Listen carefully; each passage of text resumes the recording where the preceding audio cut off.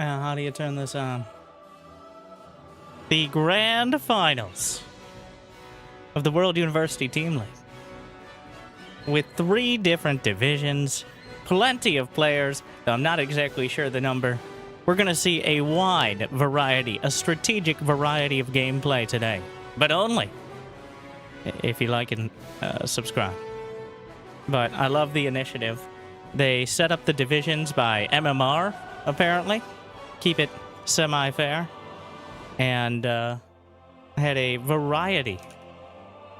I think like 10 to 13 teams. I don't know, I'm coming up that number. But you can use, well, I don't know if the bracket command is going to be that helpful because we're just checking out the finals today,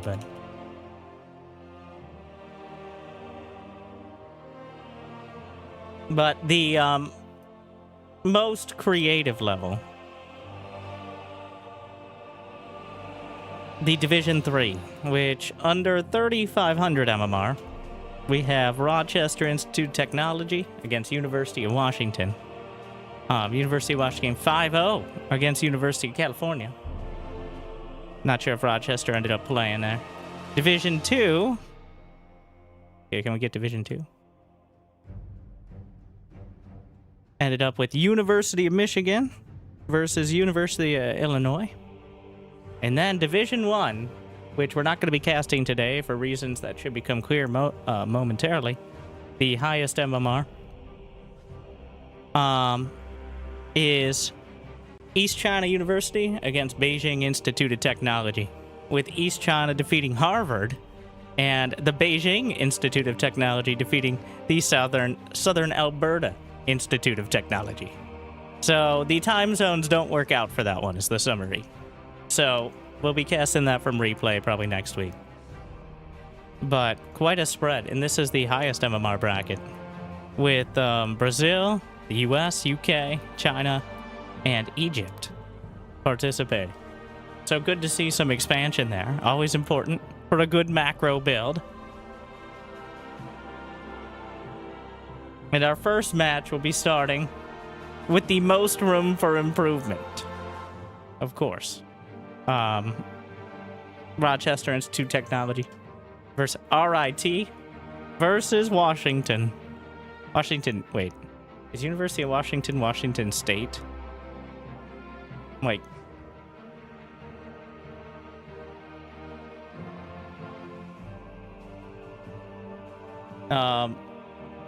Yes.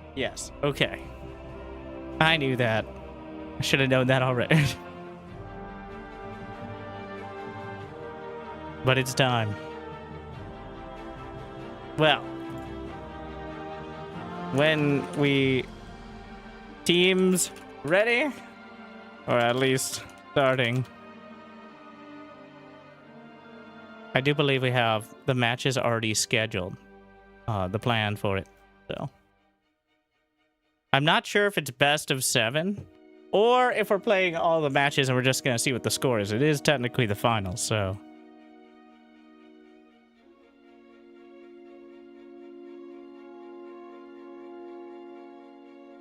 But we'll figure it out. Game 1. Oh yeah, we've got some Archon mode.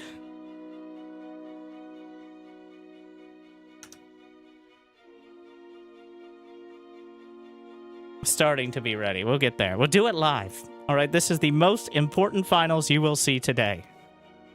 Because any other finals, I'm sure you're waiting for a cast on YouTube from other smaller players that you wouldn't know.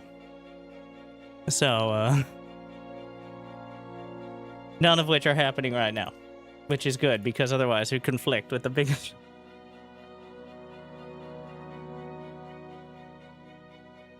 I'm totally not keeping an eye on. C3 is playing new patch anyways. But we're not going to have the new patch for the others?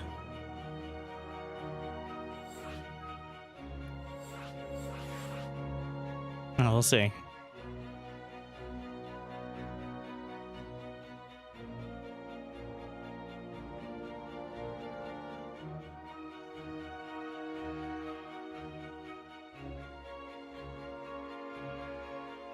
Our first match is... Nope, they don't got the names on Discord. I don't know the in-game names. So we'll let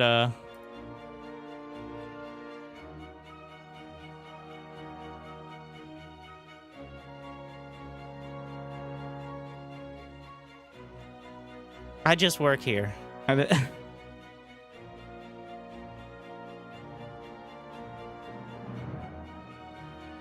Best of 7, each matchup is 1 game.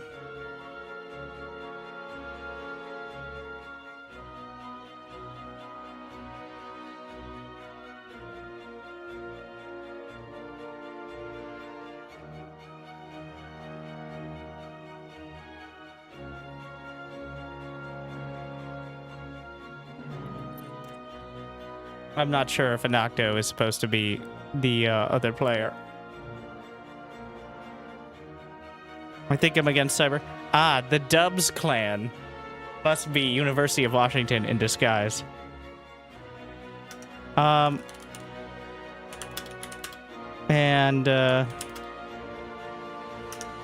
can't the referee set the player colors? I've always wondered that. Orange versus purple is pretty sick, though. Golden Age versus the Ihonri. I get to set... So, usually you don't have player skins because of all the fancy mods we use, but I get to set it, so I'm gonna do it. And here we go. The first leading the charge. The tip of the spear. These Protoss. For Rochester Institute Technology, the University of Washington. Starting their team off strong is very important. 1 game counts for 1 point. I know, a novel concept. But, here we go. Division 3. Might be the lowest MMR, but I think always the highest creativity.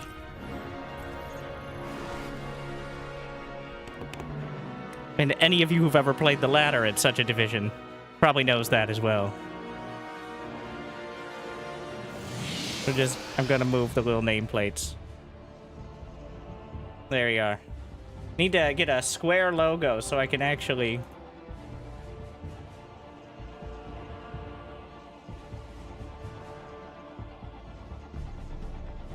We're good. All right, let me...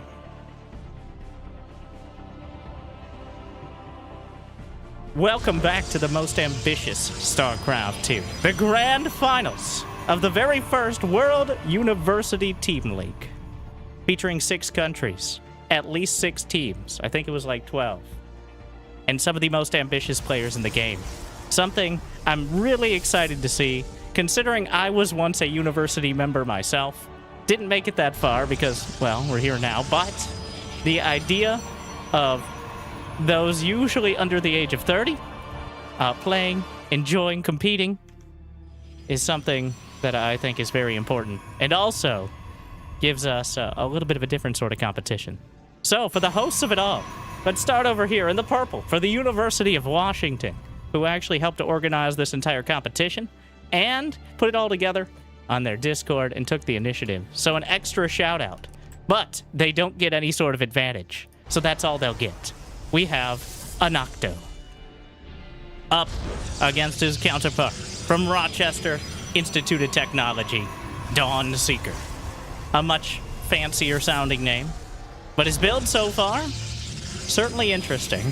As the probe being evicted from the base, Anocto, we'll see. There's no wall here on the high ground, which is always a curious choice against potentially adepts. But we'll see if either player decides to abide by the conventions of what we might call the meta, or if they'll chart their own course, intentionally or otherwise. This is Division 3 Grand Finals. Division 3, I believe, was 3,500 MMR and under, which amounts to the solid metal leagues. I believe that's up to, like, low diamond, in order to keep things competitive. But these are not the best of the best, but some of the best of the rest. Like I said, entertaining. All right. I was wondering. Gotta press all the buttons. 2 Stalkers is the choice. I'm interested. So we had a new patch in StarCraft 2. Many people know. They have strong opinions.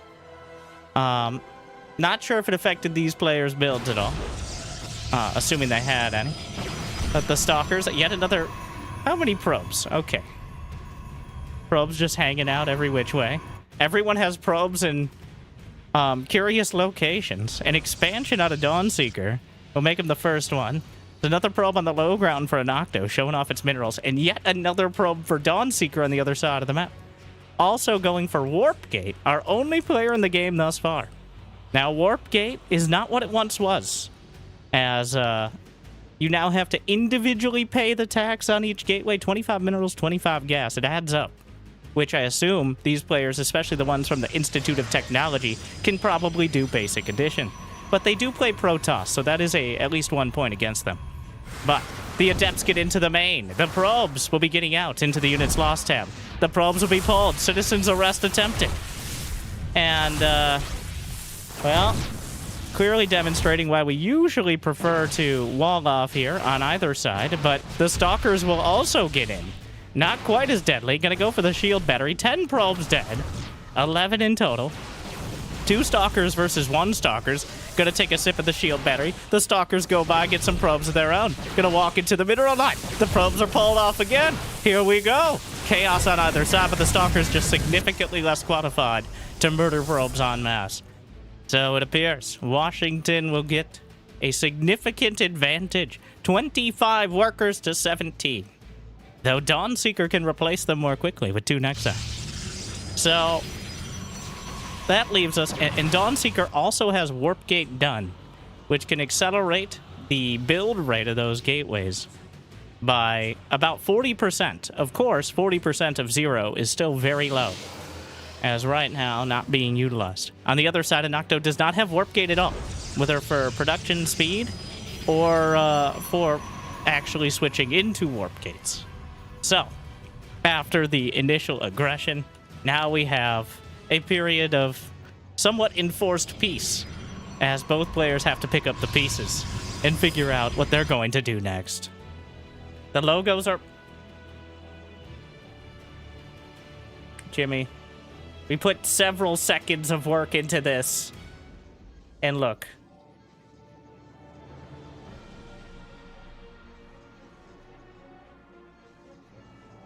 I could just play above it. There we are. First try. And your final reminder to smash that like button on YouTube to see more. And maybe your university. Yes, I know the majority of you have probably moved past that stage. But it was really cool to see actually how many schools. We can bring it up for a moment. Well, actually, that's not all the schools. That's just the finalists. But anyways. We'll get the bracket up there after the action slows down a bit. But for now, a pylon in a forward position for Dawnseeker, looking to strike back with a vengeance. Or in general, both are fine. Don't have to attribute such emotional investment to it, though it's more fun if we do. Meanwhile, there's no vision, of course, though. So there is a pylon blocking. The only thing that can come through there are workers. Of course, a pylon behind enemy lines is a dangerous threat, especially with Warp Gate being kind of ubiquitous now. The rocks. Now, does he notice? We're going to the Anocto action camp. It starts charge. Nope, he's leaving, which is probably not the ideal move in this exact scenario. Okay, well, Anocto goes out, Dawnseeker comes in. You can't explain that. Just gonna go straight up the ramp. The army recalled back. He got everything but the Immortal, which some might argue was the most important part. And a potential force field, but no! Instead, oh, the Immortal's coming back now. A force field, I'm not sure who's locked in here with who, but the Immortal getting blasted. Dawnseeker gonna lose his. Stalkers on either side. Guardian Shield helping out a lot. There's also some probes hanging out, uninvolved. And Dawnseeker will be crushed with the counter flank as the less than ideal position for Anocto actually lulled Dawnseeker into a false sense of security. And with that, he's able to take a decisive victory in a fight that may have gone sideways otherwise. And now, Anocto 62 to 45 supply. Dawnseeker scrambling back at home, trying to put something together. Right now, he's putting together a third Nexus, which does seem optimistic after losing such a dramatic fight. He has 2 Stalkers and 1 Immortal against 3 Stalkers and 2 Immortals. And once again, while I might not have finished school, I can do that basic math. And the numbers don't lie. And they spell disaster for the Rochester Institute of Technology, as having no units is going to be very tough to defend. The gateways will finish, but never be able to finish a single unit while depowered. A cancel at the last moment. Shield batteries on the high ground. The probes praying to the Cyber Core for salvation. But all this Anocto done without Warp Gate. Chrono Boost. Unfortunate supply block. Only going to get a little bit worse now, as the Nexus is taken down. Bashing his way up the ramp. The Immortal, a conscientious objector. All the probes pulled off the line. The Immortal needs to get involved. It will. A little bit late. Not ideal to have the probes go first. Charge is now done for Anocto. The 1 Immortal against 3, but the probes are taking a lot of damage. Unfortunately, it's not enough. GG in game 1 goes to Washington. Anocto with the early damage and the tenacious defense. It turns it around for him. Well, there's a lot of turning around, and in the end, comes out on top. Yes, a W extra appropriate. Anocto turning that army value into a decisive victory, despite, well, he got the early damage, and it looked like it wasn't going to be enough. But the haphazard defense turned into a strong victory, and his opponent just didn't quite recognize the scenario. And now we go to game 2. Best of 7. Charles versus Flame of Udon. That's quite a spread in names.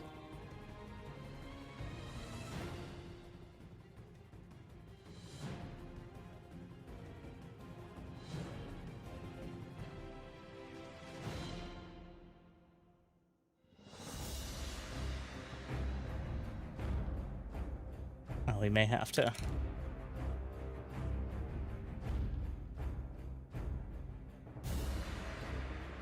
I'm hoping we at least make it to the Archon mode match, which seems to be on the agenda. If we get far enough, of course. I don't know if that's game 4 or 5. But the mode that so many people thought would be the highest level, but then you realize it combines playing the most stressful game and also having to work with a teammate, which is 2 things that people individually struggle with, and then you combine them, a little more complicated.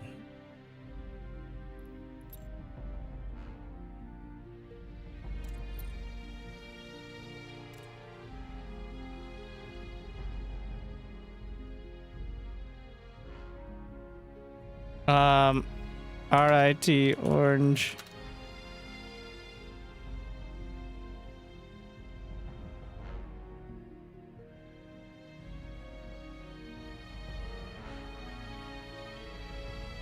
Alright, we're ready to go. Terran versus Zerg. So we got our Protoss out of the way.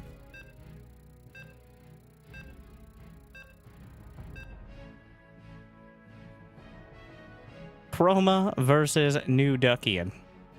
I do note that neither of those are the names that you told me this match was going to... The many names of StarCraft.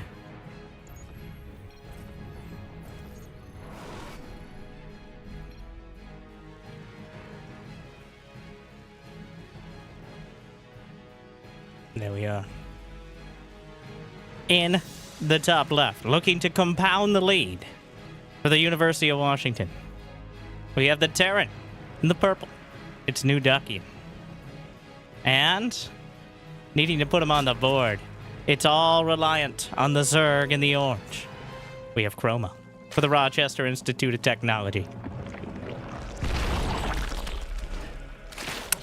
Begs the question, what happened to old Duckian? We'll see if those questions are answered. The questions everyone is asking, as long as you count me as everyone, which I do, but, you know, that's kind of my job.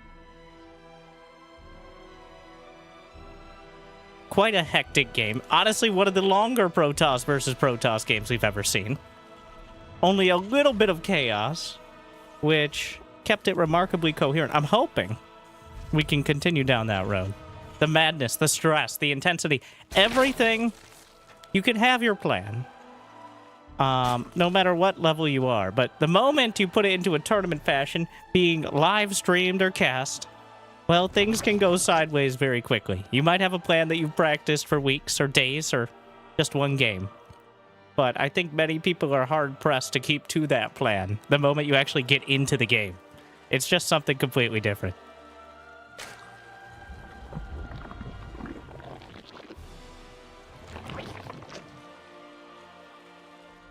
Spawning pool on the way. A hatch first.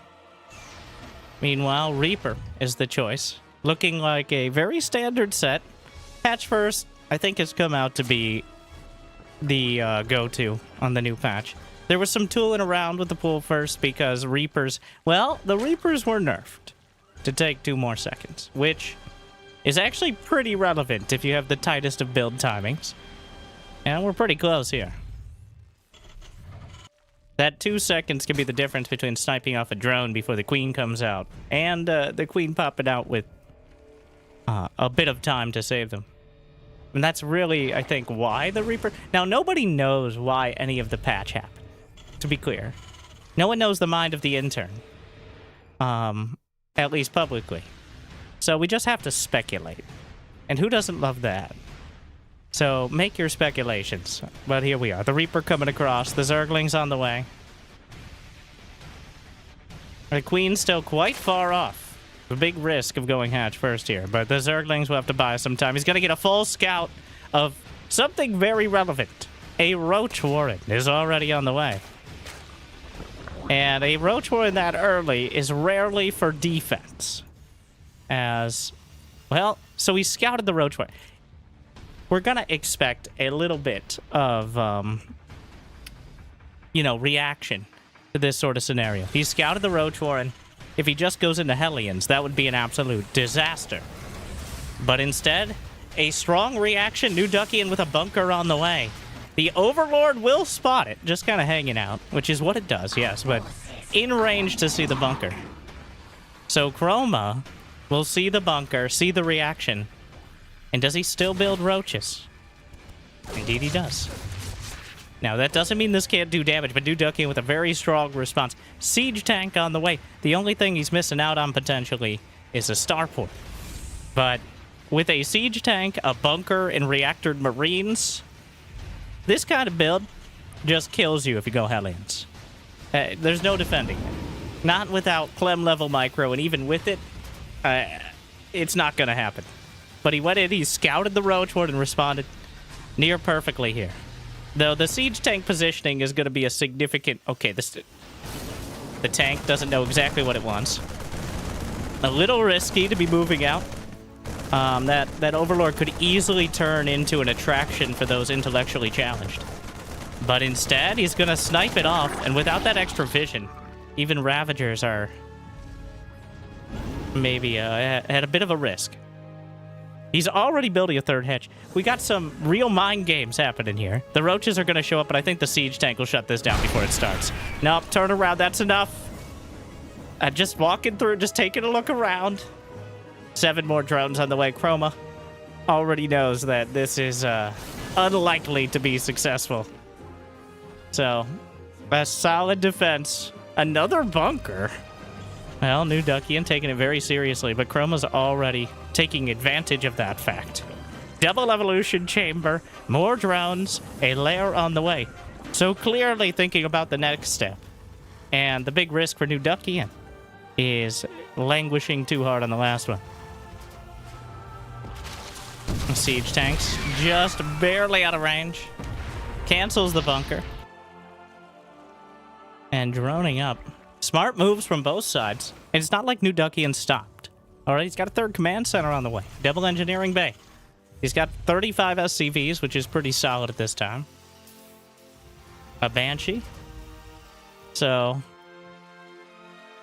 now we get to a more interesting big game, because New Duckian pretty much delayed any chance of getting damage done to the Zerg.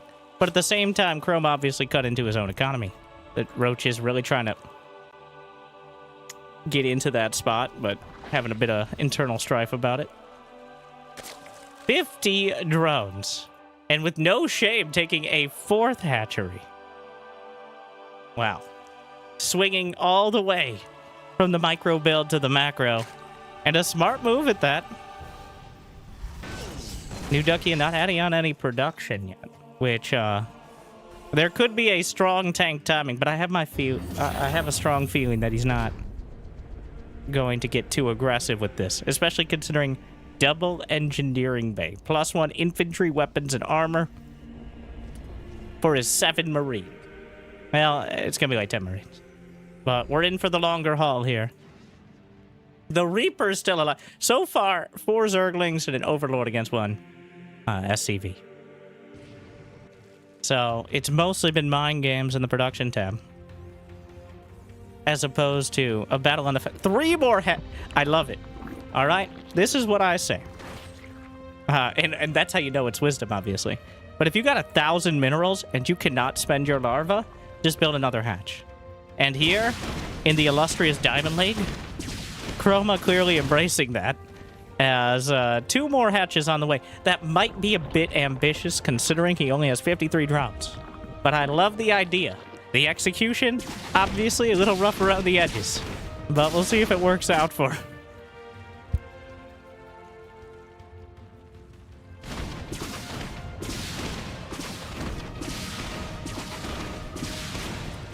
The Banshee. This is restricted lair. That was easy. The Queen and Hydras just take down the Banshee. A 4th command center. These two not afraid to go to the much more macro-oriented stim and combat shield just starting. The Hydra count building up. Chrome had 60 drones, which is still on the lower side of things, but has he hotkeyed in his hatcheries? Well, that's always hotkeyed, really.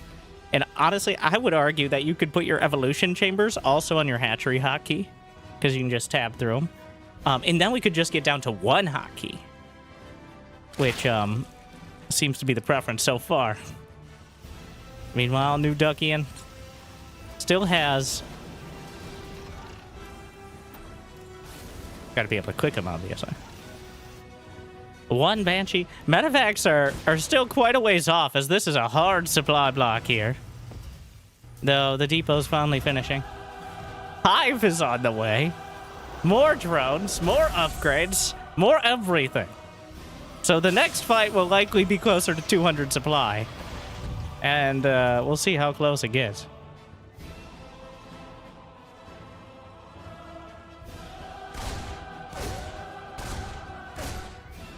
Two more hatcheries. 2 more barracks. How much production can we possibly get? This is going to be like 10 hatcheries here. Going up to 8. Roaches and Hydras. Clean up the Reaper that had a much longer life than your average. The 4th command center is done. The army, this is looking remarkably close to a 2-2 timing. And now the supply is actually wildly in favor of our Terran player. And just kind of shows up on the creep. Not exactly a good time. Adrenal glands just started, which does feel extra optimistic here. There are several siege tanks with this. The 2-2 upgrade's about to complete. A lot of drones vulnerable. And there's a very real risk of Chroma running into his death here, as the drone's already being gunned down. More roaches coming in. He waits. Oh, 2 tanks on siege. Best case scenario for Chroma. Just as all this happens, the tanks, he's just kind of stutter stepping by, which is a real awkward angle. And honestly, this is the only way that Chroma could have taken this fight. And he will. 2 tanks on siege, half the Marines out of position, And the Zerg are just barely enough. Well, that was a perfect storm there of anti-Zerg. Behind it, though, New Duckian seems to have more than he lost on the field, as his production has continued, and the supply gap is wider than it was before he lost that arm. Of course, the cost was also massive. And Ultralisk Cavern in 3-3 on the way. Chroma planning for the future. But unfortunately, right now, New Duckian at 190 supply. He's got 7 racks production, and he's using it to the fullest extent. He's already maxed out. So that was just a trial run. The second wave.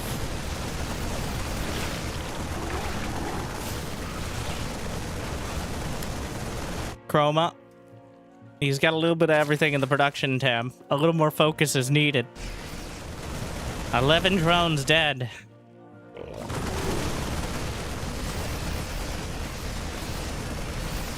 The Roaches and Hydras. A good enough counter to just Marine Marauder, at least for now.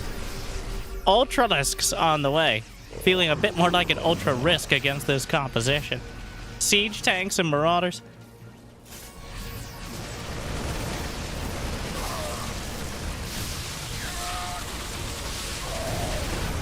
Oh god. Oh wow. The rock in a hard place.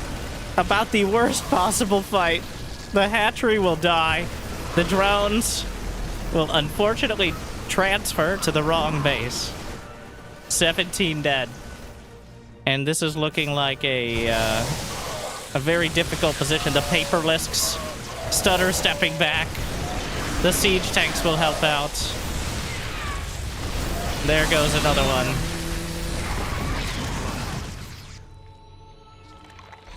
And the supply gap is maybe a bit too wide. Maybe. GG. Quite a macro game. But New Duckian clearly staying the course. Chroma unable to decide on a composition. And now Washington with a 2-0 lead.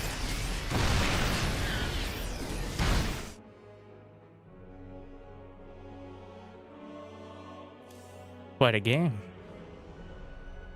The response to the early Roaches, the follow-up, very solid. It looked like Chroma. Oh, we're playing 2v2 now. But Chroma looked like he had a follow-up, but then he decided the follow-up was everything. Which, despite the fact Zerg can technically get all of those buildings, doesn't mean you should. But still, making it interesting.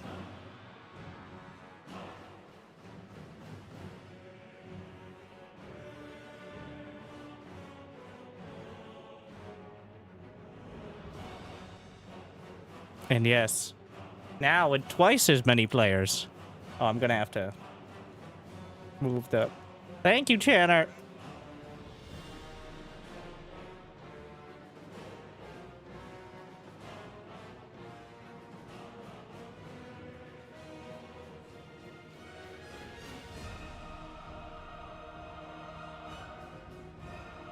I'm not sure how helpful that is.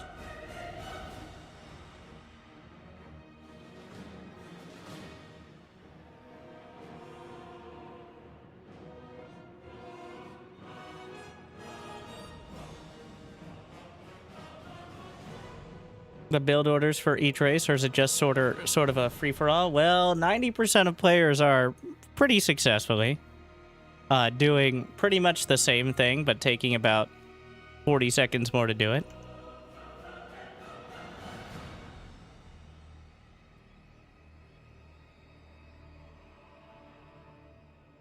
This... Yeah, I knew that.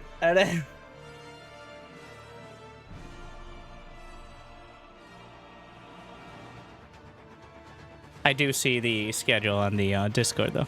What colors?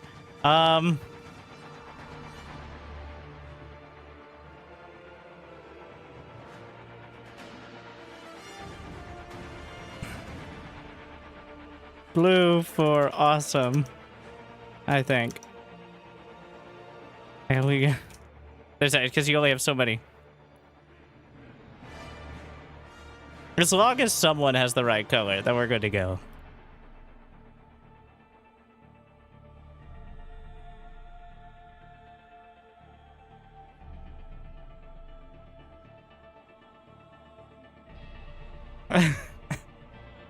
They know what I meant.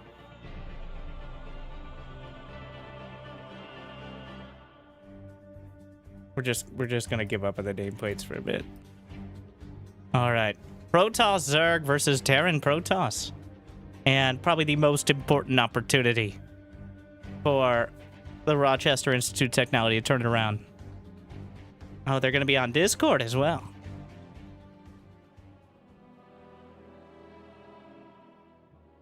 Unmute, we're teamed. In case you didn't know, you're my teammate, bro. Just FYI.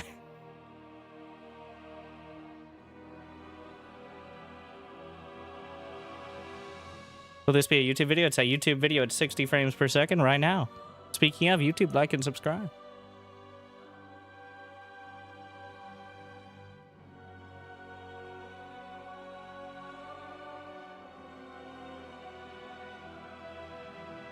Great audio issues.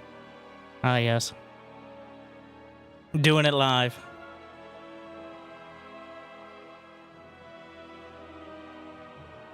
Let me look over the format.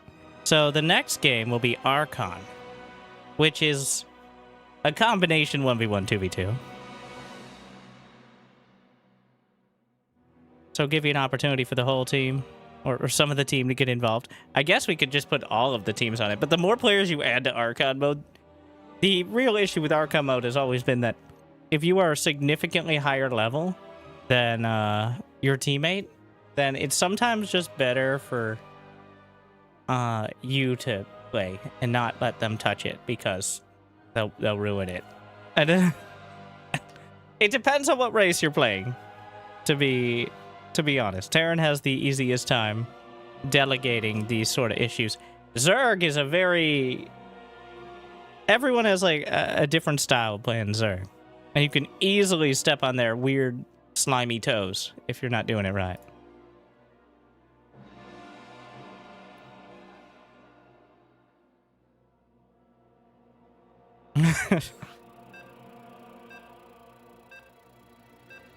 All right, here we go.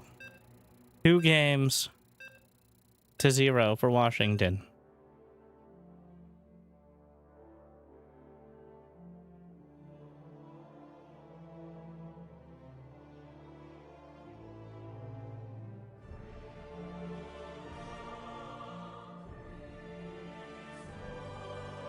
I'm excited for the 2v2, honestly. I think this could be... This better not end in like 5 minutes. I'm gonna be very upset. Though I won't show it because I'm a professional.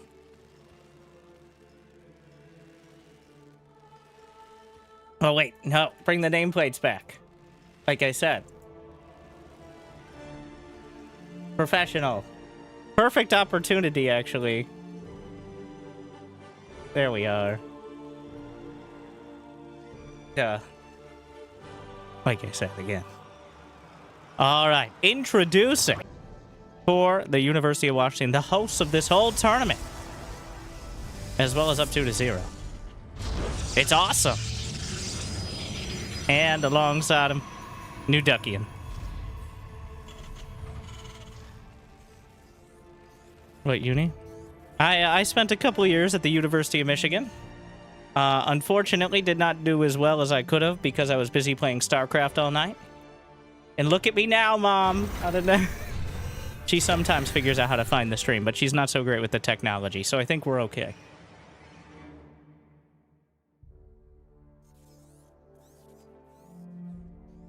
No, not 100%. Speaking of which, our next match will be University of Michigan versus University of Illinois. University of Illinois, the first one I haven't seen yet throughout these matches. The last finals was Michigan versus... That's all I remember. That's the important part. I'm getting too old to remember these things. The most important thing is we have more.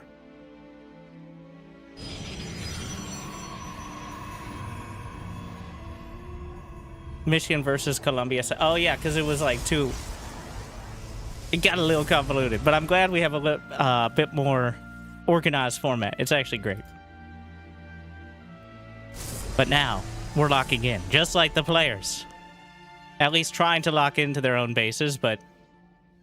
New Duckian with a 2 Reaper build, or a double Rax Reaper, rather. Cybertron, building just 2 Marines. This leaves them with precious few units here. Only 2 Zerglings on the entire map for Rochester. And, well, the factory gets delayed. The Marines are popping out. And a probe dying, but... Well, the Reaper gonna be... Is that a whole ledge? Like, they got a whole balcony here to jump in. Wow. Just a trough for the Reapers. Explicitly so. At least we have the little indicator. And now with the Overload, there's gonna be plenty of early warning. So I don't think it's gonna be a huge deal. But quite a spicy build out of Awesome. Resonating Glaives to start things off. 1 base Adept, which is quite a build. The Queen almost killing off one of the Reapers. Could easily take a Queen with 3 Reapers and a bit of micro. But Glaives first on 1 base. Did he go for Warp Gate? No, it's just... He's building Stalkers, which are not so great with the Glaives because they get no benefit whatsoever. Which is a real subversion of the build, I think, here. No, Brenda! It's a disaster. Losing the Queen. She had to get 1 last inject, but the Marines now finally coming down the ramp to help out. Snipe off 1 Reaper. Back at home, Awesome building up. Casual SCV. Wait, whose SCV was that? Oh, sick rally point from New Duckian. Maybe mixed up his rally point with the... The Cyclone and the Marine's gonna combine, though. And the Reapers. There is no speed, but... Oh, that doesn't matter. They're just slow enough. And every single Reaper will be killed. A couple more coming across the map. Everyone turning around, realizing that things are not going as well as they hoped. And Awesome still held in reserve. Trying to wall off here. It's always a curious. So he's going to be entirely dependent on New Duckian to open the door for him. The Zerglings are not going to have a great time against Glaved Adept. Honestly, they don't need to be Glaved. This is not going to happen with Slowlings. Meanwhile, though, Cybertron, with quite an amount of units here. We got 2 Cyclones, like 10 Marines. The Zerglings are going home. Looks like some crossed wires here a little bit. As it's unclear for both sides which teammate is attacking and which is defending at which times. Chroma has come back while Cybertron went forward. New Duckian did an entire attack without Awesome, who's now sitting back and expanding himself. The Overlord is going to spot for all this. And now everything's coming together. The combined supplies in favor of Rochester, but that does include Chroma with a chunk of roaches to his name. So, New Duckian has almost no units to participate in this activity, but Glaved Adepts and a few Stalkers. 2 Cyclones at a time. Do they have Magfield? No. But not that important here. The Glaives are actually going to be incredibly helpful until the Roaches and Cyclones get involved, which is right now. So the helpfulness has ended, and the unit count is incredibly low. Chrono Boosting Probe seems very optimistic for the scenario. And Awesome is left with a grand total of 1 Stalkers. As Cybertron and Chroma just murdering all the work. GG! It wasn't 5 minutes, it was 6.5. That was way longer. Rochester is on the board with a great team effort. The disjointed nature of Team Washington not serving them well in the long term. Or the short term. It just didn't go well at all. And we're not going to be having a clean sweep.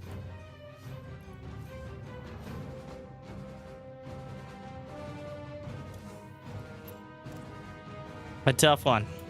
But now we're moving into our Archon mode match, which should be interesting as well. Not sure who's going to be part... Wait. It will be Dawnseeker now, combining with Cybertron. It's also part of the struggle of Archon mode is what if you play different races? That's another part of it. Like, someone who plays Zerg is not easily going to help out as Terran, I guess.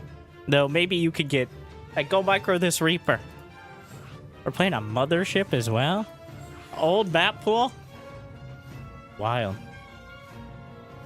Not that wild. I get it, but like...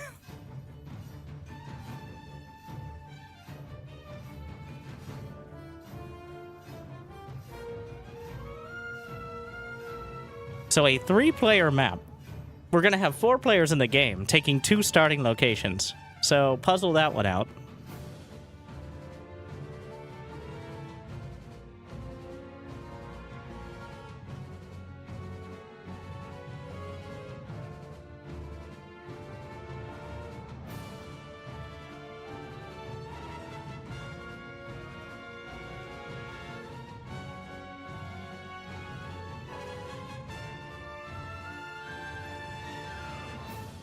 Looks like Terran will be the choice for Rochester. I don't know if it matters who's primary in Archon mode.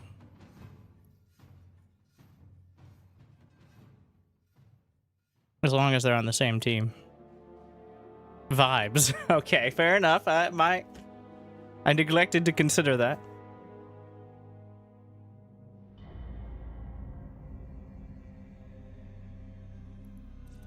Let's see. What do we got?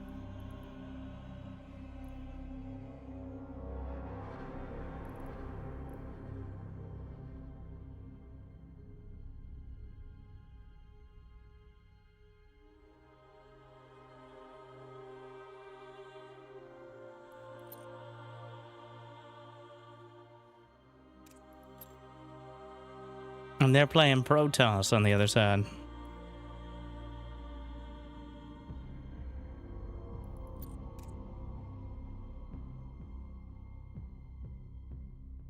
Teams already. I'm interested to see how they delegate here as well. We'll be able to see the camera of each player in our Archon mode match. The teams combining their efforts. Oh, I forgot how the load screen was. Crazy.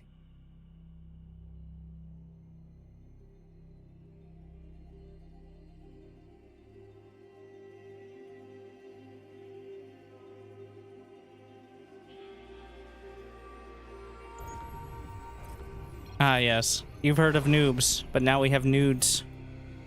As Team Cyberdawn. Oh my. Every time. And Nude Oz joining us. So for those who don't know about Archon mode, which is probably most unless you've been around for quite a while, 2 players can fully control a single player, effectively. They can both use the select all army key. They could both be moving, and it sometimes becomes very apparent when the players are overlapping their commands. There is no restriction on who can control what units. It is just, it requires the coordination of both players to work it out. Usually what happens is one player is designated kind of as the micro player, the other macro. And then you kind of work from there. But that's not always the case. So hopefully they have that worked out before that. And you have to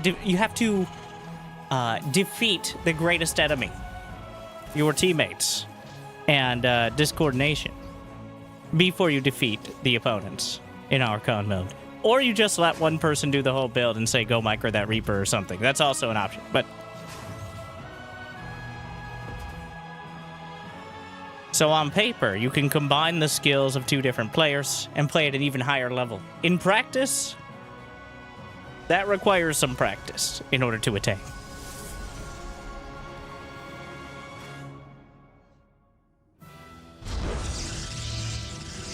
Washington going for a Nexus, a Gate Nexus core, which is quite greedy because a Reaper is going to show up before the core is even finished, I think. Maybe a little bit around that time. But you need gas in order to get a Stalker. Yeah. This is quite a greedy build. Do they know where they... Yes, they've spotted the base. So the Reaper... And this Reaper should be microed with 100% of the attention of at least one of our players here. So... There will not be enough gas to get a Stalker by the time the Cyber Core finishes, which is, you've got one job. Let's see. We're looking at the Dawn Seeker cam here. Dawn Seeker, who played Protoss in our 1v1, has one control group. And it's for an SCV, apparently. But he's clearly controlling the Reaper. That's his whole job. Adept is on the way. Fair enough.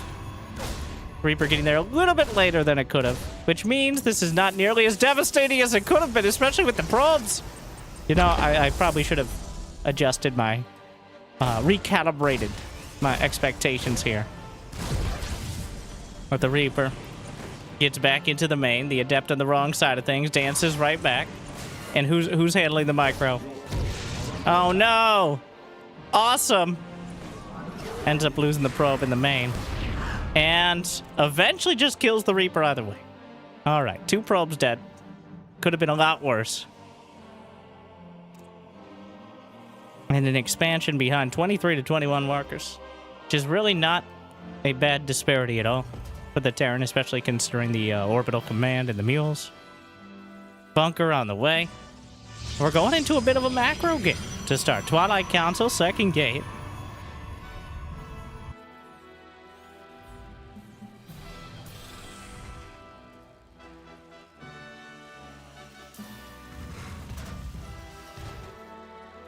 What's going to be the choice? Tech Lab. Cyclone, one of the most microable units in the entire game. Maybe the most, but doesn't quite have the mileage of a Reaper, as there are several units that just straight up are faster. But the Marines will poke and prod at the Adept. A second one joining it. Blink is on the way. As the builds are shaping up for both sides. Chrono boosting out probe, so clearly not so invested in early damage. Just kind of keeping tabs on things. The Shade is optimistic and suicidal. Unfortunate, but, well, 2 Adepts dead is not great. Did they cancel Blink and start Charge? Which is also another way of adjusting your expectations. Now, just to... Interesting choice across the board.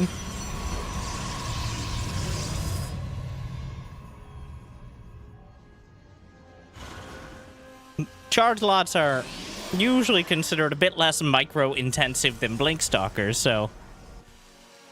We'll see if that ends up working out for him. Cloak of Banshee on the way. Which... is significantly better if your opponent is going for literally 0 anti-air.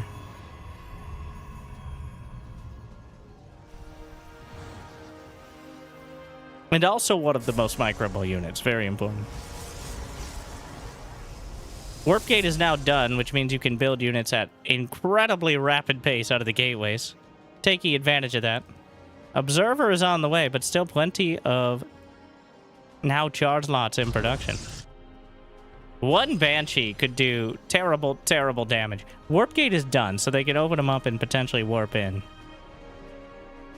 But that takes an active effort nowadays. Even Banshee's speed on the way. Kind of a crazy choice. And there's no anti-air at all. Literally none. Doing a good job holding off on the cloak. Chrono boosting. They're just going to lose all of the probes. Which is not great for the economy. Yeah, there's a reason why usually Protoss open up with Stalkers as opposed to Zealots.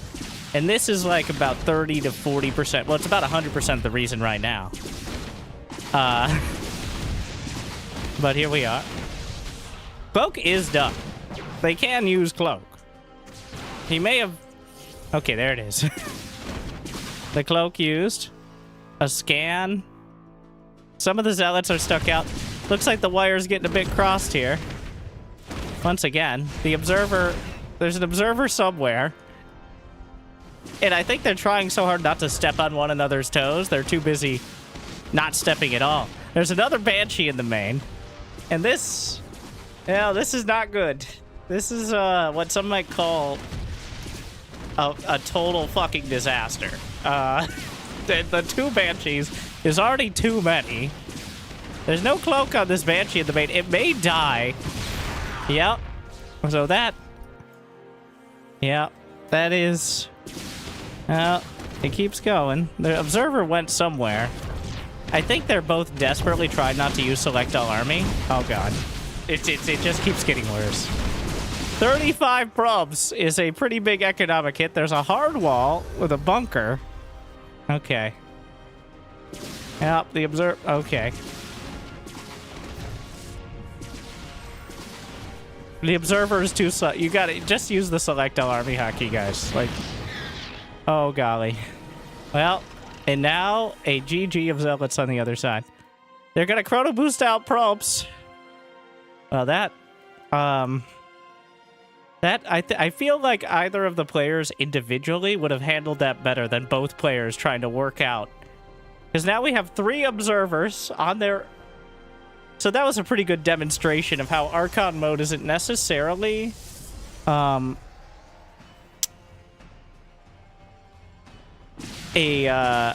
benefit. Yes. Very clearly.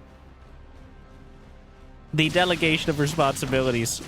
Oh yeah, it's another Banshee. Okay. They got that. That was only 4 probes, which is significantly less. Unfortunately, that was a much larger proportion of the economy. So, well, the zealots are outside here.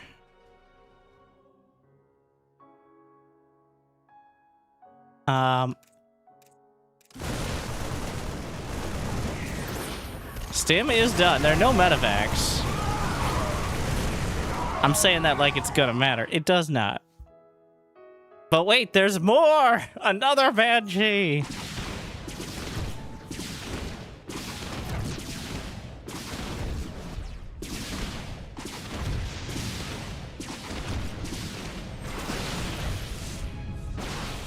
Well, where's the observer? Okay. And now a GG of Marines. That is 51 probes.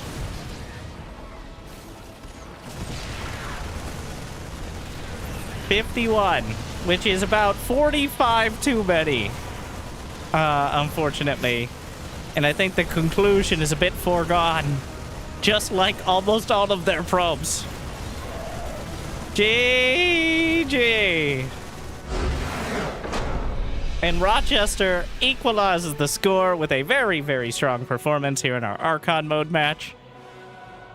Washington, well, definitely some room for improvement. Probably the entire room. As...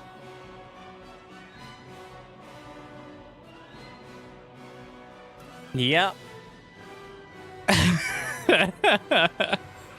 Well, at least it's not going to be a sweep.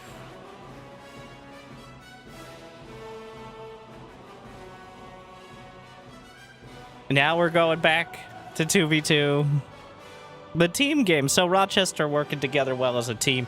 Individually, not stacking up as strongly. But together, Tigers strong. It's Tigers, right? They got a tiger on their logo.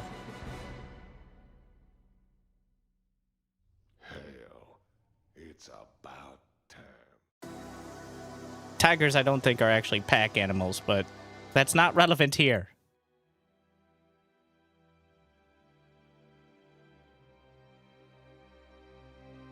My only purpose? It's a... Yes. It's definitely not spelling. My only purpose in life. Protoss players. I don't... It's murder, not literacy. What is Observer Plus Plus? So, originally there was Observer Plus, the observing mod. And then, well, we improved it. There were some glaring issues. So, introducing Observer Plus Plus. And that's the one we use for tournaments a lot of the time now, when doing it live. That's just what we ended up with as the name. Instead of something boring like 2.1 or something. Instead, plus plus. I don't think we ever had a plus plus plus, but maybe eventually, maybe someday.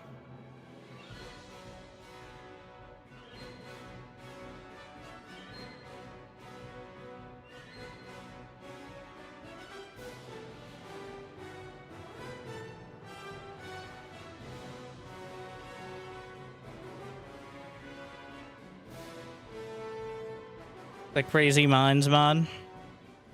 The Crazy mod is the new patch, am I right? As we see such new patch strategies.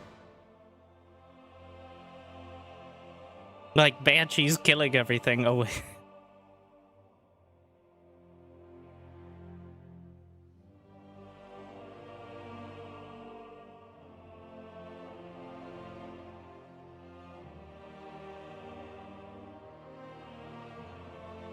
Dawnseeker may have to re-log in order to...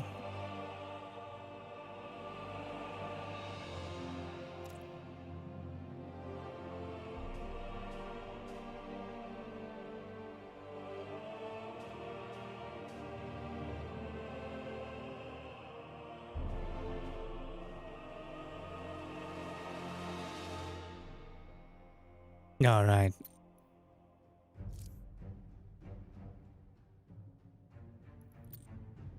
What do we want? Mira's Marauders. I get to pick the skins. I don't know why tournaments don't ever pick the skins. I like picking. Have something completely different. Golden Age.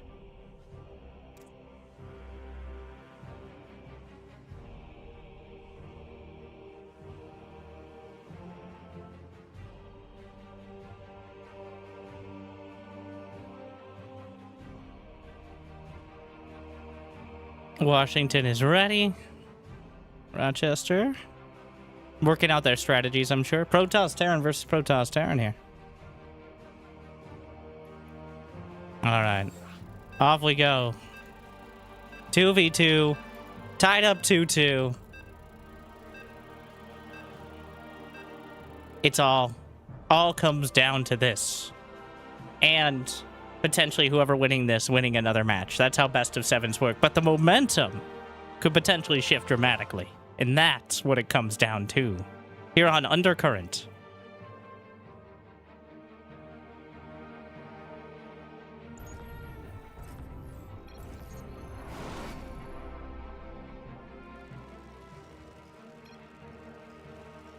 So close. Yet.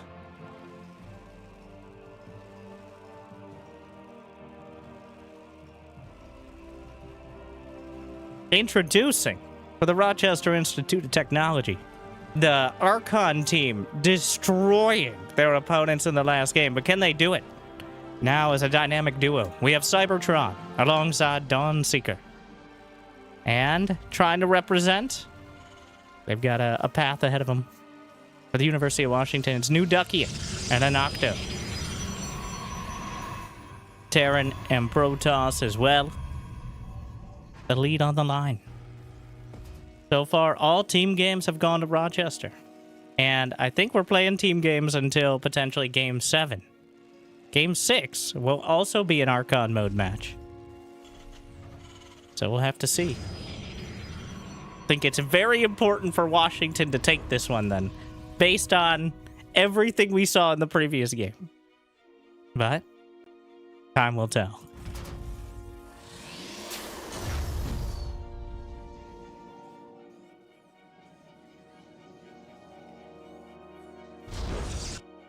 Probes, SCVs, high five, then look the other way and pretend it never happened. We've got... was wondering if he had some clever build about exactly 50 gas for a Reaper, but no, just a little bit of a misclick. No big risk taken, no proxies. But 2 gates out of Dawnseeker is our first indication towards less savory intentions.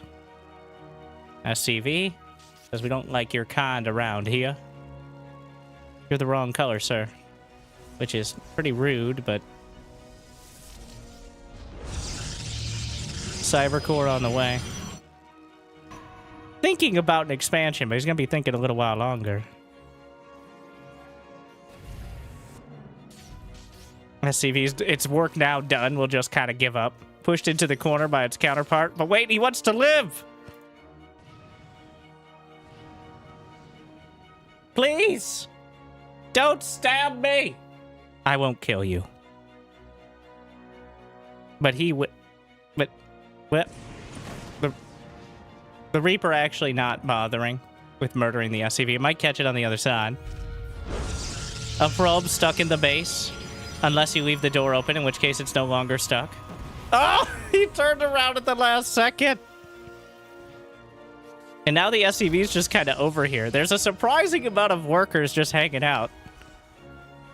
Hey, seen any good movies lately? No. Okay. Anyways, the Reaper, driven away by the Stalkers, ends up... now, 3 workers dead for Cybertron, so the Reaper gets 2. The probe dies. Wait, no, that was the probe from Anocto. And, well, where does that leave us? Pretty even, I think, actually. As there's a Robo and a couple gates, a Nocto with the expansion in the back. No Nexus yet for Dawnseeker, he's getting a Robo and a couple gates. But instead of a Nexus, has focused on a bit more production overall. A bunker on the high ground. Reaper hanging out. And it does seem like we're going to get a bit of more dramatic build-up phase here.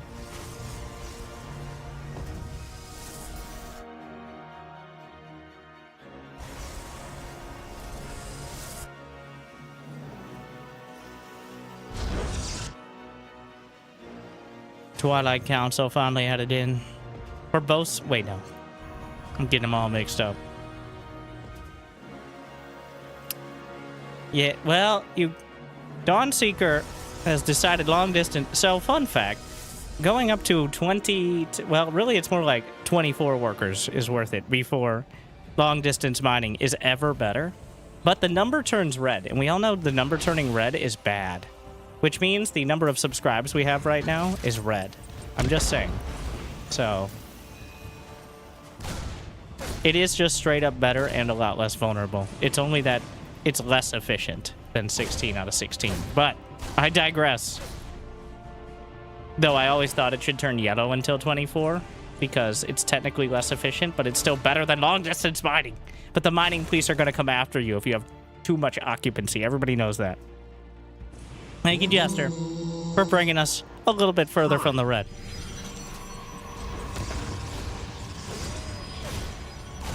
Well, helping out a bit. Another probe targeted. Quite a supply block for New Duckian. With the entire build. 5 depots on the way. So, yes, really doing a lot to clear that up. Making sure it doesn't happen again for quite a while.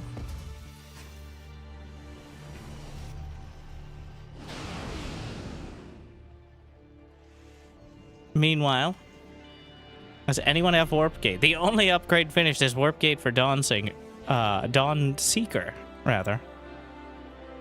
We've got everybody trundling across the map. Clutch of Marines, a troop of Stalkers, a pair of Immortals. Gonna walk directly up the ramp. There's 2 bunkers. This should be enough to defend. And potentially force field, so that potential is no longer realized. But a siege tank gonna be pretty important. They're backed up against it. A Banshee. A bunker falls. They're gonna target the tank. There's also a Raven here. But the Marines are pretty much gone. The bunker may have been taken out, but the Marines are still very much alive. And the Immortals destroying their counterpart, making sure they don't live up to their name. Is that charge done? Indeed it is. The Immortal chase down. Raven, just a smorgasbord of units out there, but unfortunately, the ill-fated attack directly up to the high ground does not end up working out.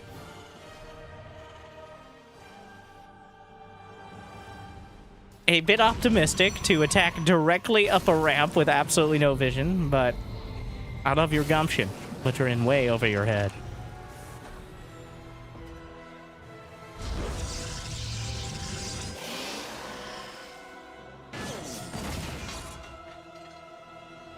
Yes, I will be going to Home Story Cup 30. I mean, they have my entire theme, so the winter theme suits me, I think. Better than a tropical island, obviously. But nice of them to accommodate.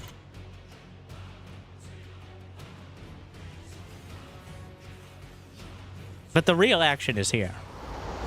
Alright, here on Undercurrent, where Rochester trying to recover from their less than successful attack. Siege tanks and bunkers on either side. But New Duckian, once in on the Banshee action, he's going for +1 infantry weapons and armor, stim, combat shield, and Banshee cloak. But Banshee cloak has been clearly very successful thus far. So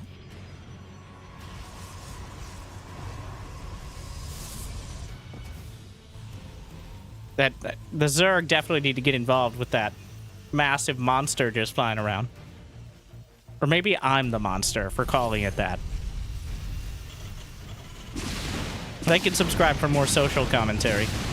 As the Banshees giving him a bit of a taste of their own medicine. By medicine, I mean missile pods from a cloaked unit.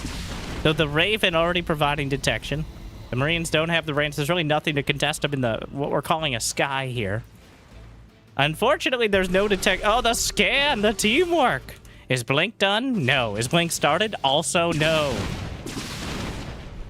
But the Observer comes out, and eventually the Banshee will be dealt with. Eventually. The entire army, including the Immortals, chasing it around. Missile turret on the way. They kind of like went kitty corner with the bases here. The Observer's still there. Losing track of the Banshee. Almost loses it. Snipes off an SCV. And finally, it will be driven out, but it will survive.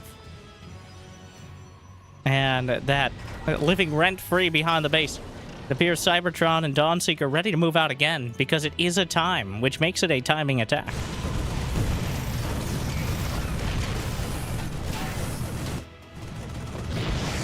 The supplies heavily in favor of the University of Washington. But, it comes down to how you use it. Multiple Colossi, extended thermal lance is already complete.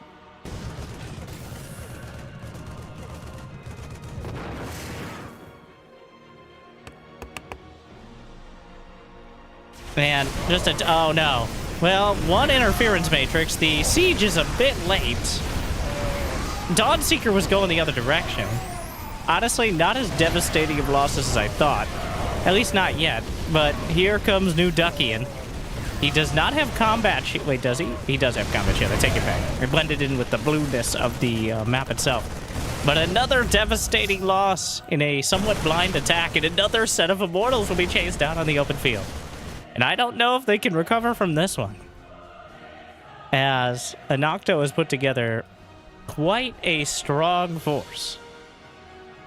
And New Duckian fill it in with the bio. Dawnseeker has been beaten down to 9 Stalkers and a single Immortal. There's only a smattering of bio, handful of medevacs overhead.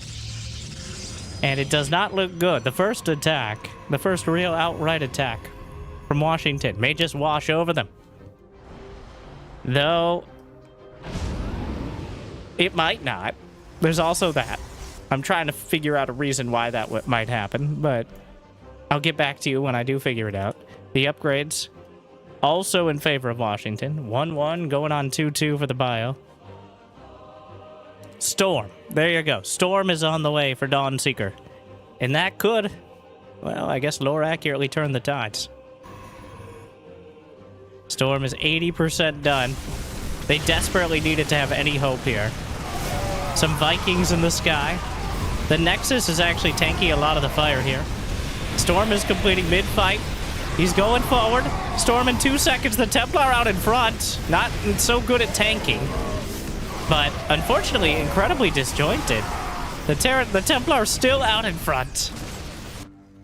But a single medevac was sent out. Oh, that's what distracted him. A beautiful timing on it.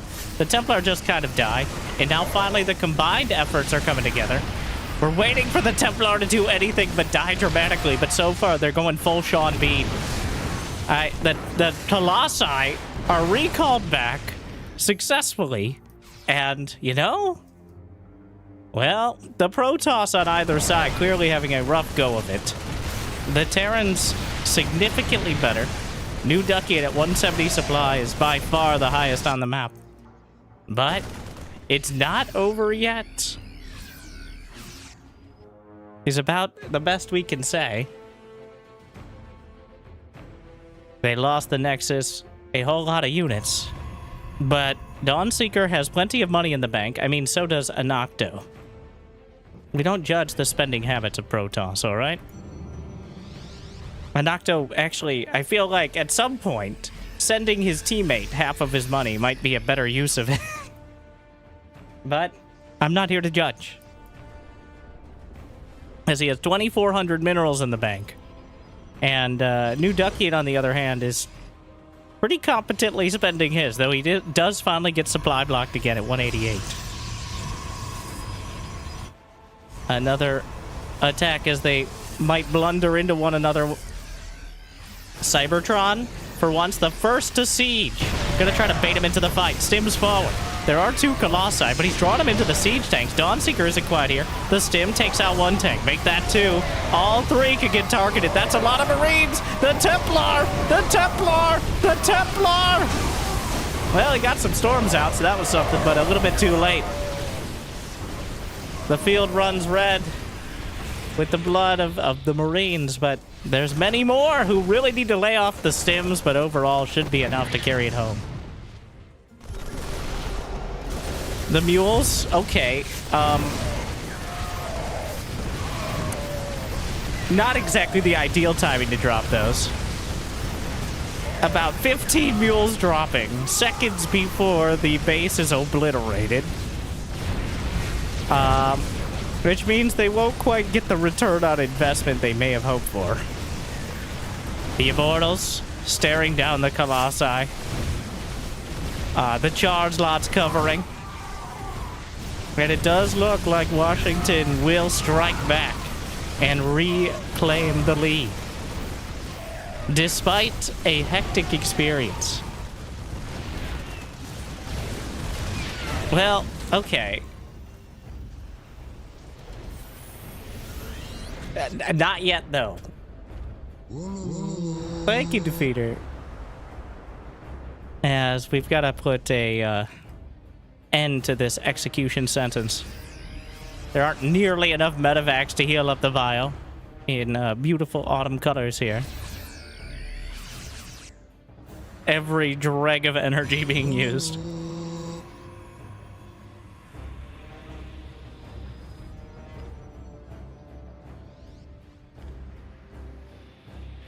And, well, right now, both players for Washington have more supply than the entirety of the Rochester team combined. But, think about it this way.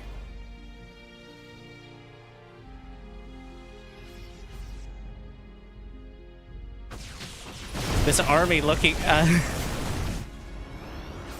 that is a lot. That is a bulky army. Which is, this is the worst possible fight. Going through the rocks, move command on the Immortals. But the worst possible fight isn't nearly bad enough. GG! They'll finally tap it out. And Washington will once again take the lead. 3-2. Coming down to the wire. As... Yep. Unfortunately, the attacks just optimistic from the start. Each of them falling quite flat and leaving Rochester in a really tough position. But we have yet another Archon mode match, which so far it was quite decisive, the previous one.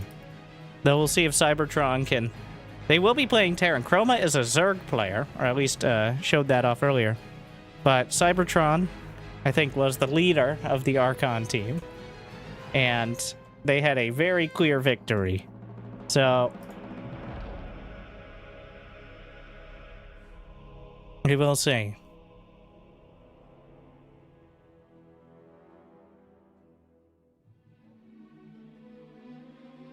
"10,000 feet. Not sure how much the map will matter."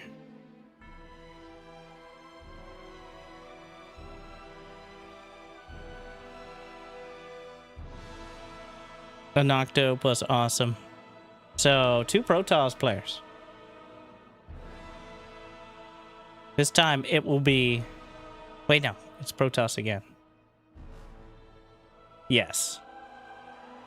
I can remember things.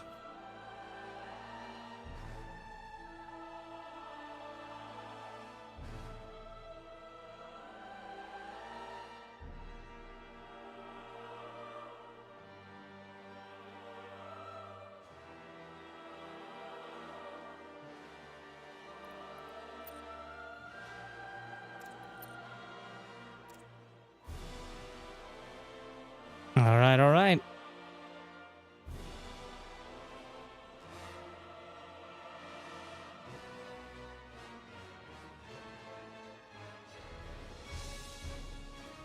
See if they're ready to go.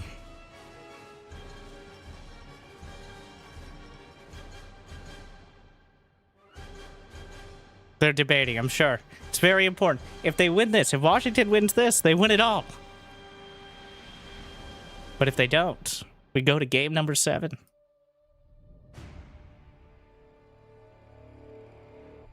We'll let them have their debates.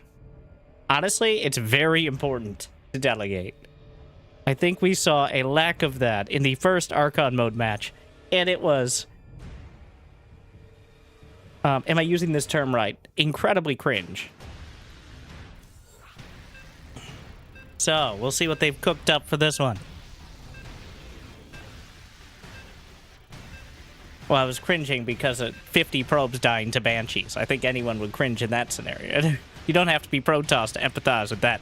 It appears Chroma, while he's Diamond with Zerg, it does show up here based on the race you're currently playing, is Silver with Terran, which is not quite as accomplished.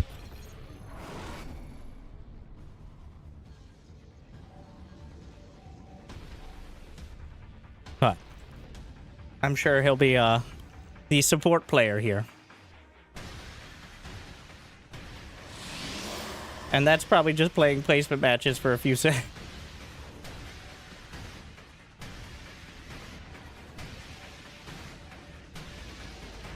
All right, for the University of Washington. He can raise and lower depots. He's the depot man. All right, that's what he does. But one game away. The Protoss combination in the purple. We have a Nocto and Awesome. And then the Terran Archon for the Rochester Institute of Technology.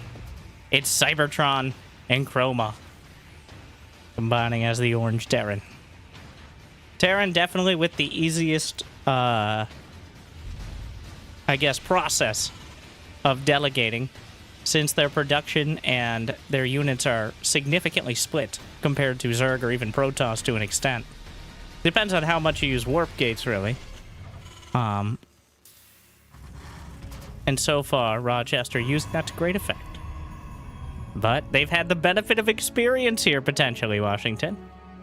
And might have something up their sleeve, assuming they're wearing anything with sleeves. Don't know what. Oh, there you go. Everyone has their job. The intimidation depot is very... Wait, no. The depot micro had to stop because there's now a probe in the base, and that's... Let's see. Chroma. We're going to the Chroma action cam. What is your job? You micro worker. Or depot, I guess. But he's trying to chase it down. And, I mean, workers move at the same speed, so he's not going to be able to catch it if Washington is on top of their micro, but just keeping those pesky probes out of the base is always an important goal.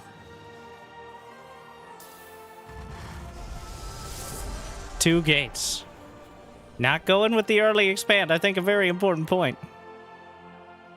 And checking around. Very suspicious. So, who is our scout player here? Looks like Awesome is handling the build and Nocto is handling the probe. An important job. Alright. Don't underestimate it. I am here in the shadows. Stalkers, but the Reaper gets in. And one probe. Oh, he missed the shot. But he doesn't want to risk the Reaper. He might not have a choice. The Stalker a little bit off center. The pathing could have been better. But then that's no kills on either side. Reaper coming around, sees the probe. Two Stalkers, micros away. Oh, one HP. If it hadn't healed that little bit, it would be dead now. But that's kind of how healing works in general. The Reaper, of course, heals more than any Protoss unit possibly can because they never learned how to heal or repair. Or maybe they did and lost that technology to time. But, unlike the Rochester Institute of Technology, they are not Terran. So, therefore, don't have that benefit.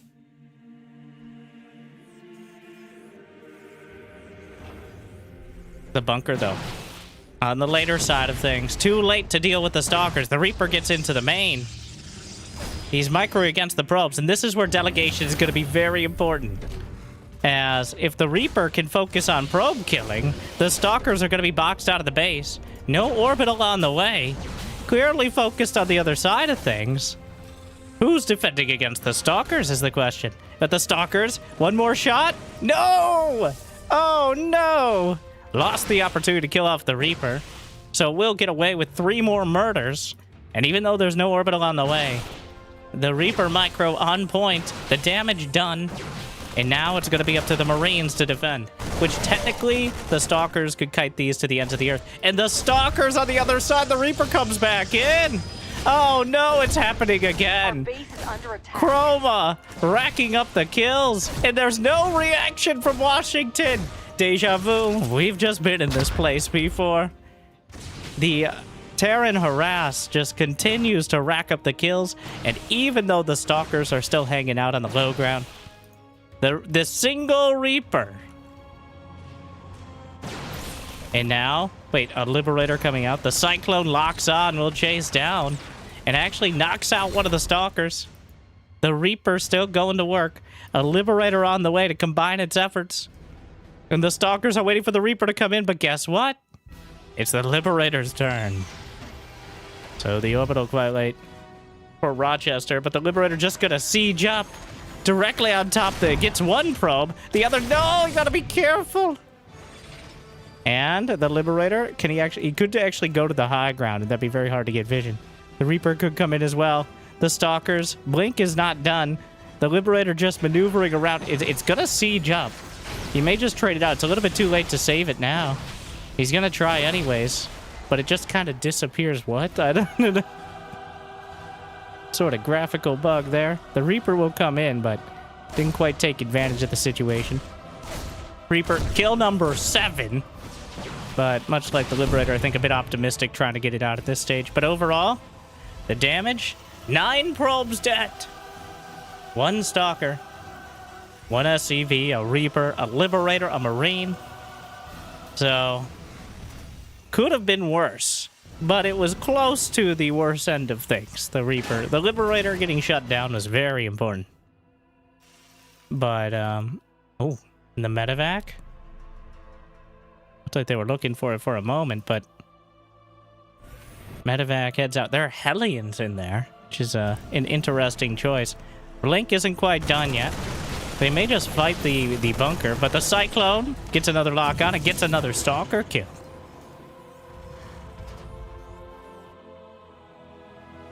And the medevac just slipping by. So far, it's just gonna drop in, but they actually built a cannon in each mineral line. Some trauma after the Banshee. Good micro. But, oh, using that pickup key as well. At least I think he did.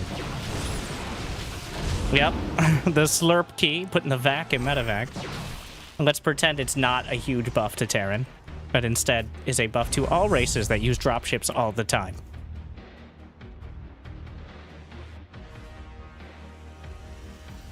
Stimmin +1 on the way. A topsy-turvy early game, but the Blink Stalkers have been mostly driven back, and the drop has been driven out, which means we will survive into something resembling the mid-game. The production tab is uncomfortably empty for our Protoss team, and oh no. The map is dark and full of Terrans. Gonna drop out right on top of the medevac, tanking some of the hits from the photon cannon. And the Stalker's just kind of chilling. Going to move forward. There should be enough on defense.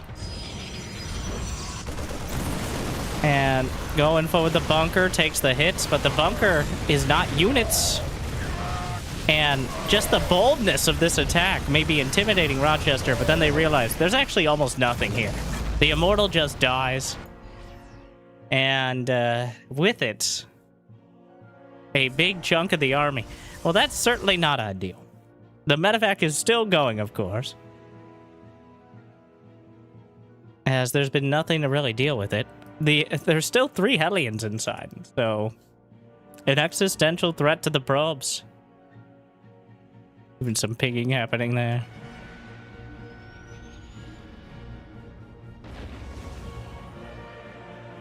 The main army, the Stalkers may get a few extra hits, maybe even take out a medevac, but at what cost? I think somebody just used the select all army key and then tried to adapt from it. But the army supply is 66 to 21, which is a bit much of a disparity.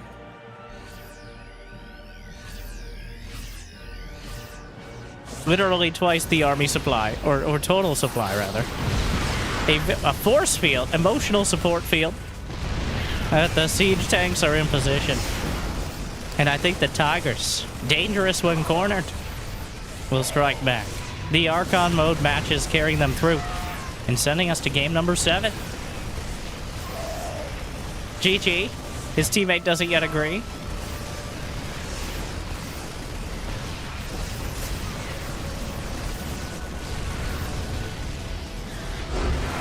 And there we are. Rochester.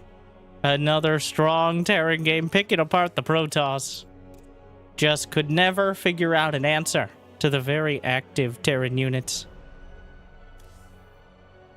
And now game 7. All tied up. That's what you're here for. All the games. The maximum number. And the schools are delivering. The real school they go to is entertainment. For Ace, we will go 3, 2, 1, go. They're going to count down, and then the team captains or whatever are going to pick their player. Okay. All right. The blind pick for the Ace match. You got it. No! That's... Step 1, follow directions. Okay, well, he decided, never mind. I won't. Well, I wouldn't be surprised, as New Ducky did seem to be the most Well, someone will too.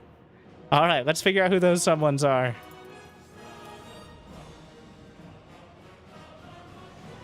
The countdown. Who's it gonna be?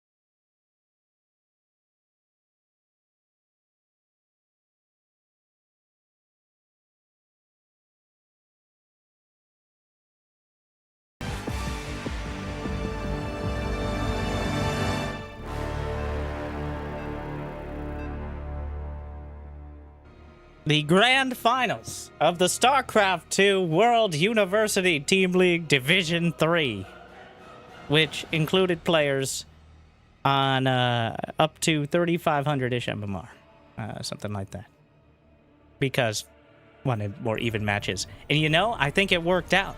The match is coming out pretty even, considering currently the score is 3-3. Game number 7. The final player for the Rochester Institute of Technology StarCraft team. The Terran in orange. It's Cybertron. And the final player for the University of Washington StarCraft team. The Terran in purple. It's New Duckian. This is too climatic. Close enough. TVT too hard. I'm surprised one of them didn't pull a Clem and just pick Protoss. Though I'm not sure how we would handle that with blind pick. What's the choice? SCV Scout quite early on for New Ducky. And no trust. Despite the camaraderie, Terrans are not ones to trust. We all know that. This is the most social interaction they've had all year. No, they're at university, obviously. Probably slightly more. But it all comes down to this. How similar will the builds be? How much experience on the new patch, such as it is? So far, identical. A mirror matchup. Gas is on the way. What happened to that SCV? That is certainly one of the locations you'd expect an SCV to be.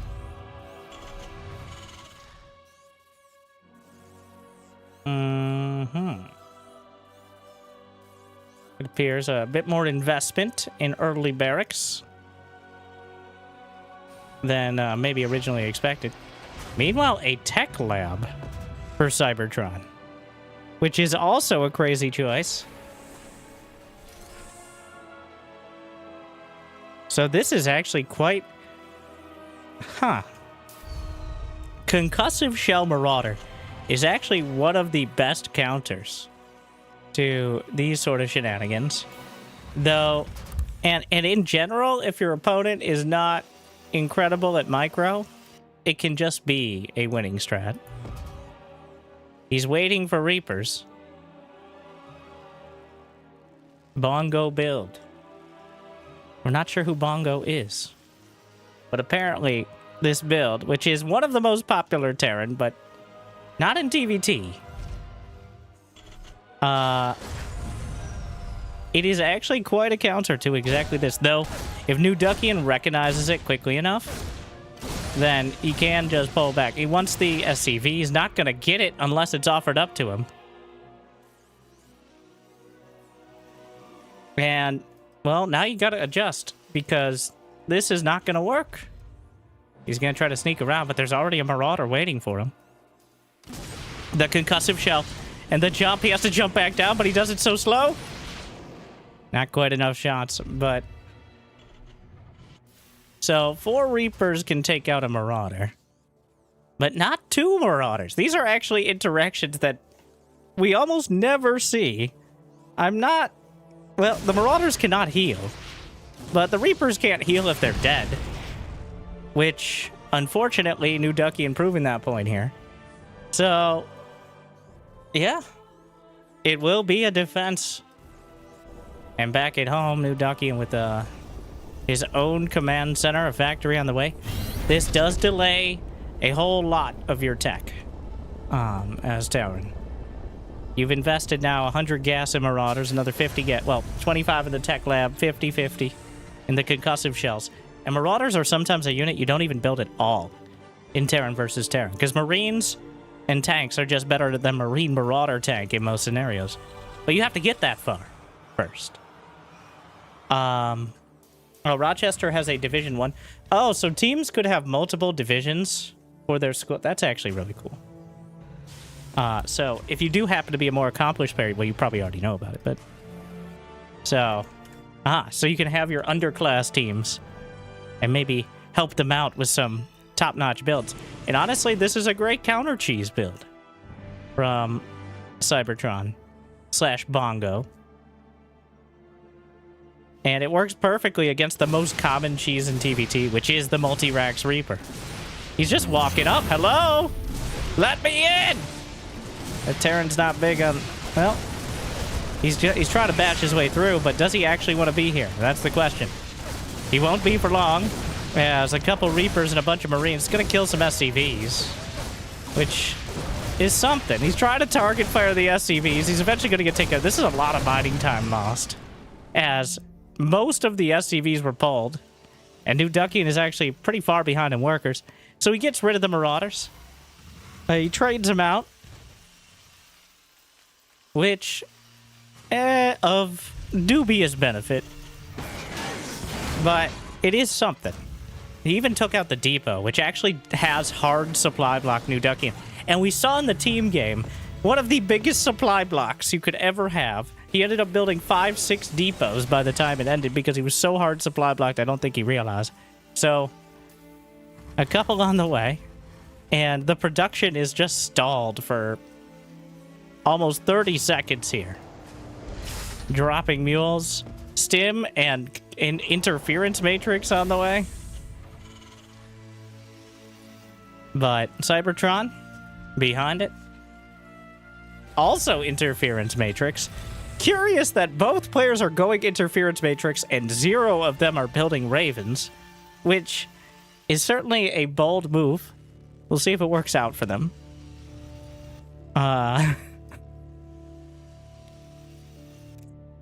And now New Duckian coming across the map.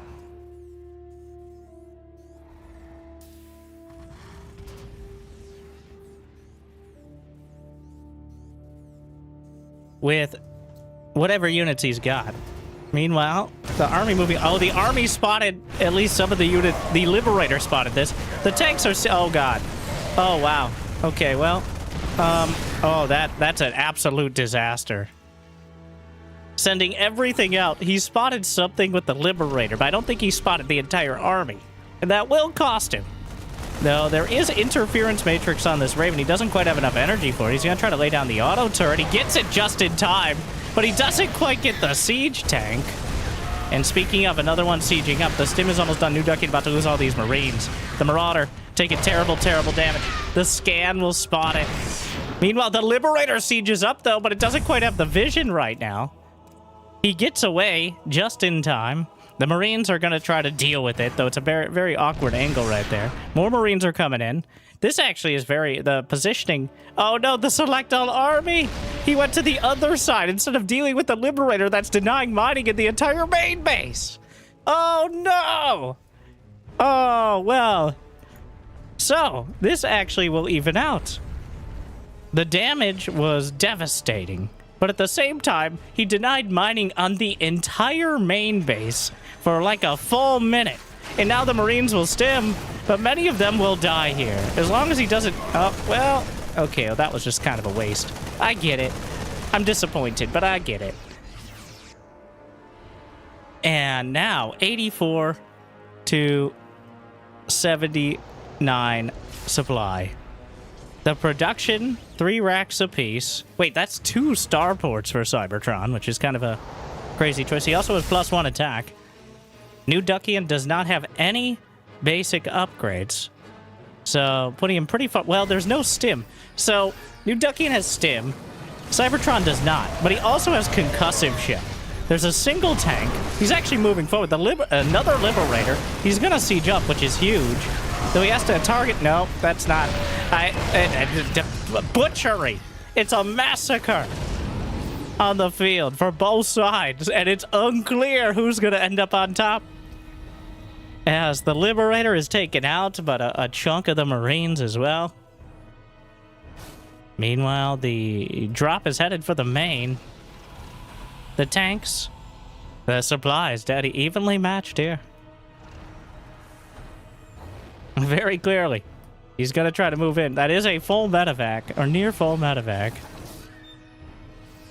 Quite a production tab for Cybertron. Significantly less for New Duckian, despite the money in the where you going. No, you can't go up there.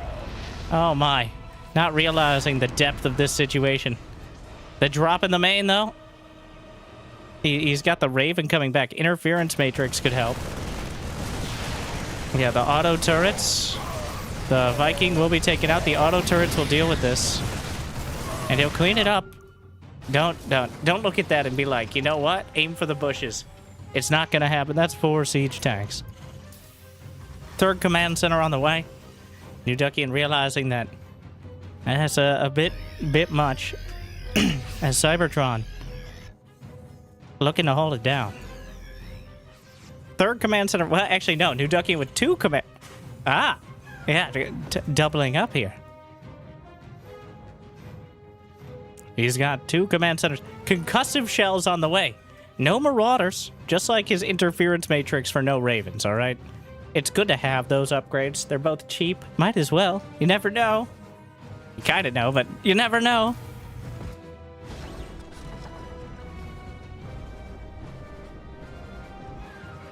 Single drop boosted. Going nowhere fast. The command centers, you are allowed to go over 16 workers at a base. The limit is actually 24. I cannot stress that any less than I already have, but I would like to point that out yet again. But red number's scary. The army just kind of chilling in the middle of the map, and that means this command... The idea of the drop enough to cancel the base. He's gonna back off, realizing the main arm, but Cybertron is grinding open quite a lead. A single drop undoing the entirety of the defense. Oh no, a tank pops out. Gun down before it can get much else done. Oh my. The medevac. More Marines coming back. The 1-1 upgrades. He gets into the medevac. Nice button usage there. 15 SCVs dead to this drop. Oh, there's still a Marine or a Marauder. 17 SCVs dead, and maybe with it, the hopes of the University of Washington to take a victory. It's still TVT, and there are still siege tanks, which will be spotted, but a little bit too late. The siege tank's going to do a lot of damage. The Raven's mostly just dying. There's a lot of Vikings. The tanks will siege. Anti-armor missile going to help out dramatically. More tanks. Well, a lot of tanks. And terrible damage on either side. But the Vikings can land. Good presence of mind there. I think he anti-armor missiled his own Vikings a bit, but... New Duckian has actually taken a 4th base as well, but there's no chance for that economy to kick in time. And 2 tanks against 7, 6 Vikings against 1. He still has a Raven. There's the high ground, the scan, the counter scan. There's no Liberator to press the issue with the Vikings, but oh, he's just, well, it's bloody, but. He's making progress. Now the Vikings can land again after they take out a couple of their counterpart. And he's ready to land on both of them. Kind of splitting the damage. Not exactly ideal. The Marines will take it out, but that's all that's left. GG. Rochester off the back of Cybertron and his Archon mode plays, as well as coming through in the ace match, will win the division 4-3. Congratulations. Actually, an incredibly even match. It comes down to the very end. But the anti-cheese build into a solid timing and just a better focus on that long-term prospect. What a turnaround. Anything can happen. Congratulations to the Division 3 team for the Rochester Institute of Technology. And now, our Division 2 match. And our last match for today. So, we're gonna, maybe next weekend, we'll cast Division 1, which is the highest MMR. but our Division 2, which is 35 to 4,500, something like that, is the University of Michigan versus the University of Illinois at Urbana. Champaign. We're gonna shorten it though. We gotta change out our nameplates.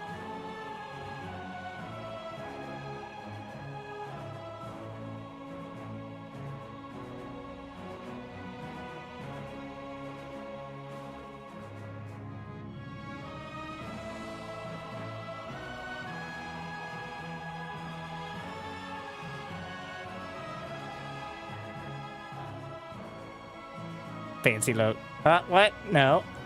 There we are. Well, we'll resize. And then Division 1, for those wondering, is East China University versus Beijing Institute of Technology, with East China defeating Harvard and Beijing defeating Southern Alberta. Also, Institute of Technology. Seeing a trend here with these StarCraft gamers. Not sure what it is. Just saying. I don't. It's a surprising amount of technology institutes. Actually, the least surprising thing, but.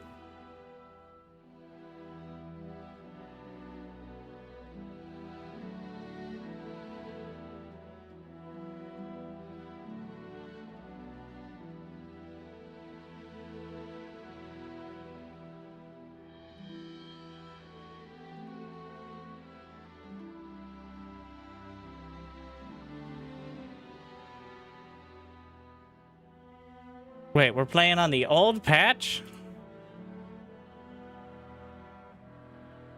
Interesting as well.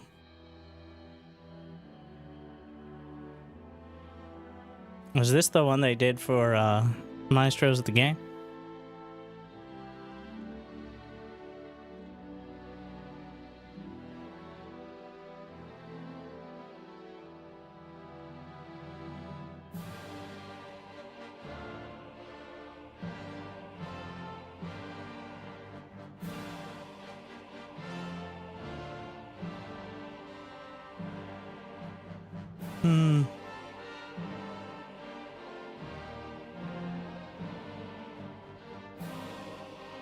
Alright. So, same sort of format, I believe. It's going to be 1v1, 1v1, 2v2, Archon, 2v2, Archon, and then Peace Match. If we get to it, of course. Alright, alright.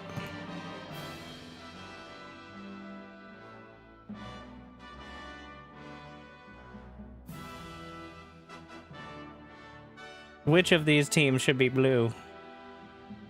We'll go with Michigan, blue, orange. I mean...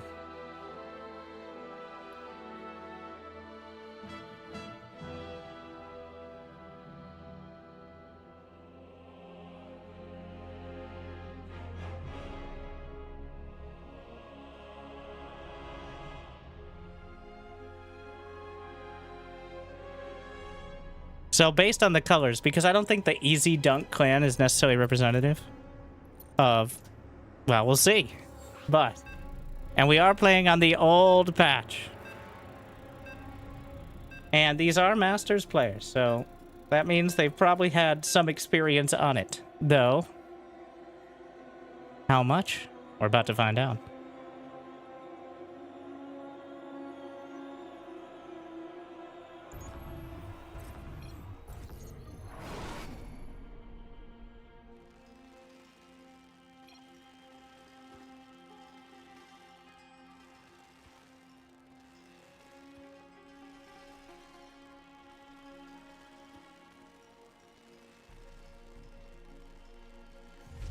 No, had it right the first time. Production is hard. Close enough. And it's time. Welcome back to the grand finals of the StarCraft 2 World Team University League. Or University Team League. Whichever order you like. But our first order of the day. Introducing your player from the University of Illinois. The Terran in the orange. It's DLD. And in the top right, for the University of Michigan, we have Fish. The Zerg in the blue. Both players masters, and we're playing on the old patch, so we're already off to the races here with both of them. Well, expansion early on. Looks like a 1 Rax expand out of DLD. I expect something resembling, I'm not going to say the meta, but we'll be a little harsher than we were on the previous division. And this is from Division 2, which is 35 to 4,500-ish MMR. So, high diamond, low masters, you know, that fateful level of StarCraft 2. At least I believe that's the starting point. But 1 Rax expand, Celestial Enclave, which usually is not as favorite for Zerg players because you've got that back pocket base, which is easily droppable and a relatively safe location for Terran and Protoss, but a bit more exposed for Zerg. But of course, Zerg sometimes can take advantage of it in mysterious and unexpected ways. And it's a best of 1. Each match is a best of 1 effectively. We're trading out the players each time. So that creates another dynamic. You're not going to be able to adapt whatever build, whatever you leave behind. It's all here. You get 1 chance, 1 opportunity. They let it slip or potentially capture it. The Reaper dancing with the Zerglings. The SCV leaving some love behind. And a whole lot of Zerglings actually taking damage. Only picks off 1 at the end of the day. But the Queen eventually ambles out. It's going to be a creep tumor first. So really pushing that creep strategy. He doesn't quite see it because it's just barely on the high ground. Definitely could have sniped it off otherwise. The Reaper can't go through the employees only path into the back base.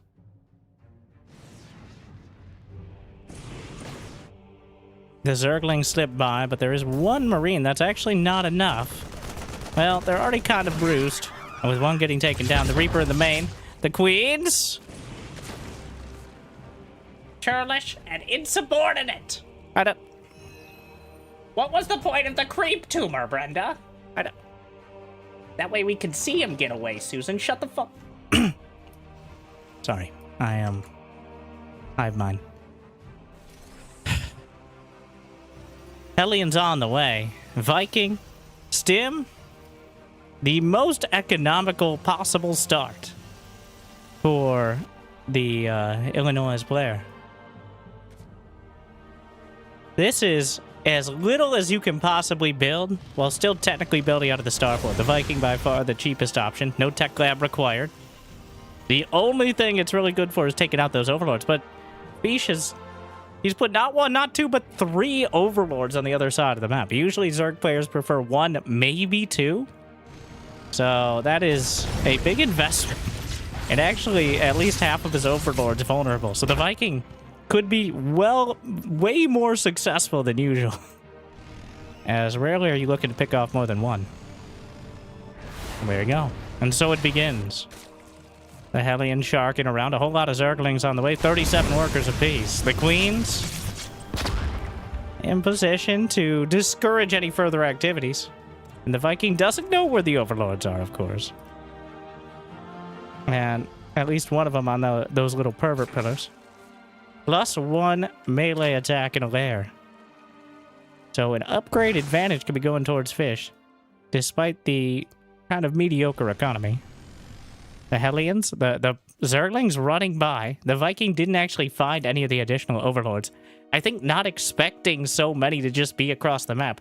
Though if he had object permanence, he would have remembered that there was an overlord on the other side that he ran by. But the door is shut. The Marines keep it. The way is shut. The Hellions will come back. The overlord spots it. And the Viking, well, I sung quite a tale of this Viking's exploits, but it didn't live up to them. As by this point in the game, it's a lot less important. If you get the overlords right off the bat, that cuts into the Zerg economy pretty dramatically. You have to build it. You might get supply blocked. It's an investment of larvae and minerals, but at 50-something drones, it's significantly less of an impact. And so far, the creep spread already looking pretty strong, as multiple sets of creep tumors spreading things out. Overlord's speed is on the way. And only upgrades. Lair is done. But that's it for fish so far. Not even a baneling nest, which actually could be a huge issue as time goes on, because it's just a straight-up marine tank timing. As DLD, third base being taken. Not bothering with the budget base at the back. Instead, gonna invest in the full base a little bit further out. Because how else are you gonna pay off those loans? Down goes an Overlord. 4 more in production. Baneling nest begins. And gives up on taking down the rocks maybe a bit early. Another Overlord. The Changeling spotting for all this. The Overlord now has its speed boosters as it glides away. And the Orbital Command is dying very quick. The +1 melee Ling starting to rip through it. And he says, oh, well, thank you. Ah, of course, a masterful bait from DLD. Baiting the Zerglings into actually nibbling down the rocks for him. A whole bunch of Banes on the way. They're not going to have speed. The Siege tanks, the Zerglings have nowhere to go, but the units lost tab. Almost all of them taken out, and this base seems a bit optimistic at this stage. Siege tank smashes the Zerglings. This is still happening. I don't think it's realistic to defend this base at this stage. Fish with... The Siege tanks are on their own here. The Zerglings will actually be able to take at least some of them out. Oh, no! Oh, no! Oh! Golly gee. Well, speaking of G's... Oh, well, that could not have gone much worse. That was about as good as you could hope for. Every single Marine take it out. It only costs like 3 or 4 Banes. Well, I underestimated the effectiveness of those Banelings quite dramatically. I feel like DLD might have as well. And certainly the game has changed. Now, DLD still has an advantage in supply and economy. He's got 1-1 on the way. The upgrades are going to be about even. So he hasn't slacked on the production at all. It's 131 to 103 supply. That Viking now at 3 kills. The supply block is pretty rough. The fact that Fish does not have any other tech but Lings and Banes. And I would have said Lings and Banes are just not good enough, but I would have been very wrong so far. So I'm just going to hold my tongue a bit on that. I'll just have to see how it plays out.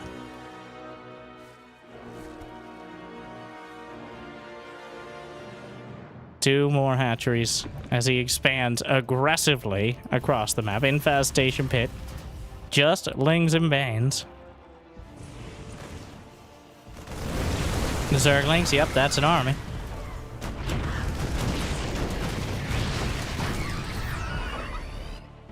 And they sneak in towards the natural. Might actually be able to cut off some of the reinforcements. The first real damage these counterattacks have been able to get. The army coming back to defend. The Zerglings now in the mineral line. And he actually does need to kill some of these SCVs. Because right now, DLD has a greater economy. But that door's open to the main! And suddenly, and now, a double drop on the other side. But the Zerglings, SCVs dropping left and right. A double drop on the other side is going to be dangerous. But now, 13 SCVs dead, 100 Zerglings so far. But it seems like 100 more on the field. Especially if you combine the Banes.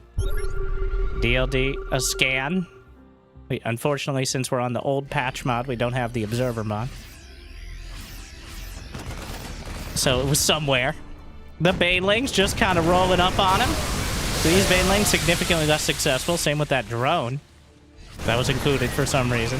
2-2 Marines against no Banelings are no contest at all. And so far, 146 Lings. Now some Banes coming down, but it's 160 supply.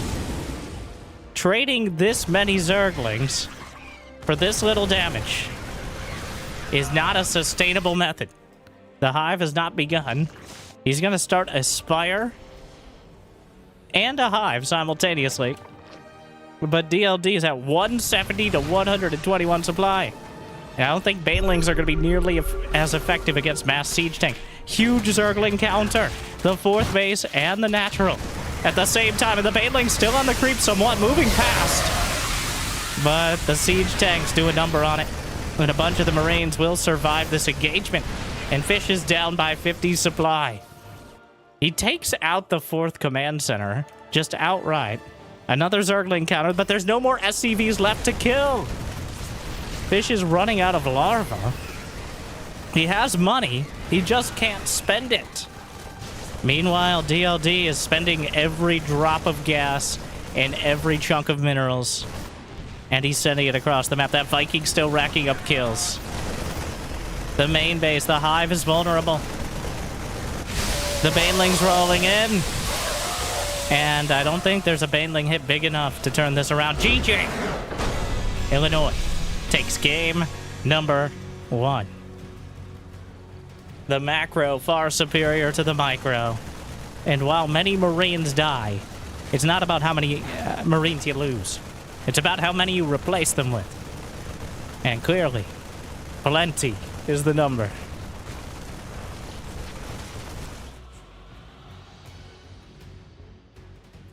Oh my.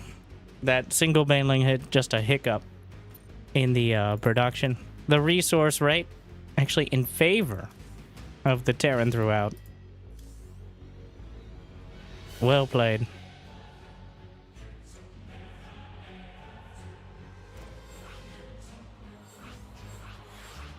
We move into game 2. Got a solid victory.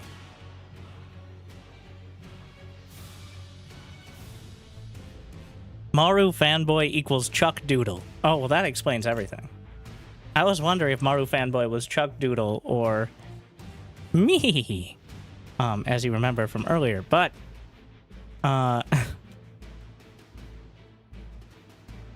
thankfully, we worked that one out.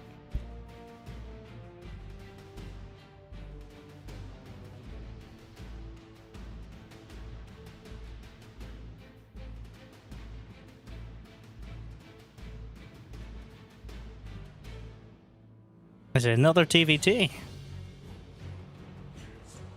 He has a Protoss portrait, but his name is Maru Fanboy. So Terran does make sense. Alright, off we go. Sparkle Hands, also one of the organizers, has been holding it down for the University of Michigan team for several years, so shout out to him. Helping put all this together.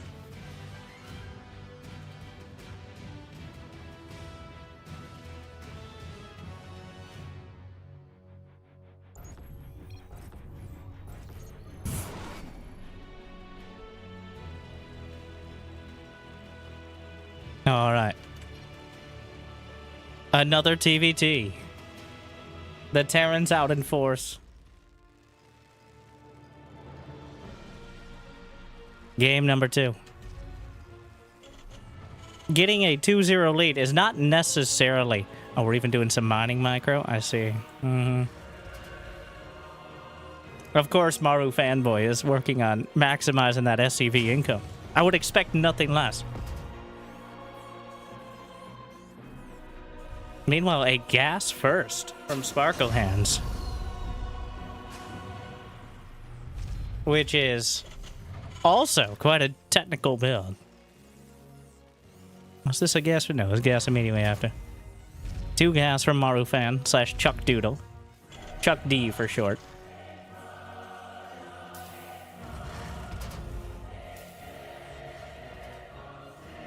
That early SCV scout. So, the gas first allows you to get a factory without needing a second gas. Though if you want a second gas, you can also do that. Which, this is going to be quite an investment for Sparkle Hands. As going for both, he already has 100 gas. He's going to spend immediately on the factory. All right. So his factory is just going to be like 5-10 seconds earlier.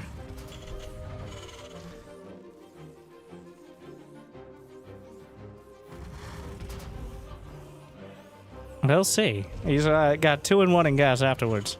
But clearly mapped out both these builds. And since they're both going double gas, well, Sparkle Hands is the only one who knows at this point. He actually SCV scouted. What a rarity. So he knows that Marufan is going for a double guess. Now, what do you do with that information? You're not so worried about expanding immediately. You want to as soon as possible, but if he was going for a 1-Rax expand, ideally you get some damage done. But if you're up against a 2-gas, just take it at a leisurely pace. There's no clear advantage. In fact, he's a little behind because he SCV scouted. So the risk for both players of actually attacking is so high. Especially since Chuck D / Marufan. I'm not going to be able to remember. We're going, if you name yourself Marufan, you get to be Marufan. Congratulations. But the risk of losing any of your early units is so high. And then you just have nothing. Because you're both Terran. You both build about the same things. So if he commits his Reapers and loses both of them, that opens up a wide opportunity for Sparkle Hands to go across the map. But of course, if you get lucky and just kill a bunch of SCVs while they're halfway across, it's just like exactly now. He gets into the main, the Reaper Hellion takes an awkward path and he gets out. So buys time and gets a scout, but it's still 3 Reapers to 2.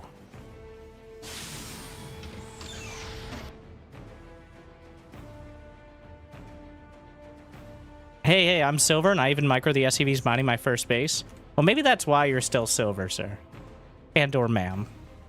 And or Shadow Learning AI. Pro tip, don't. Oh, the Cyclones! And moving in with the Reapers. I moved up with the Reapers, rather, but 2 Cyclones is more than enough. There's just 2 Marines on the high ground, which is not enough here. Might be able to kill off one. Oh, but a Cyclone will save the day. The Reapers have done enough to keep things busy, but they will be ending their service now.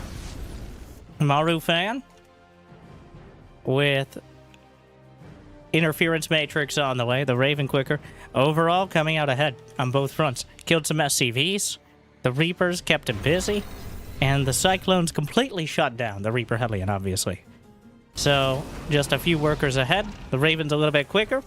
Just a little bit of an edge. Is it enough to cut through? Or will it be turned against him? Since we're going down a very similar road. Marufan with a 3rd command center. That's how he's going to try to capitalize. Sparkle Hands, well, great minds think alike. And so do these players. A 3rd command center.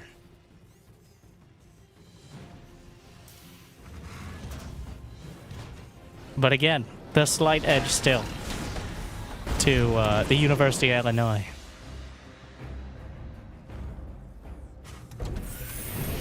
Gonna flip over. Likely for Vikings. Production being added on. And now the split. And a very interesting one. Looks like Sparkle Hands taking us to McDonald's. Whereas Marufan is a bit more bio-curious. So we've made it past the mirror phase, and now the paths will diverge. Though how long will it take for the players to actually notice that is a more relevant question. It's usually more on the... Okay, about that long. Wait. That is a curious scan, as he's scanning for the 3rd, but he caught so little of the main he literally saw nothing. At least nothing he didn't already know. So, we'll see how much that does for him. A little bit further up and he would have seen the extra factories. A curious sensor tower as well.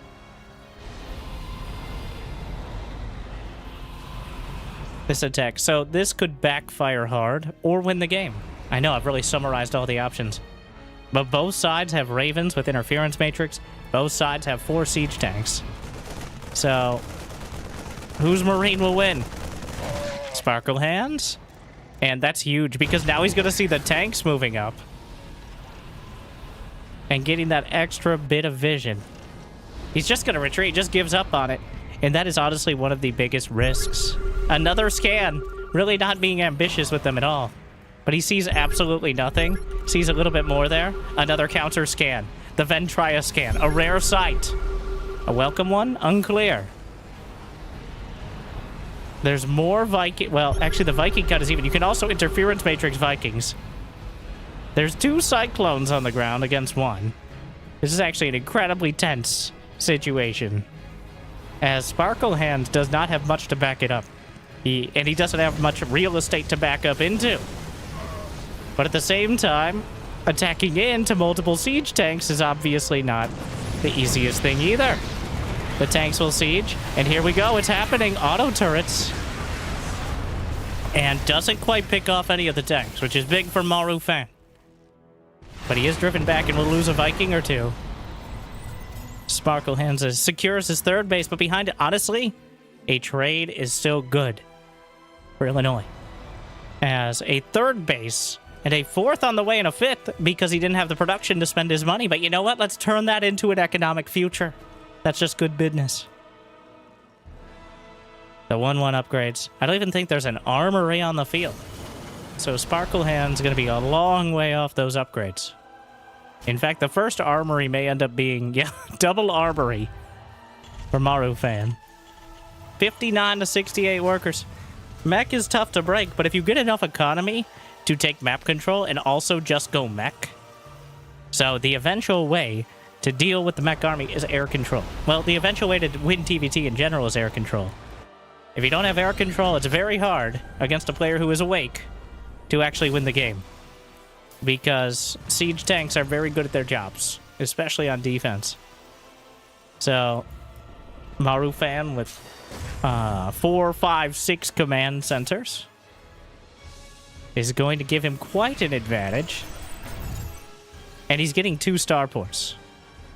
So looking to take that economic advantage and translating it into air control in order to get a better position to siege. But the Hellion run by, no, the sensor tower in an almost random location in the middle of the map.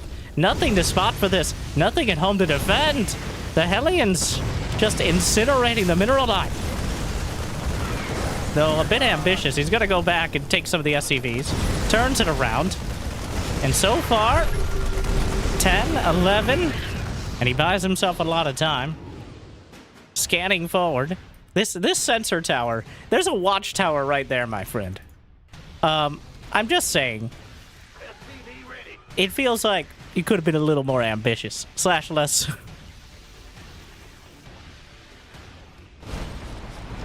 But the mech army's coming together. Sparklands with 172 supply. And he's got 12 Vikings, 2 Ravens. Significant Viking advantage.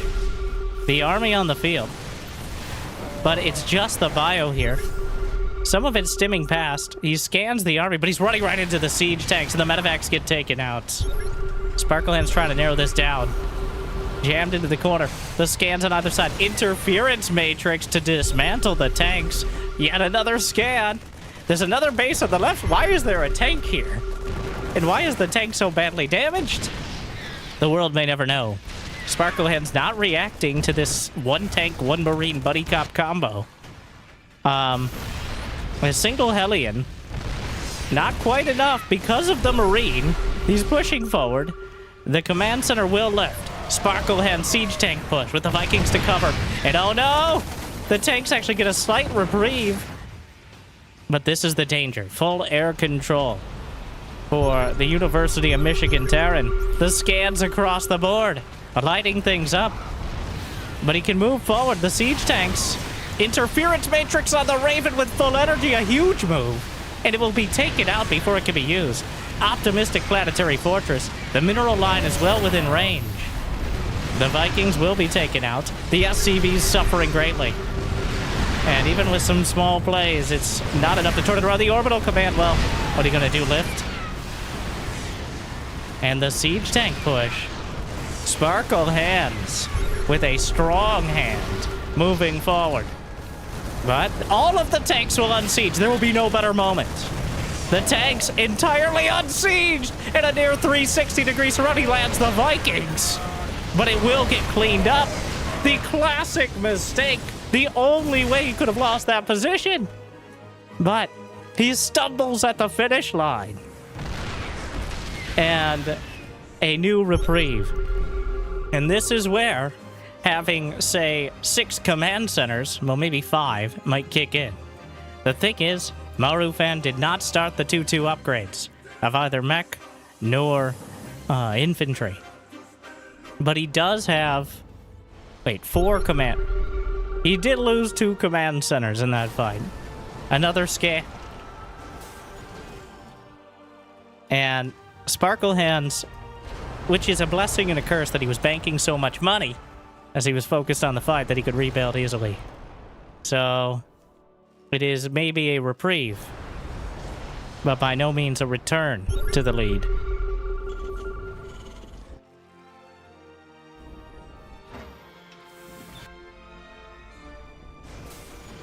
I do have the Hellbat Smart Servos is done as well. Marufan going for Liberator range, which is a little optimistic. He's also hard supply block. Sparkle Hands with another attack, but the bio is here. The Marauders, nothing is sieged. The tanks unsieged are actually still pretty good against Mass Marauder, but he pulls back just in time and avoids taking any damage from the siege tanks. Still fighting for his life. The scans across the board. Another Venn diagram scan. For all the fire. And yet another scan.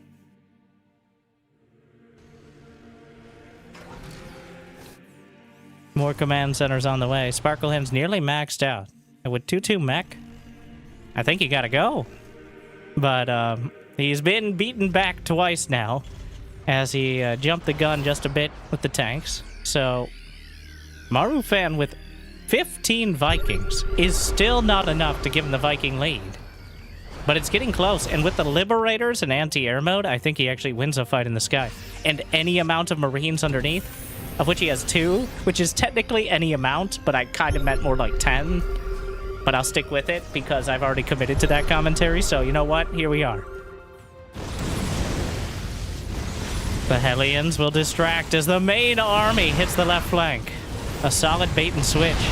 And here's the thing, I think it'll survive longer on the ground than if he lifts. Because, yeah, Vikings exist. But if he buys just a couple seconds of time, and not all the Vikings are here to fight. The Liberators absorbing some of the damage. There's no other anti-air for Sparkle Hands, and air control is how you win Terran versus Terran. And Marufan should know that, considering his name. And it's what he uses to drive the army back. The orbital went down. There's a planetary fortress. But he lives. The bio army blasting, but no, that's not happening. Don't do it. No, stop. It's time to stop. The planetary will hold with ease. The army going to be caught. There's no anti-air. The Liberators find yet another opportunity. He needs to build some Thors. He's building Cyclones. Another set of scans across the board. The Liberators and the Vikings. This was the one way he could drag himself back into this. And right now, he's doing a great job of it. The Liberators exactly what he needed, but the Vikings abandoned the Liberators. And he'll lose 4 of them on the open field. Sparkle Hands has the money. He just doesn't have the unit composition. Marufan has the unit composition, but he doesn't have the money. And I know which one I'd rather be. Like and subscribe so I can have the money.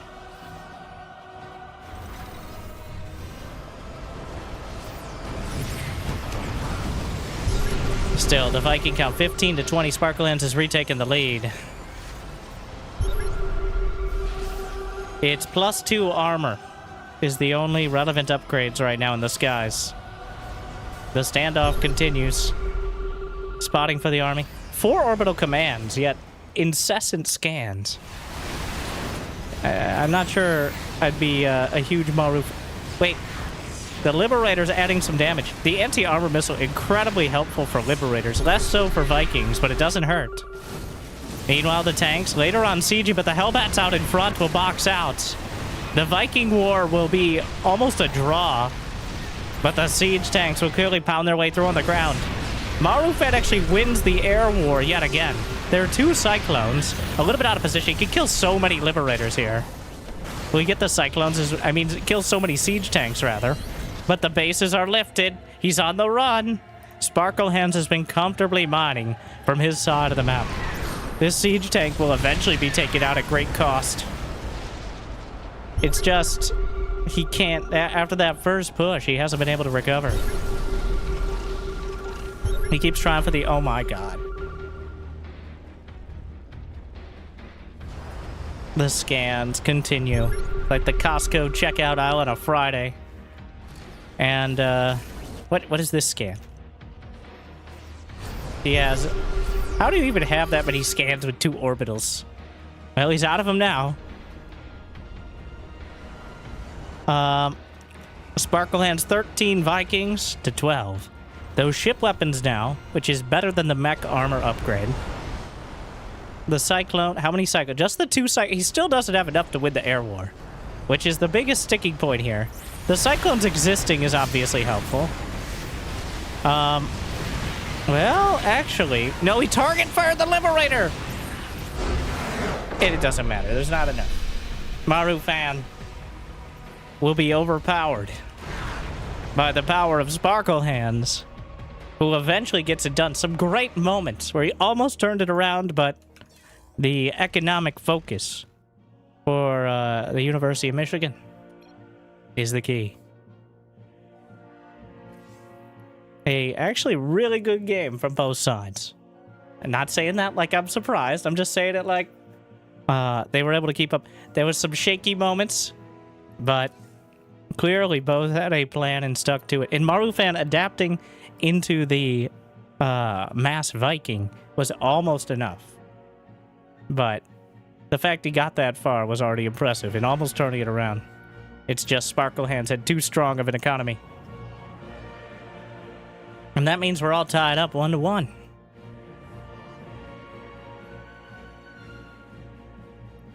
We'll see. Next up, Archon mode. That is our 3rd match. So, we'll see if both players for both teams combine.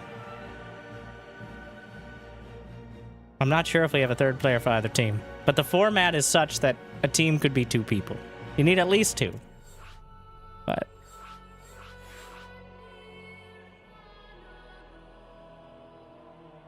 But Archon mode will be the choice. Wait, no, Archon mode is next. This is 2v2. We're doing 2v2, and then game 4 is Archon mode. I got there.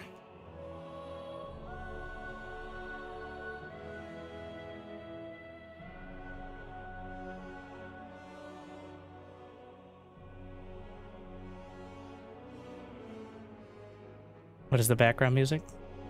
Arthas, my son. We know, at first, you played Protoss, but then you switched to Terran. And you've never been the same. But with great scans come great responsibility.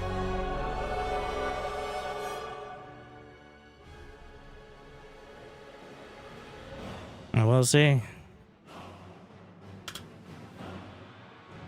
Fish not allowed to play. He's 5k with Protoss. Let them figure that out.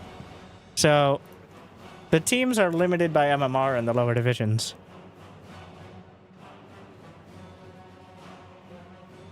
Do we have an admin to rule on this?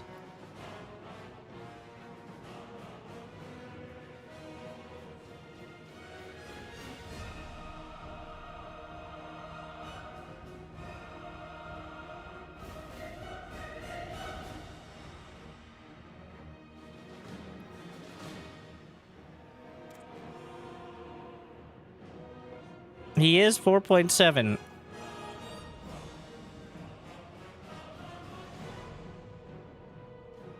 We are gonna get a ruling on this. So that is how we've switched split up the divisions because not everyone has top tier player. So Division 1 was the highest MMR, which actually did, I believe, have the most teams. And we will likely be casting the replays of that because of time zone issues between East China and Beijing Institute of Technology. But I was really interested to see the spread of teams. Like the Federal University of Pelotas, the University College London, Harvard, Southern Alberta, Jackson State. Quite a spread. An international spread for the World Team League, and that's why it's called that. All right, all right. So, if you're watching, you could be involved.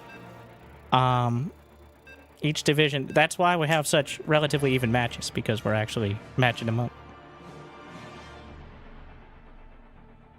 I'm glad you enjoying it. Like and subscribe.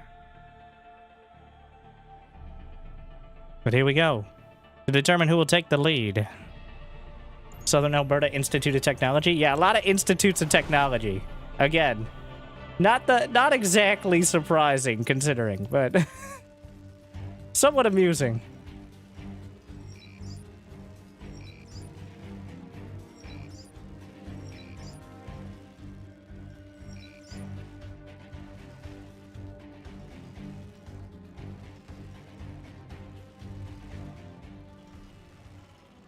Not a nerds at those institutes, eh? No matter what country they're in. I'm starting to think nerds play this game.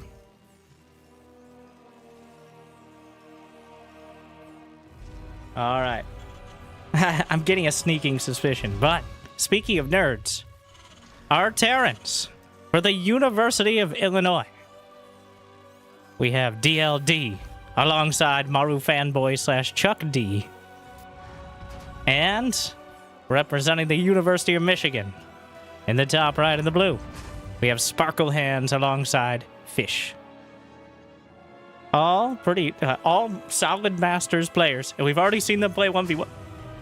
So, I expect some pretty competent 2v2 here.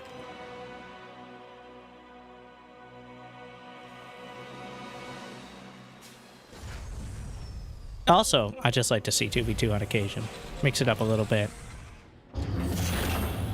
So far, the 2v2s have been pretty one-sided, but for the previous match, I expect more here. The SCVs having it out. I like, instead of attacking Sparkle Hands, DLD repairs Maru Fanboy, which I find highly amusing. Like, go get him. Hype him up. All right, you got this, bro. Gives him that little tap on the shoulder that makes the difference in a SCV versus SCV fight.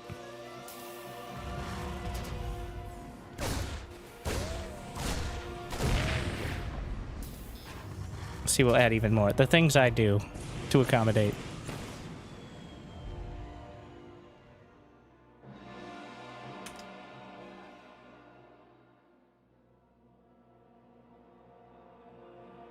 At least it's not a barcode. Reapers headed out on either side. It's going to be just Marines. Out of Maru Fan. Chuck D, sorry.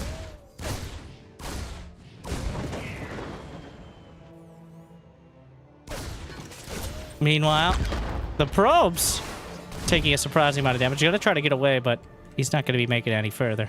The Adept hunts him down and knocks him out. So just Marines for Chuck D.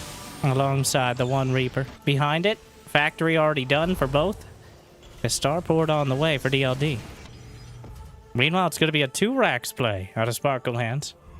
Fish with a Twilight and a Robo.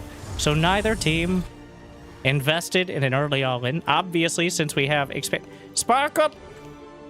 Quite a delay. Actually getting more than his money's worth on trading out the Reaper. Delaying the command center by, like, almost a minute actually is going to have quite a huge impact. It looks like a 2-1-1 out of Sparkle. Though, he's got to start that stim pack upgrade. I think realizing that now.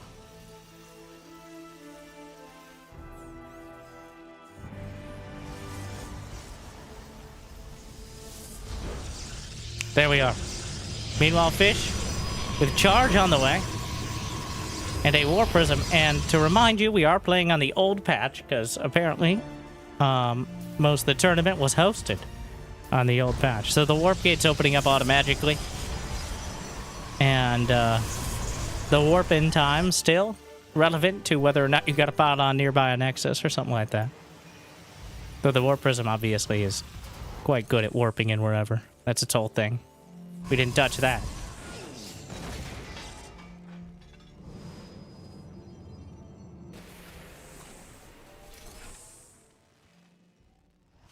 The build-up continues. It's going to be Mech and Bio as the split. Chuck D with the double factory, though he hasn't really used much of it yet. Double armory as well before even building out of the double factory. So very ambitious that he's going to have time to do so. Meanwhile, a Raven, an additional racks for DLD. So the big risk here is just dying to a bunch of charge lots in the main base. Because they focused all their defenses at the front, and now there's 11 charge lots completely eviscerating the mineral line. And decides to just fight, because that might be enough to just win. All on his own, as both Terrans have focused on production as opposed to actual units. Sparkle Hands is also in the game, but who needs him? Some offense, I guess. Well, Fish, and now we see why we had that ruling, but just a straight up 8-gate charge lot build. I don't know if he got any resources sent from Sparkle Hands. It's very well, it is possible, but the entire main base is gone and they have no units. I think he just won. And when the double medevac from Sparkle Hand shows up, eventually, that should really seal the deal. Well, GG! Fish! And also, his bold assistant Sparkle Hands will bring us a victory. As both DLD and Chuck D ended up going double armory, and multiple expansions. Definitely does not leave you in a strong position against any amount of units. So they will kind of just die, which is not great for your health or for your team. It's 2-1 Michigan.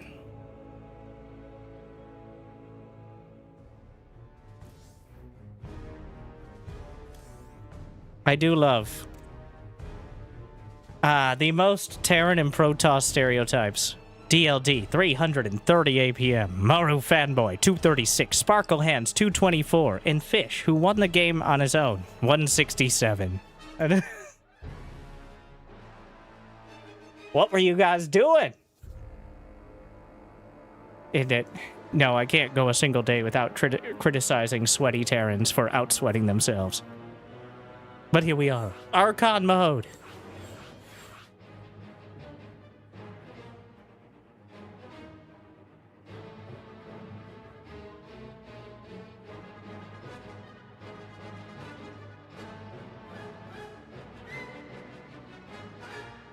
Terran versus Terran. We can't get away from it. We're gonna have a lot of this.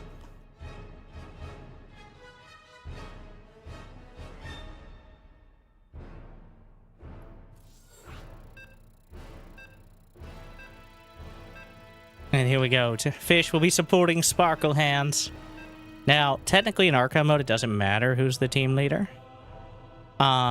Because they both have full control over the entirety of the base. So, but, as we established earlier, vibes is the #1 reason.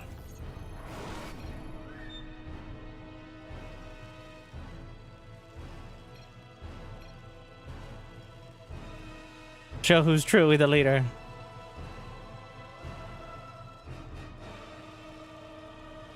And we're all tied up. And by tied up, I mean not tied up. I just was filling time while I change the nameplate location. We're not tied up. Michigan up 2-1. All right, a decisive lead. We got Sparkle Hands and Fish up against DLD and Chuck D. But we'll see if University of Illinois can turn it around. So far, I do think they've had the edge in 1v1. Even though Sparkle Hands was able to defeat Chuck in the 1v1 match, it was a close thing. Sparkle Hands had the stronger build, but most of the execution went to his opponent. It's just sometimes you take damage so greatly that you can never turn it around. And obviously the same is true here, but now another advantage to University of Illinois is that they both play Terran main. Bish, I believe, is I believe a Protoss main or Zerg, but not Terran decisively. I believe he only plays Zerg and Protoss in 1v1 when we were looking at his profile. So either way, not a Terran main, whichever way you want to slice it. Is that good or bad? Well, it gives a... It should be a clear idea of who's actually doing the build, who's in the micro and macro. Yeah, for sure. Sparkle Hand's taking over. Meanwhile, on the other side, it's going to be Maru Fan / Chuck D handling the build, and DLD looks like he's going to be handling the micro. At least so far. We just let him leave. That was nice of him.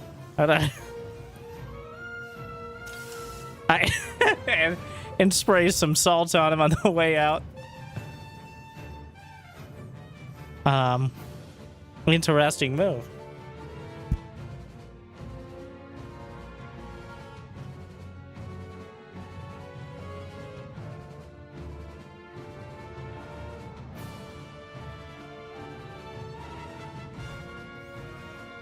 Double Reaper. He actually spots one. Obviously, 2 Reapers is far superior to 1, but they move at the same speed as Reapers, which is something to consider.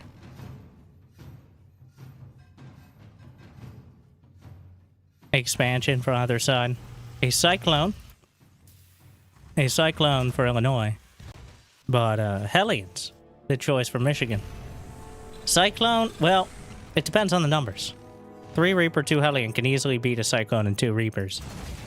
But if you take it from the wrong angle or get a single unit picked off, well, then the Cyclone is clearly better. And the Cyclone as such, they're both incredibly micro-intensive. So we'll see. A Tech Lab now. Reactored Reapers, even. Oh, and the Double Reaper might be caught going into the main. And, well, they can just chase with 3. A big commit here. And it's not going to pay off. They're going to lose both. And taken down with ease. A Cyclone on the way. Get a full scout, but at what cost?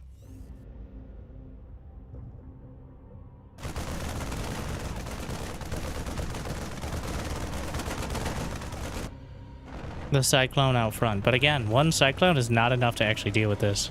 2 is more than enough.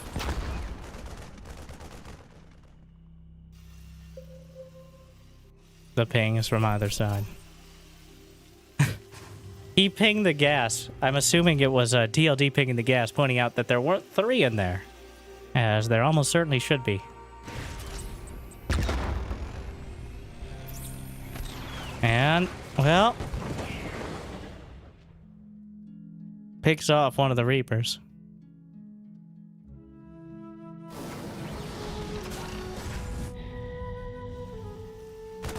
The Raven hanging out.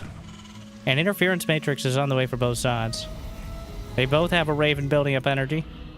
So the mirror matchup in full swing. Now will Sparkle Hands once again go mech? Or is he going to go bio for his more active teammate? Obviously building up towards that 3rd command center. Both sides. Illinois going to have an advantage. That's what remains to be seen. Neither side committing to any additional production. We're just gonna go 3cc. Because of course. There we go. Barracks 2 and 3. Meanwhile,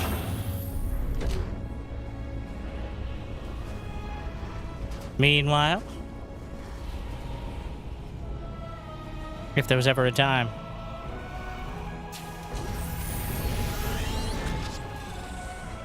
And it's gonna be 2 more factories, as Sparkle Hands is committed. Mech versus Bio yet again, but now with a trusty teammate to micro your units.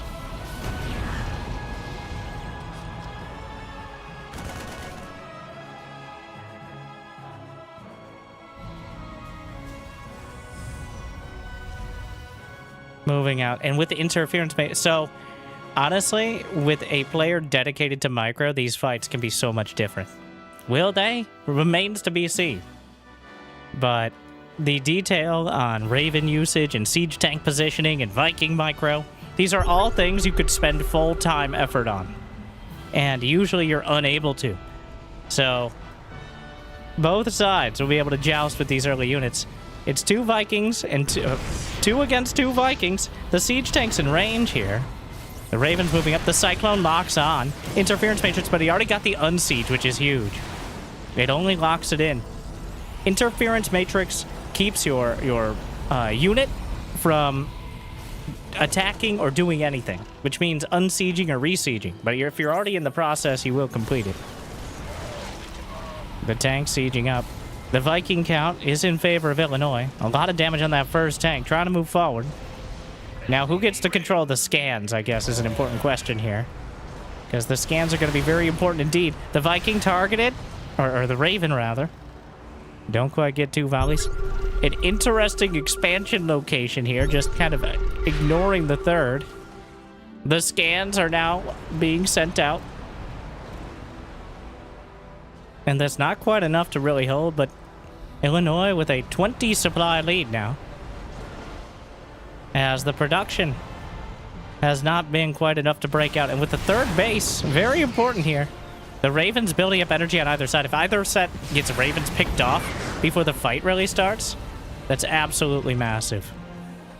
But Illinois is building up more of a lead. The Vikings, and gets one of the near full energy Ravens. The tanks move up, and the Vikings weren't in position.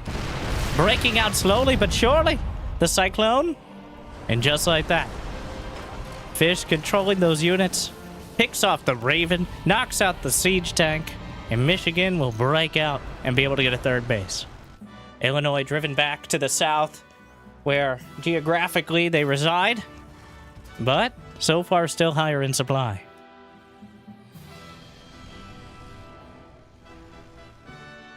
Meanwhile, the Hellions trying to run by, but I'm very aware of it. That takes out the Cyclone with the Hellions. The Armory, once again, quicker for Illinois here. What is going on here? I don't know. Do they each get their own base? There's a chance that they're each just controlling their own base, which would be very weird. But, yeah, Maru fan, I don't think that's what's happening. He just kind of decided to take that as a third, which is a bit of an interesting choice. The Hellions are running by, probably not expecting this base to be taken, but they'll happen by it. They'll realize, and now they might not realize there's no third. I mean, there's about to be, but this expansion pattern, I think, working out for Illinois here, as you don't expect the fourth third. He's just running by into the mineral line. The siege tank doing a lot of damage. And is it out of range? No. Well, kind of. The tank will have to re-siege, kills a few SCVs. And the armories are just now coming online. It's going to be 2-2 upgrades before any sort of upgrades for Michigan. So the bio army is going to be incredibly cost-effective. But running into siege tanks is still not a recipe for success. Though the medevacs and that, I think both of them are controlling this. Yes, they both have orbitals hotkeyed. And a bit of a miscommunication there on who's going to be handling the scans. Because otherwise, incredibly odd to be scanning the same place almost immediately. But clearly, they've got the same idea. Now they just got to work out who's handling it. The main base is pretty much wide open. Michigan leaving very little in defense, but there is a sensor tower. So that will help hold for now. The Hellions running by.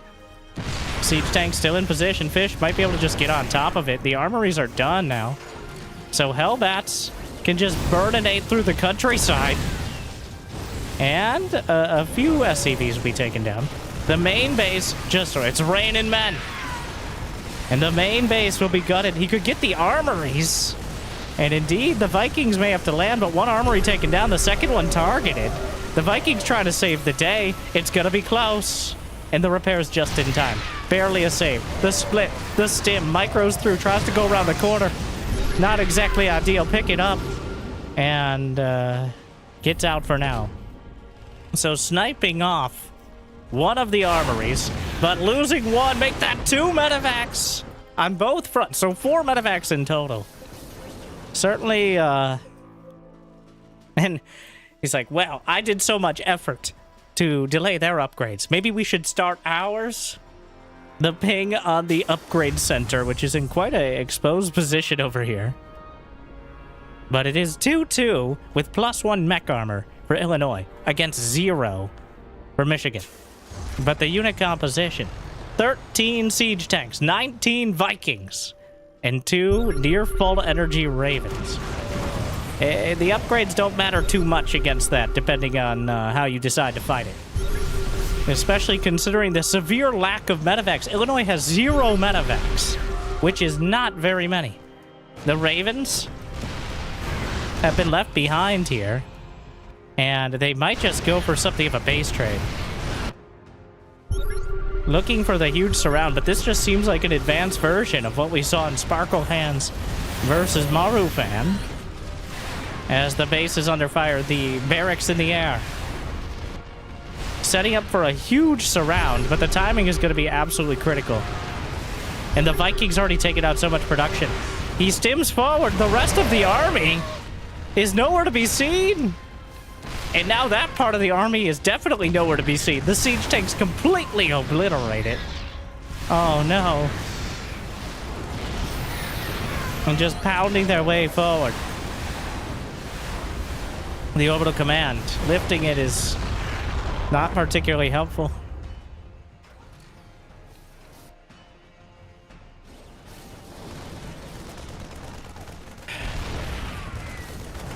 Siege tanks just crawling forward. And now there's no... Well, the upgrades, again.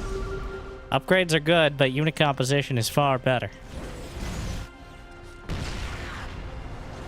And with no medevacs, the sustainability is almost non-existent. Oh, the Raven!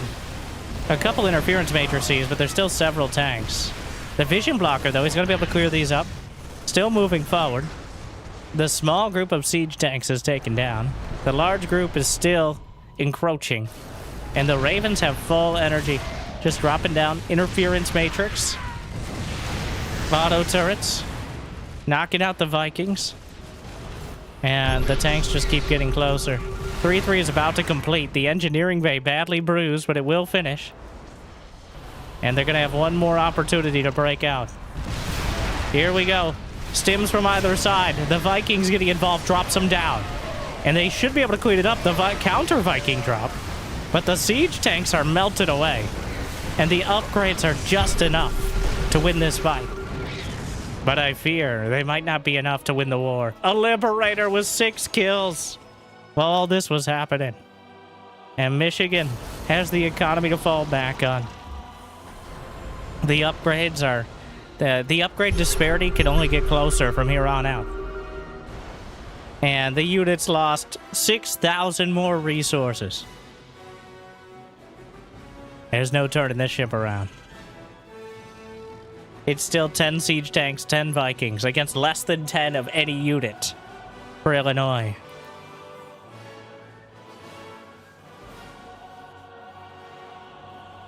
The command center down the side, that's what, 1, 2, 3, I can't count that high. I didn't finish University of Michigan, so I don't... Enough bases.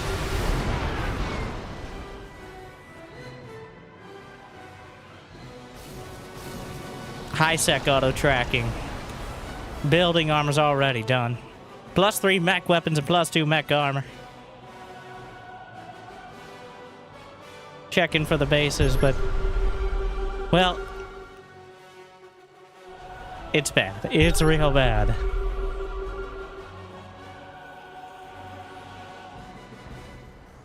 And the problem is the unit composition.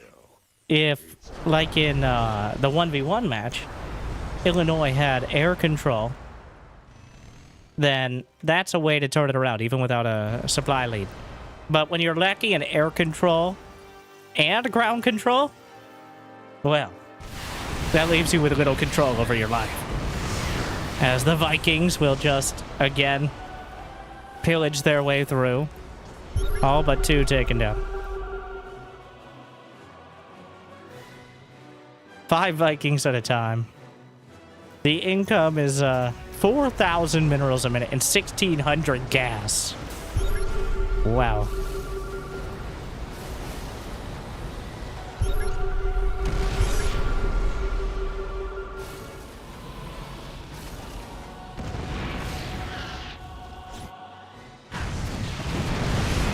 The siege tanks will just blast their way through the planetary. They're looking for an option, but Michigan is maxed out with plenty of money in the bank, and the upgrades are slowly chipping away.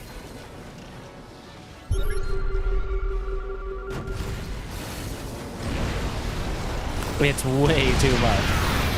And they lift the orbital, which allows it to live about 3 more seconds as the Vikings knock it out of the sky. A Venn diascan. There are 19 siege tanks. The only thing that kept them alive, Illinois alive against Sparkle Hands, was Sparkle Hands unsieging every single tank at once, which it doesn't seem like Fish is doing.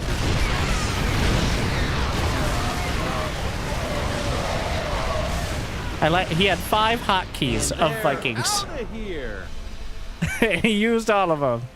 Michigan goes to match point, 3-1. A decisive mech victory. Improving on what we saw from Sparkle Hands previously.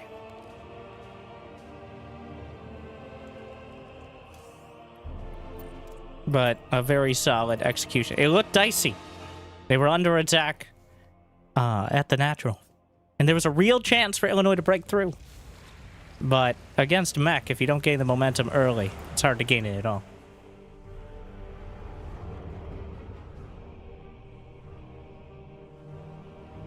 Yeah, Archon mode, where both players... well, you can technically have more than 2 players, but usually 2 players is the preference. And we're going back to 2v2.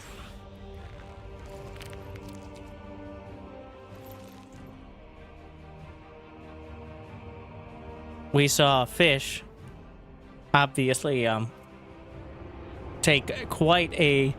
honestly, we could just credit Fish with the victory in the previous 2v2. As Sparkle Hand's existing was important, but the charge lots doing more than enough.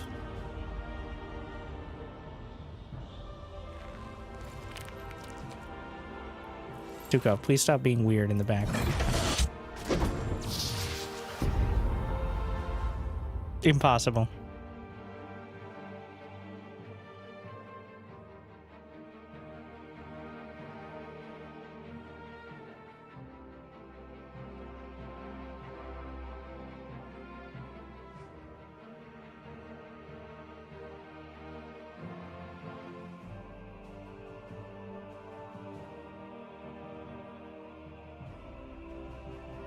Can you explain Archon mode? It's literally just 2 players playing as 1 player. There is no restriction. Technically, 1 player could go AFK and the other just plays.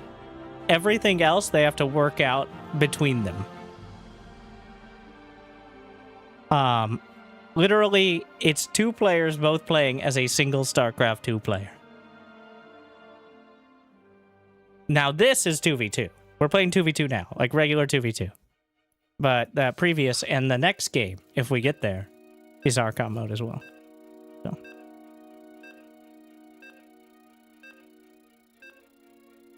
But there is no, like, very technically, one player could just be AFK, one player could macro, one could micro. And you got to be very careful, like, if one player uses the select all army hotkey, there's nothing stopping them. Like, so, is why it's not very popular, because if you have a conflicting style with your potential Archon partner, it can be absolutely devastating. Even if technically you're both very good.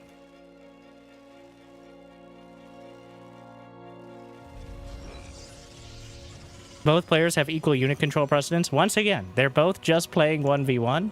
They're just both the same player. Yes, I know. But there's absolutely no other restriction.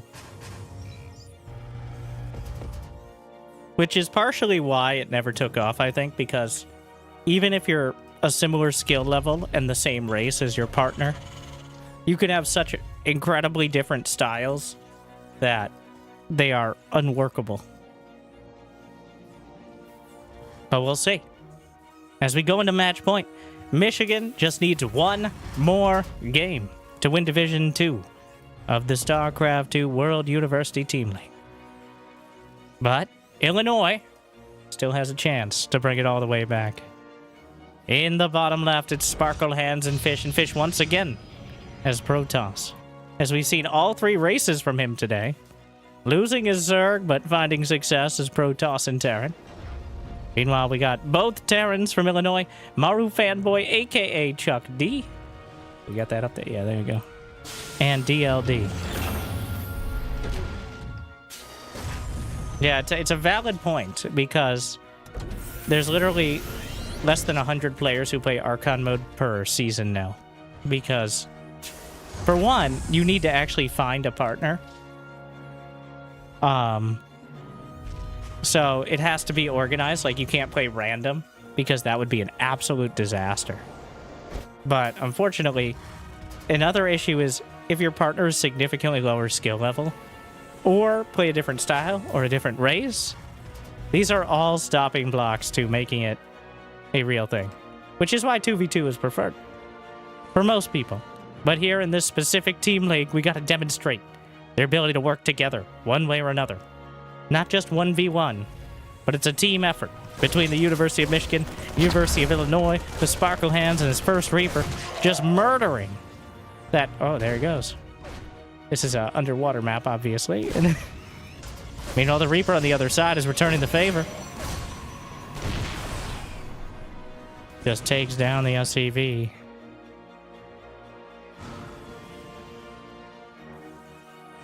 Waiting for his moment, dodging the Adept. It might actually be able to delay the command center. It's going to be very close. Got to put the ribbon on it. Oh, no! They will kill off the Reaper, but another devastating delay for Sparkle Hands command center. That is at 100 out of 100. Like, I just need to open the door. Other SCV comes in, takes the credit. Wow, a very dramatic scan. And, well, Fish is once again. So he outright just won the game, pretty much, with the 8-gate charge lot. So he actually waited until the scan ran out, canceled his charge, and is now going blank. Which they can't tell what he was researching when they scan. But, you know, it's about the idea.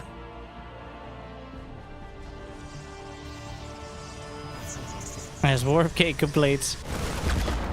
So clearly changing directions here. And realizing they might be a little more aware. And the same build is unlikely to work twice in a row. That Siege Tank helping out dramatically. The Adept taking so much damage, trying to draw the Siege Tank fire. Turns around, one more Marine.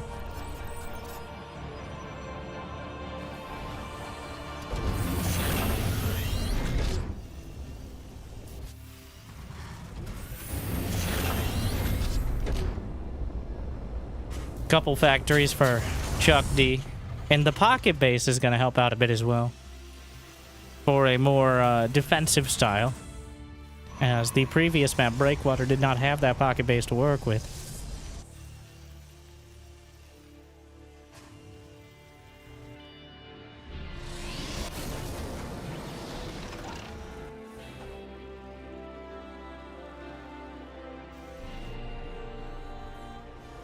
The barracks. Stim on the way. Interesting that Sparkle Hands goes for bio and team games. And then mech in 1v1. Or 1v1 equivalent. Meanwhile, Chuck D opting for the mech. And then we have another 2-on-1 build out of DLD. So about even. Though Sparkle Hands with the stronger timing, the medevac is going to be quicker. Actually, it's 3 barracks, so more macro-oriented. And a third CC for Sparkle, but neither team with a decisive advantage so far. I do think they've kind of figured each other out, and hopefully we'll get a game that lasts more than 6.5 minutes in 2v2, which would be a record. Actually, the other match I think was significantly longer. It just was super one-sided. And, well, the drop will eventually make it through. And get a decent amount of SCVs. The Vikings knocked down 1, but a whole chunk of SCVs dead. He lost 12 of them. 13, 14, they're still mining, and they're still dying on the line. Great commitment, but maybe not quite worth it. 16 SCVs dead. As Chuck D drops to 32. He does have a third command center. There are slow zealots. They drop fast enough, using the siege tanks against one another. Softening up the defenses. The Blink Stalker is still gonna have some trouble moving in. The Terrans trying to hold the defenses together. And putting some turrets.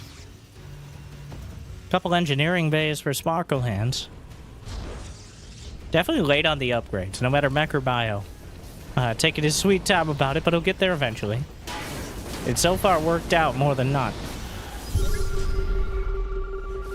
The scan spotting the gateway units on the low ground. There are Colossi with extended thermal lance and +1 on the way behind, so it's not like Fish is committed to the all-out gateway push, but instead, it's just the beginning. The taste, the appetizer here. Not that the Protoss would know, since obviously they don't have mouths.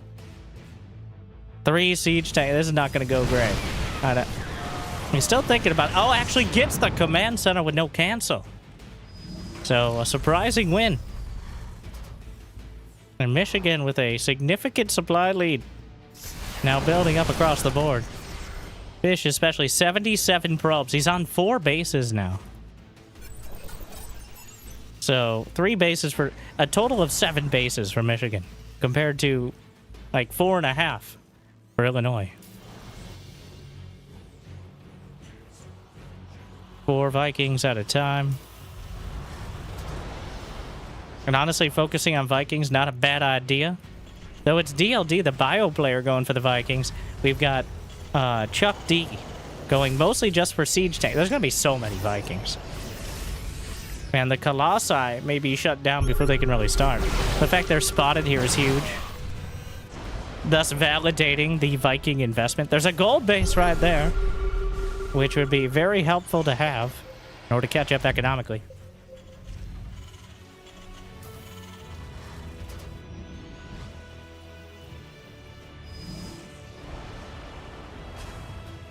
Fish.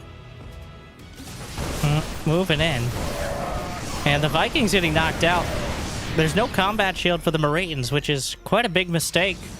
Making it that much easier. A stim and a well-upgraded thermal lance are enough. The Vikings. He's got to micro the Vikings separately. What a save. Uses the Warp Prism. And the command center under fire. Sparkle Hands getting involved as well. Knocks out another Viking. And most of them taken down. He keeps both Colossi alive. The charge lot's out in front. Both players down here. And the charge lots just kind of die. Well, not exactly the ideal outcome. Sparkle Hands now working comfortably on 2-2.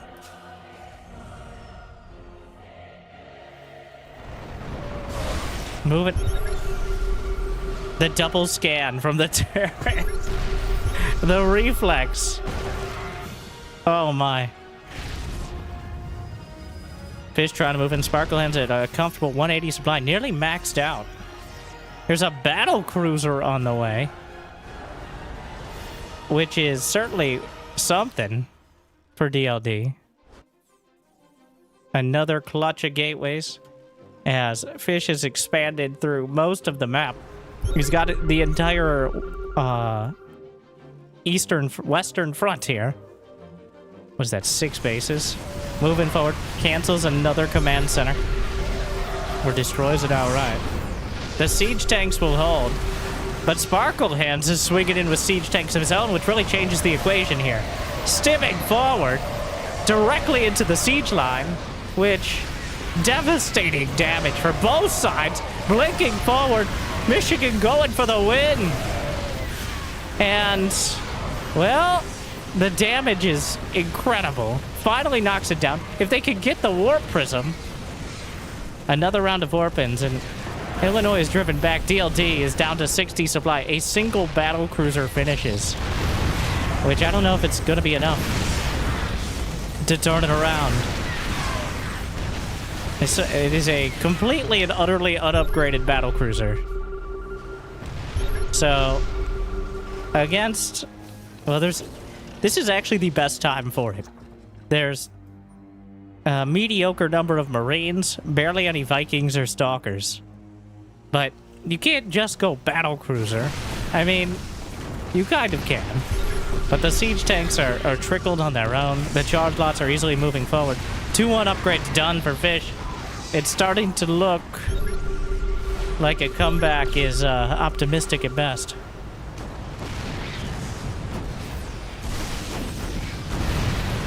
The siege tanks blasting through.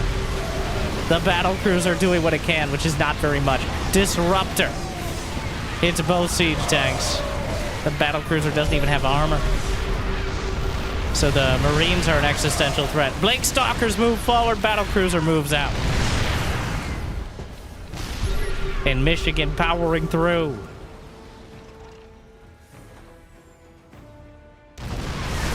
That's a lot of damage.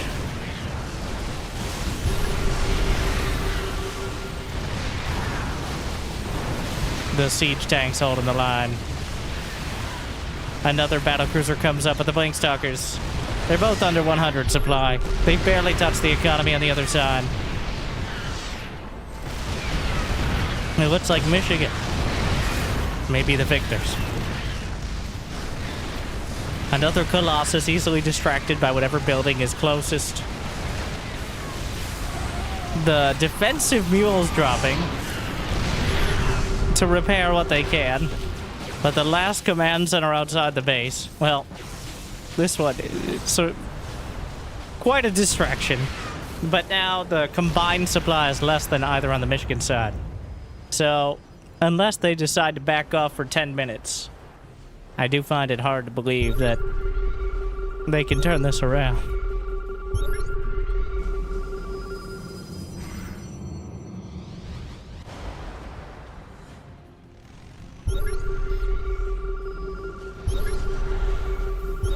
There are several scans. GG! Michigan takes it 4-1. Quite a high-level match. Unfortunate for Illinois that they just didn't break their way. There were several points they quite easily could have. But it ends up being a pretty decisive victory for Michigan. Congratulations, they're the winners of Division 2. The second highest level of the StarCraft to World University Team League. And just to recount the brackets, we had earlier today Rochester versus Washington with the incredibly close match. I won't spoil it if you haven't watched, but worth watching. And then Michigan versus Illinois. Michigan takes it 4-1. And then probably from replay, likely next week, the casting East China University versus Beijing Institute of Technology for Division 1. The time zones didn't work out as they'd be playing at like 9 in the morning or something. It's not exactly. Also a cast third place match, hopefully. How does that work? Between Harvard and Southern Alberta.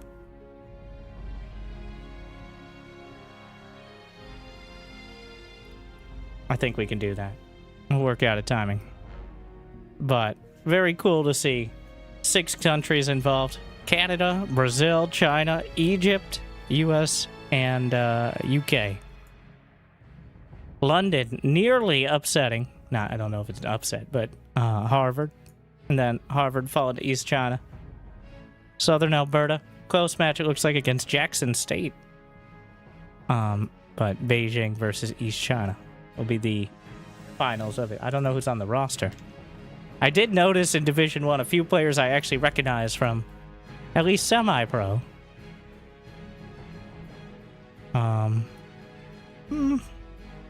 Though their teams end up getting knocked out. Alright. But, well, I know not many of the people watching are of the age that they're still going to school. They probably have already finished. But hopefully you enjoyed. And if you happen to be, or you don't see your school there, and you're currently at it, all it takes is a couple players. Make sure to check out the University of Washington. You can use this QR code to find the Discord. Or just search for the University of Washington esports Discord. So, that's where you can find it. I believe that's that one. So. But, thank you for watching. I mean, I'm still going to be streaming a bit, but I hope you enjoyed. Honestly, some really fun games. Though, it ended up not as close as you might have hoped. GG. Thank you for watching. One more.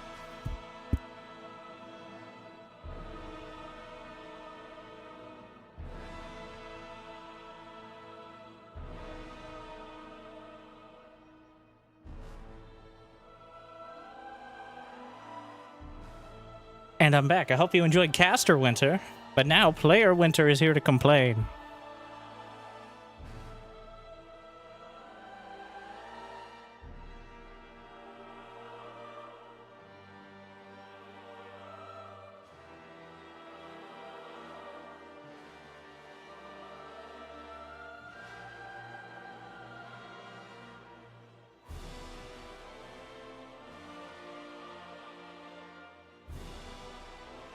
We'll play a bit, but, so, couple announcements. I guess now is as good a time as any. I'll be going to Home Story Cup 30 in 9 months. We don't have a command or anything yet. We'll be showing that off. So, get your tickets now. Yes. And also, I'll be going to Montreal, I'm allowed to say only this much, at least for now, but I'm going to play March of Giants. Yes, it's still happening, the game. And they've invited me and some other interested creators to go test out, effectively, the alpha/beta version of the game. Give some feedback, share their plans. So, in case you're wondering, yes, that game is still going. It made it through, and I'm looking forward to it. So, I will be gone most of the week.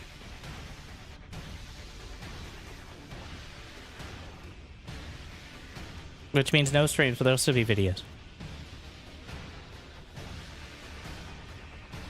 Yes, I can also share that a not small amount of Heroes of the Storm.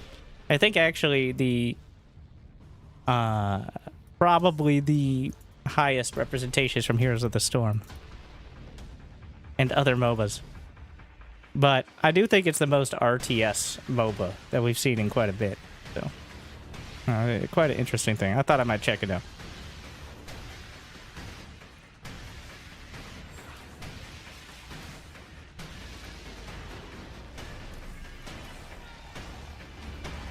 The vibes are good, is the key part. Yeah, and I'm glad to see, I was excited.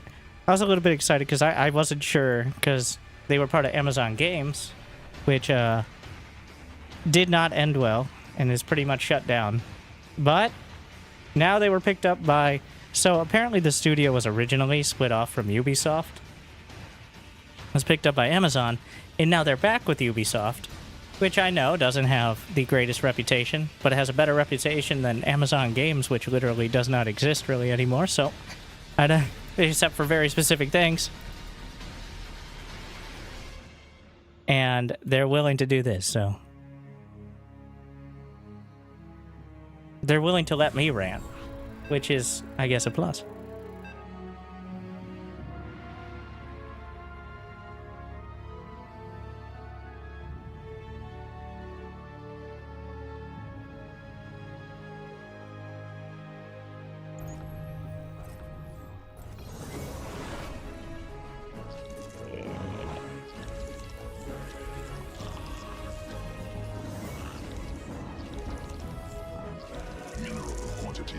Insufficient.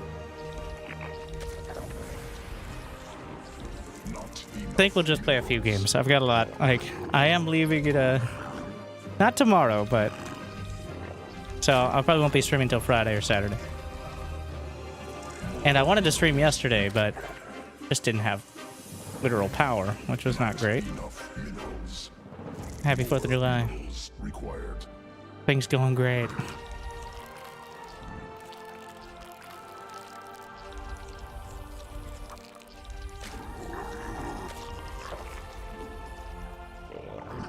I think the key part is Ubisoft is, like, the team is still, from my understanding, the same. The people who made the game this far that people really liked, including me, enough to go check it out again. So I'm willing to give them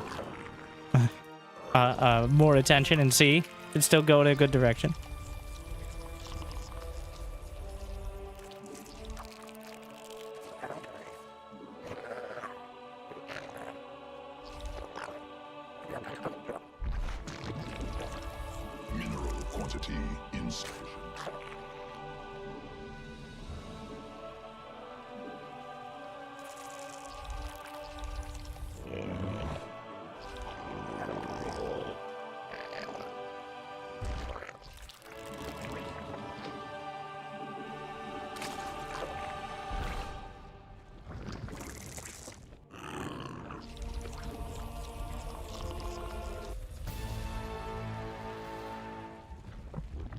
Get a little less dramatic.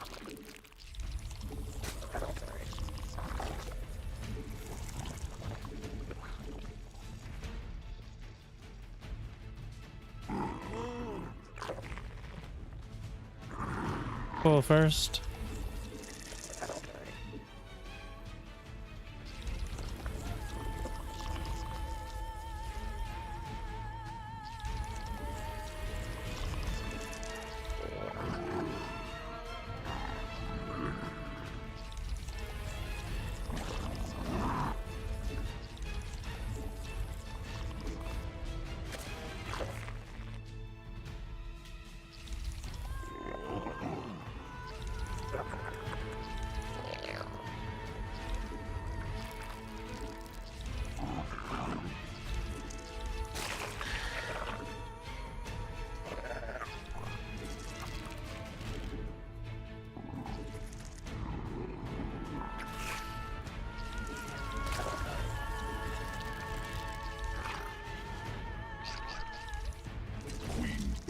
Successful.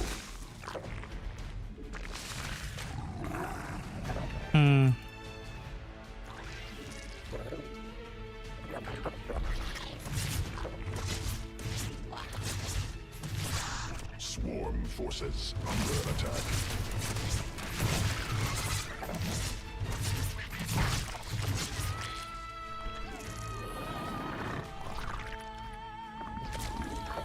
Not enough energy.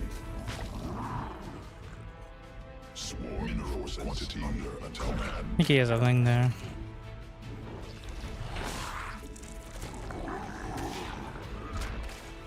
Yeah. Hive cluster under direct assault.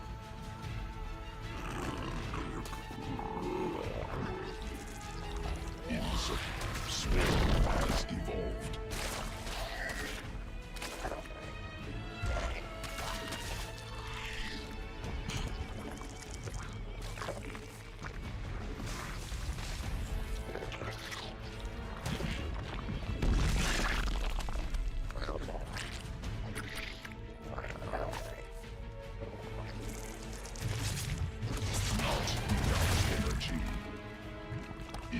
Insufficient energy.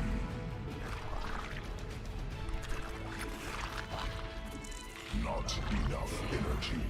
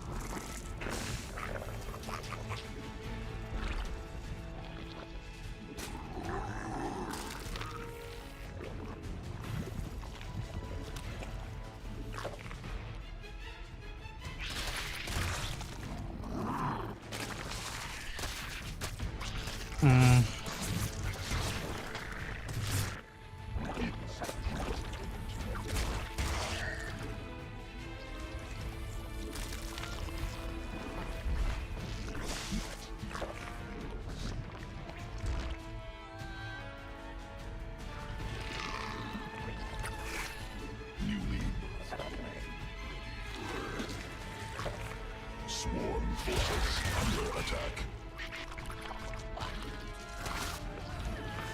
More minerals required.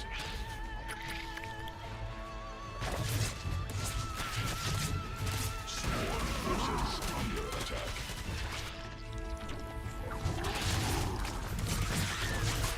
Did he lie about his lair earlier? I think he did. Insufficient energy.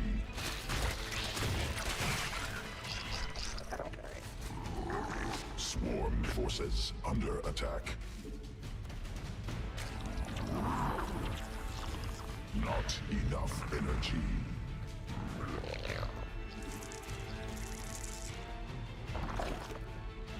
Need more Vespene gas. Insufficient Vespene gas.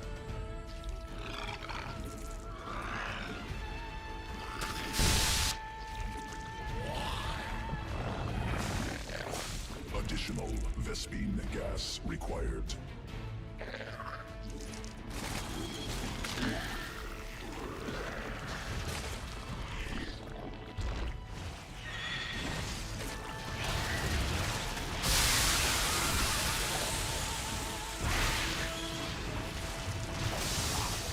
Need more Vespene gas.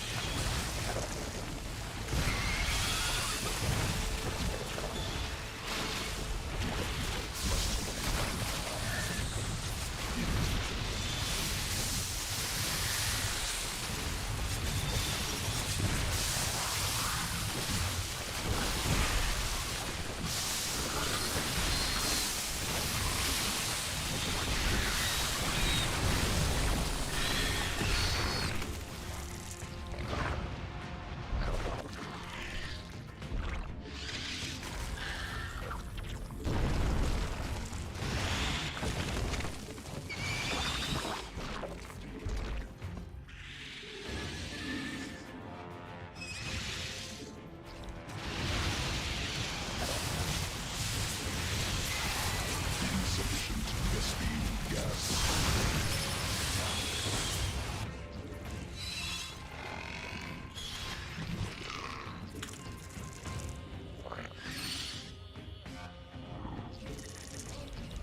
Mutation complete.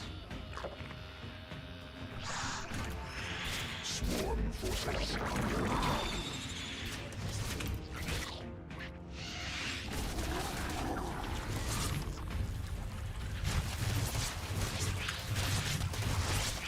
Swarm forces under attack.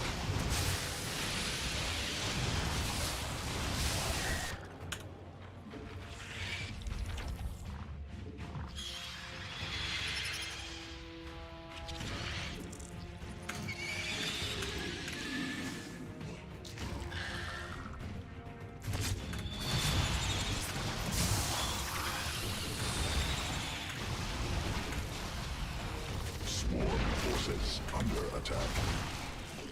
Additional Vespene gas.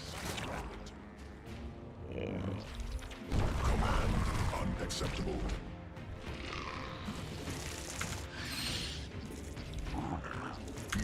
cluster expended.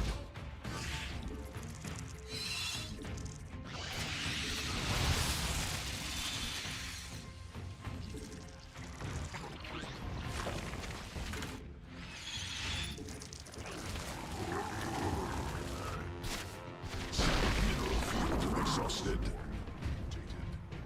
Insufficient. Successful. More overlords.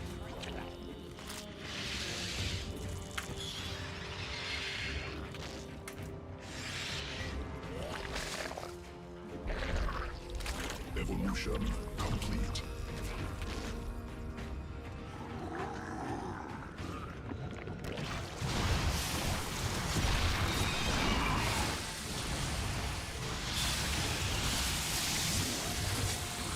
Command unacceptable.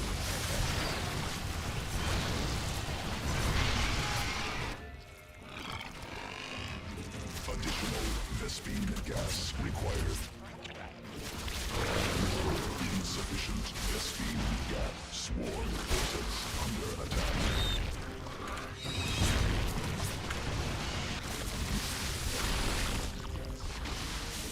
Insufficient.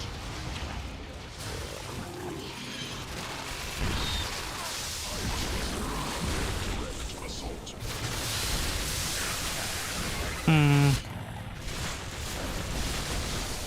It's not enough. They're just stuck with the mutas.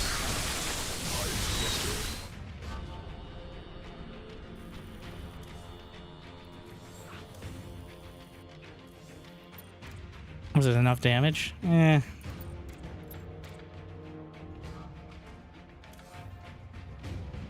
It was close, but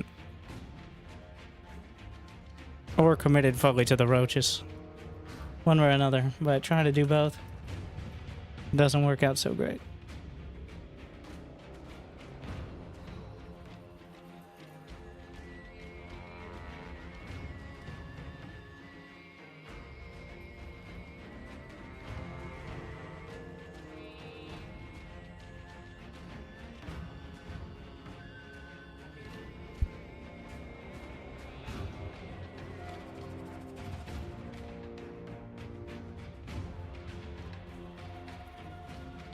We're waiting.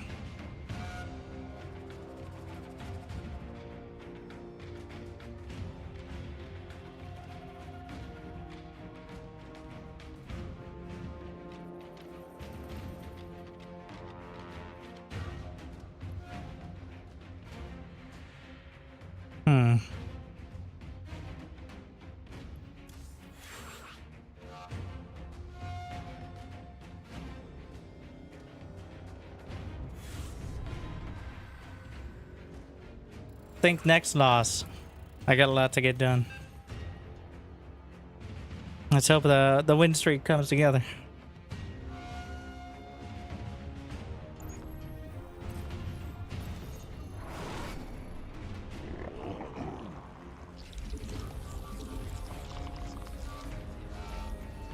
Do equal numbers of hydras be equal numbers of mutas? Not enough minerals. Not usually. Mineral It depends on the quantity upgrades, I think. insufficient. I don't know if 3-3 mutas an equal number would beat like 20 versus 20. Also, mutas are better with higher numbers, whereas hydras are not necessarily, because mutas with their glaives and also the fact they can stack up, Required. like you're never just gonna A move into one another, so.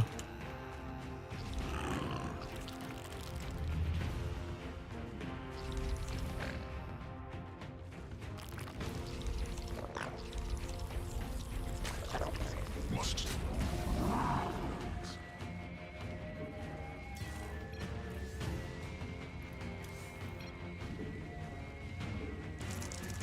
Hydras are 50 gas, mutas 100.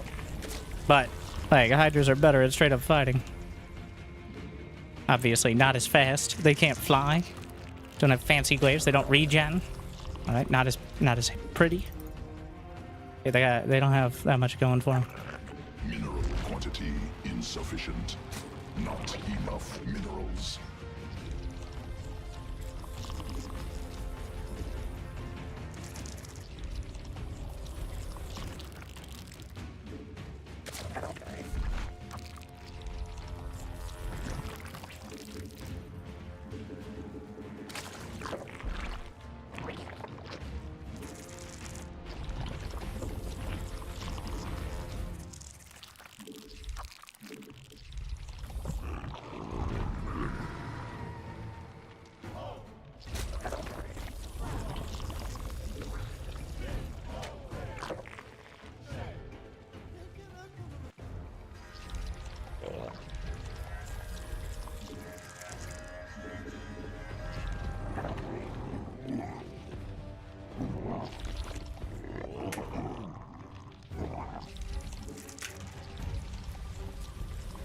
I mean, the map is full of rocks.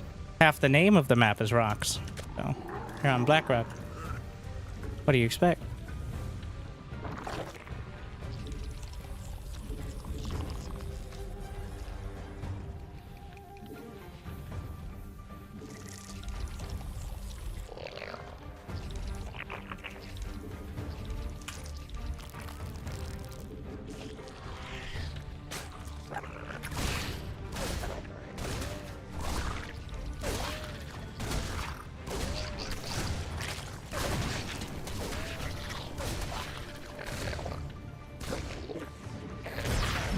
Greedy gamer.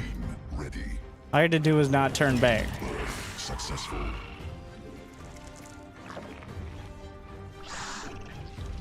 But here we are.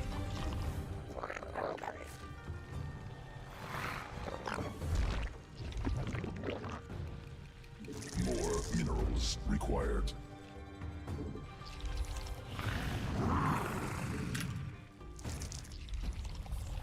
Should I just have a medication help with wrist and finger pain? I don't know, I stretch them sometimes. Insufficient. When it feels like I should. Like, Swarm forces under attack. it's a lot of lost mining time when we get in. It's convenient.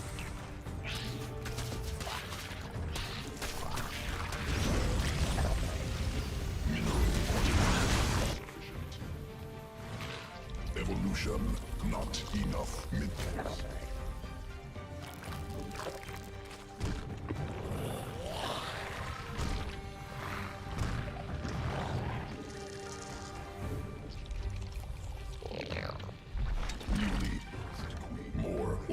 More minerals required.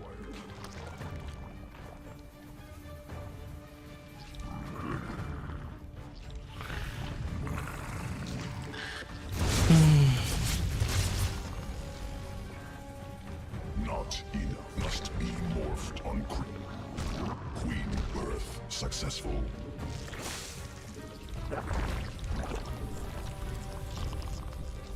Be likely thinking about Banshee. Clustered under direct assault. Command unacceptable.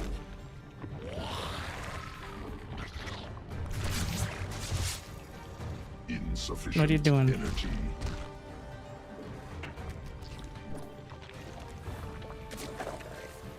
Not enough command.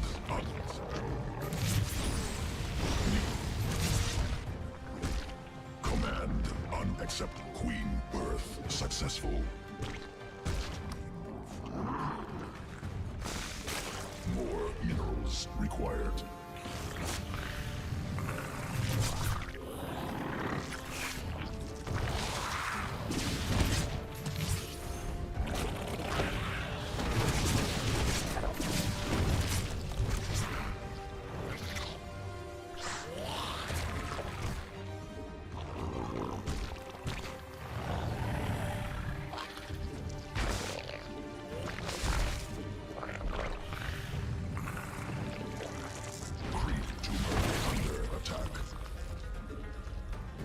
Insufficient energy. Insufficient. Very annoying. overloads.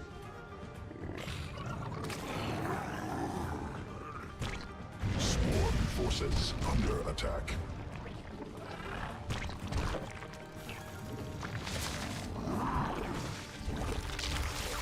Creep tumor under attack.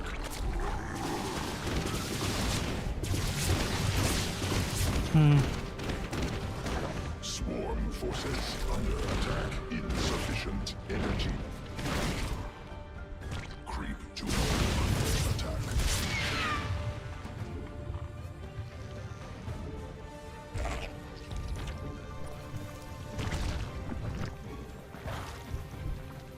Command unacceptable. Command unacceptable. Must be morphed on creep. Sequences spun. forces under attack.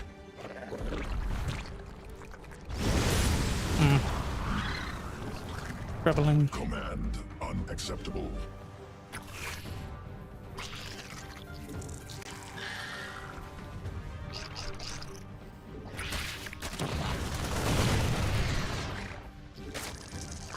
Swarm forces under attack.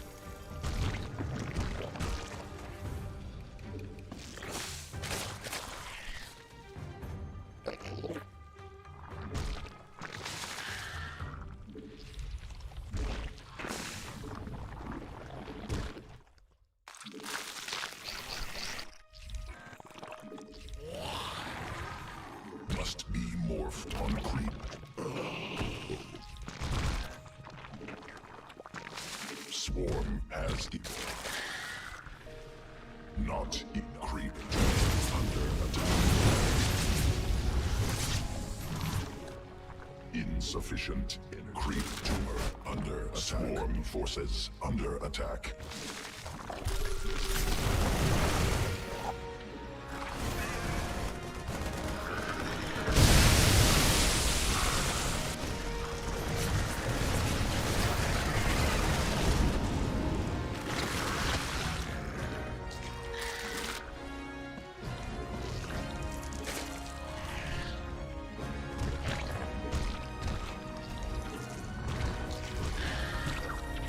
Must be morphed on creep. Attack.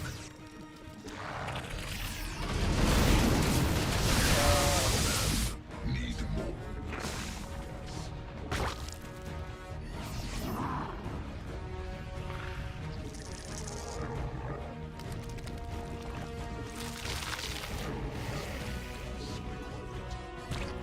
Command unacceptable.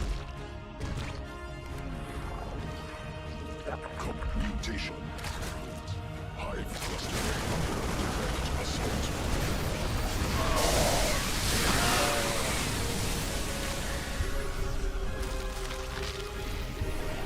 Creep tumor under attack.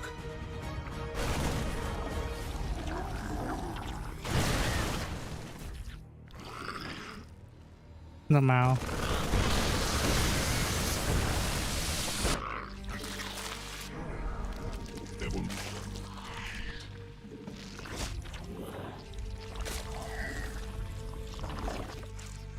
Creep tumor under attack. Insufficient Vespine.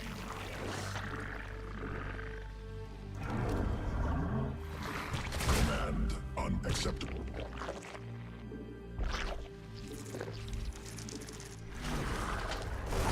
What? Still here?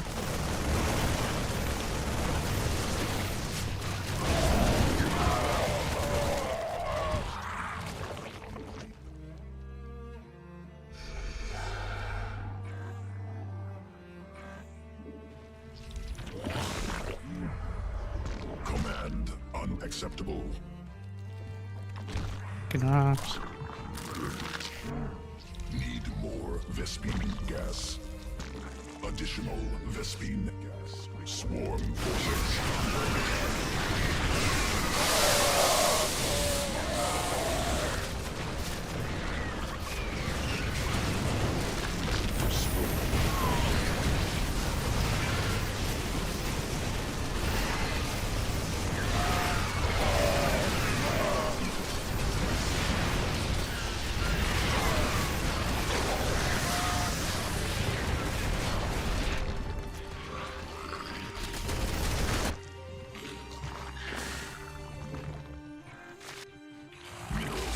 Exhausted. Additional Vespine gas required. Not mineral cluster. Mineral field depleted.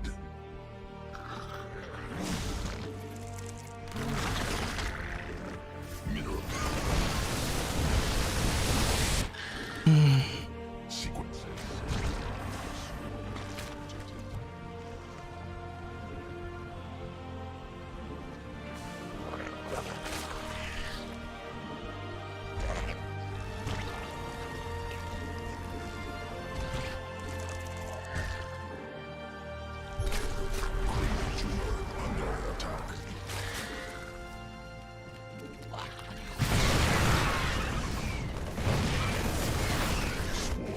forces under attack. Hive cluster swarm forces under attack.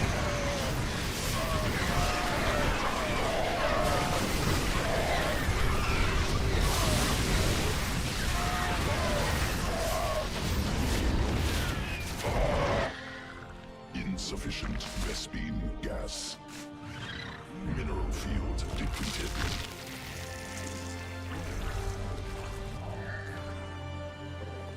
Command unacceptable.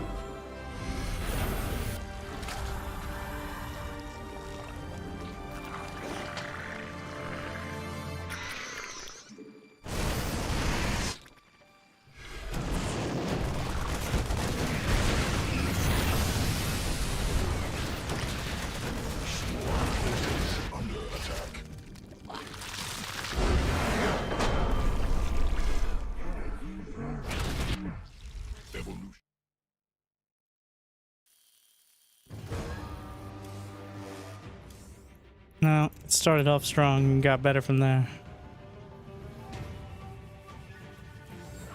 Who won the tourney? Rochester and Michigan.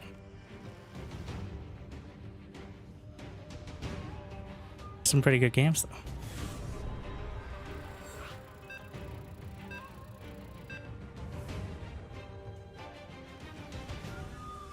though. He did not GG and then queued up again immediately. Of course he did.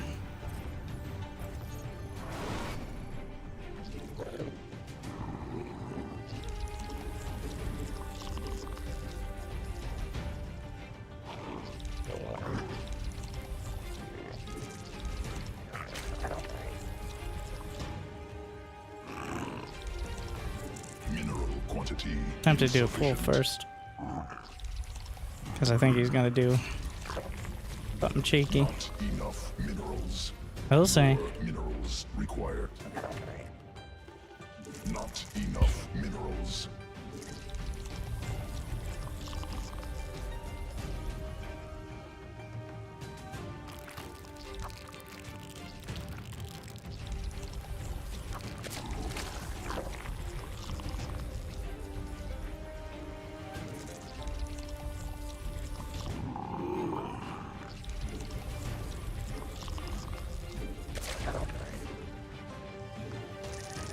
I'm pretty sure he cut SCVs to get a Reaper. Because his Reaper shouldn't have been so quick. But there are a couple builds that you just build one less SCV at certain times. And you get a Reaper like 10 seconds quicker. Which gives you 10 seconds to micro. But what he did with it was lose the Reaper, which was not good. And that's it seemed like he really wanted to get something done.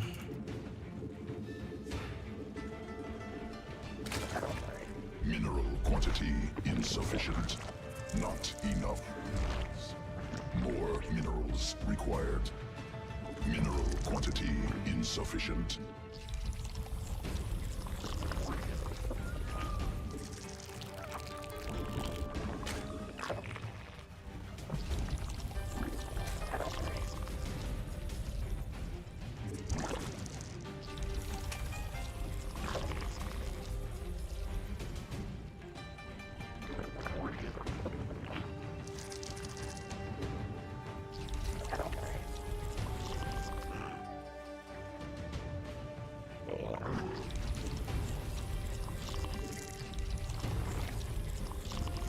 Must spawn more overlords.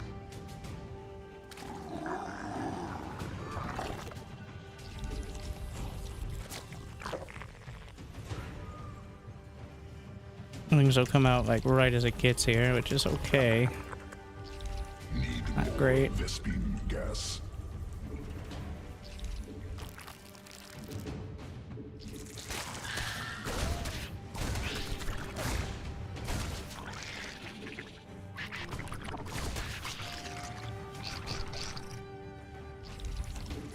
I'm just gonna send it. Queen birth successful. Newly birthed queen ready. Swarm forces under attack. Insufficient overlords.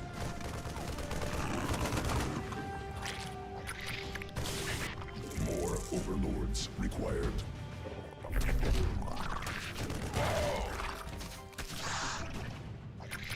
Must spawn. Insufficient. Command unacceptable. Not enough minerals. More minerals require. Swarm forces under attack. Not enough.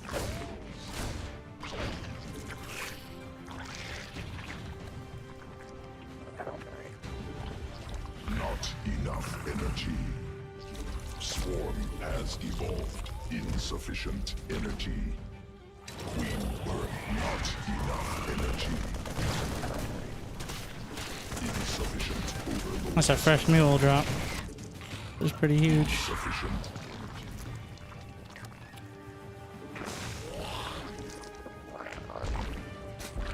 More overlords required.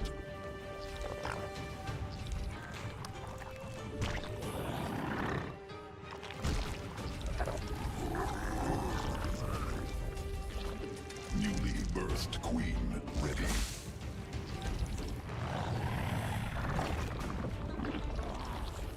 Must be morphed on You queen. know what? We'll just get the quicker layer instead. Make sure I have it. Command unacceptable. Command unacceptable. Must be morphed. Must be morphed on creep.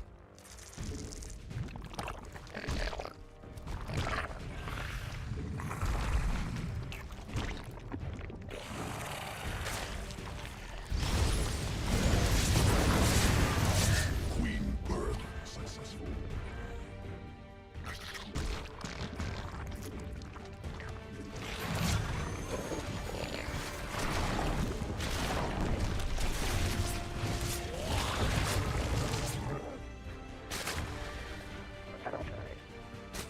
Command unacceptable.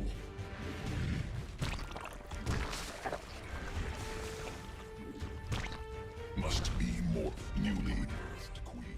Creep tumor under attack.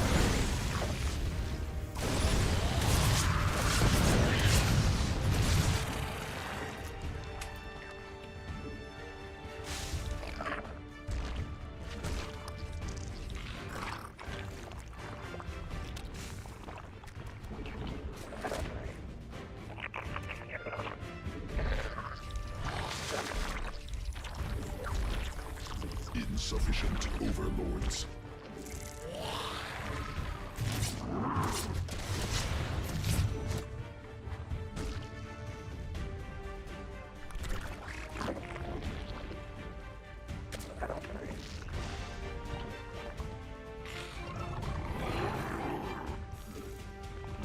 Mm-hmm.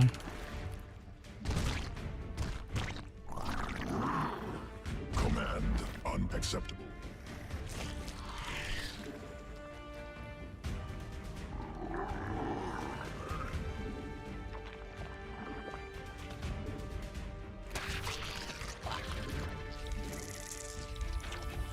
Swarm forces under attack.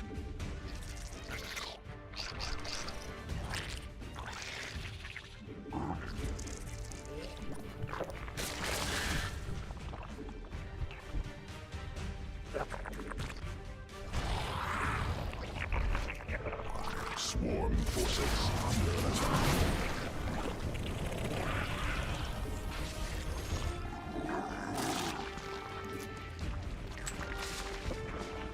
Not enough energy. Must be morphed on creep. Evolution complete. Command unacceptable. Command unacceptable. Command mineral quantity. Swarm forces under attack.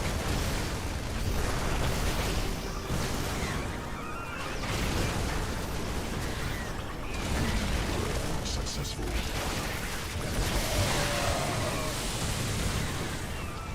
More minerals required.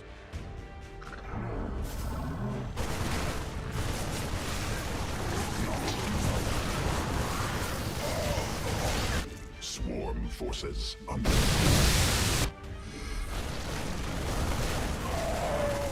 Mineral quantity insufficient.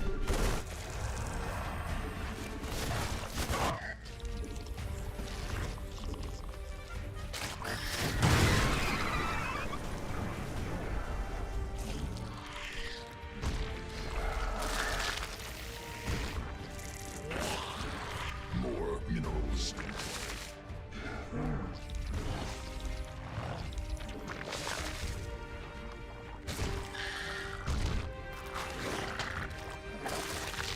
Mineral field exhausted. Creep tumor under attack. Swarm forces under attack. Under direct Swarm forces under attack.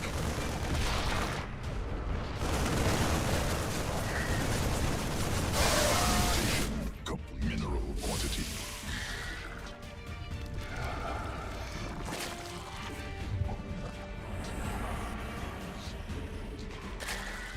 Swarm has evolved. Not enough minerals. Mineral cluster.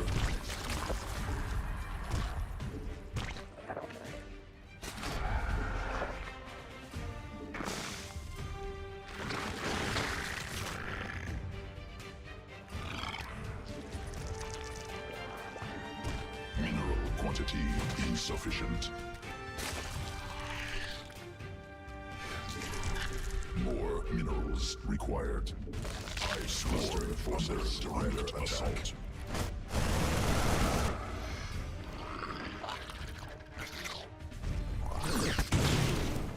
Swarm forces under attack. Mutation forces complete attack.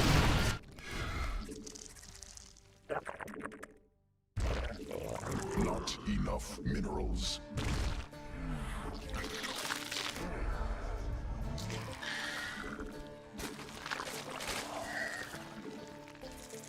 Must spawn more overlords.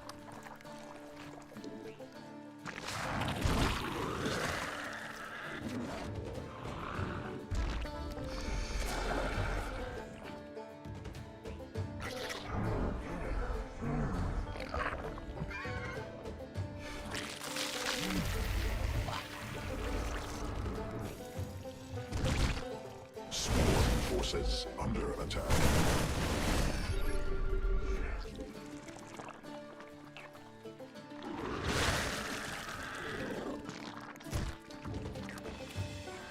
Newly birthed queen evolution complete. Creep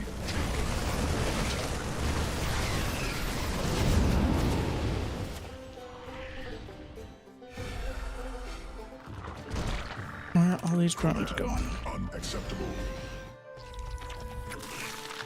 Command. Must spawn overlords. Sequences spun. Swarm. Command unacceptable.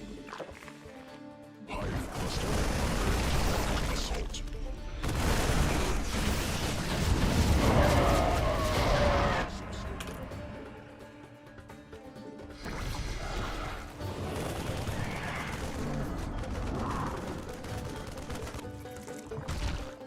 Swarm forces under attack. Creep tumor under attack. No.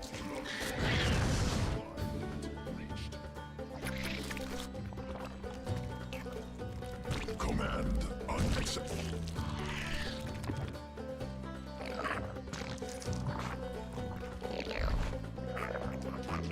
Command.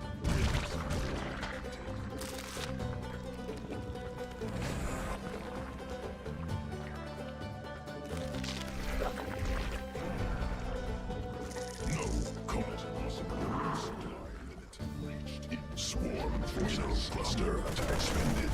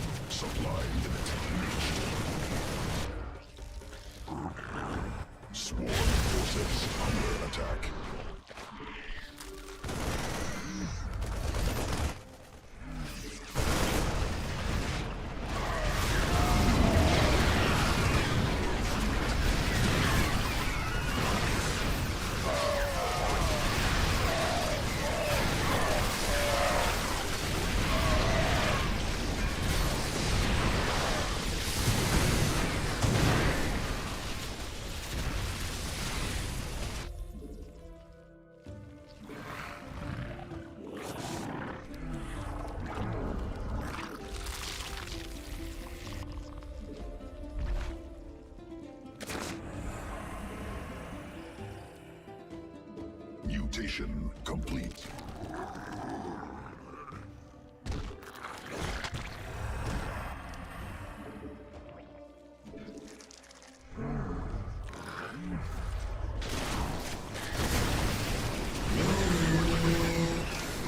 For the Emperor. Swarm forces under attack.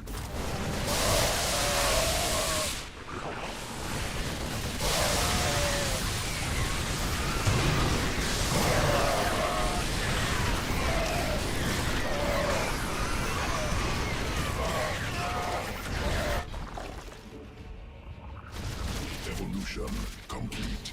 Mineral more overlords required. Command unacceptable.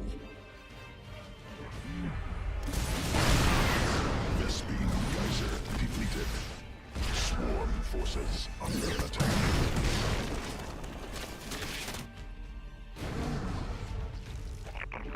Command mineral.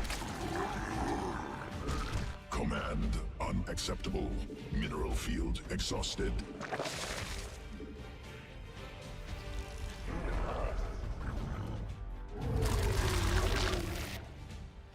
More minerals required. Hive cluster under direct assault. Enemy assaulting drones. Mineral field depleted. Swarm has evolved. Must sequences sprung. Swarm mutated. Command unacceptable. Evolution complete.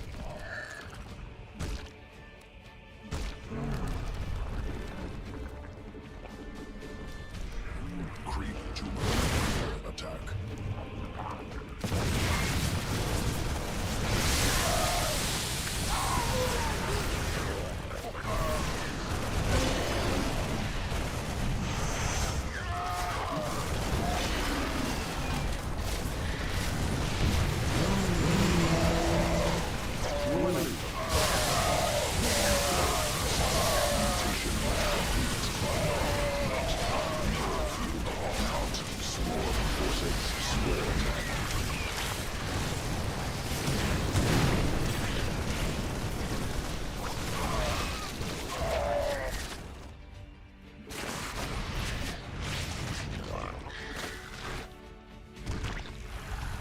Command unacceptable.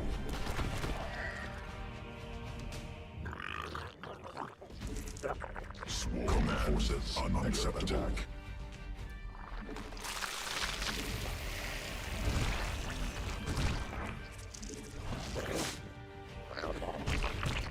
Insufficient mineral. Vespine command unacceptable. Mineral quantity insufficient.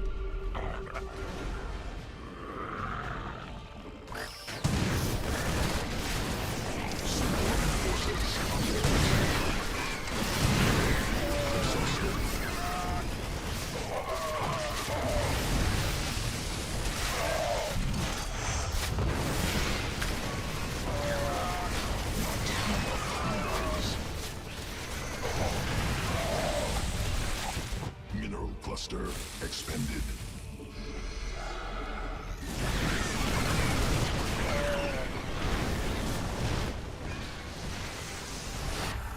More minerals required.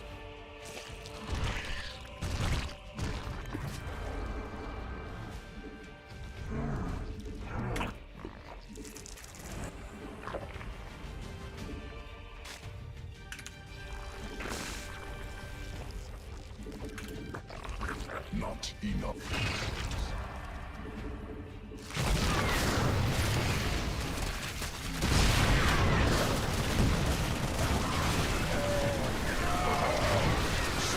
Forces under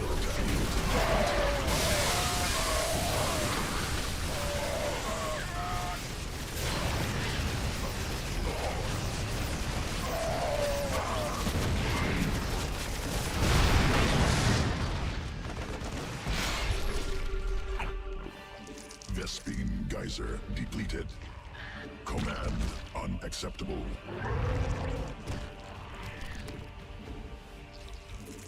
Mineral field exhausted.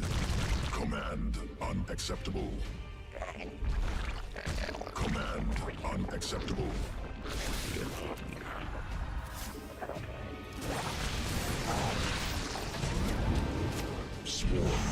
Swarm forces under attack. Mineral quantity insufficient. More minerals. Not enough minerals.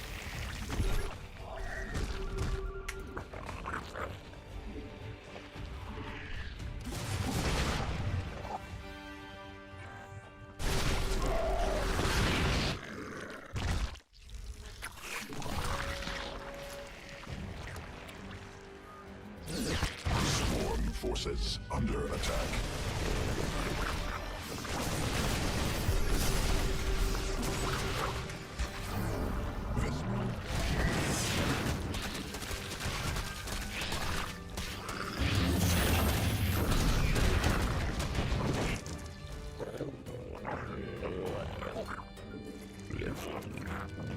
Swarm forces under attack. Creep tumor under attack. No, not possible. Vespene geyser depleted. Swarm forces under attack. Swarm forces under attack.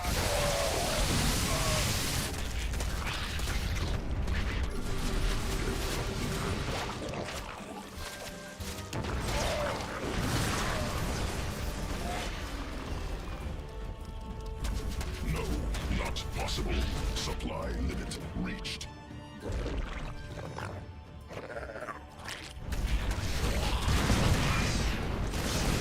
Forces under attack.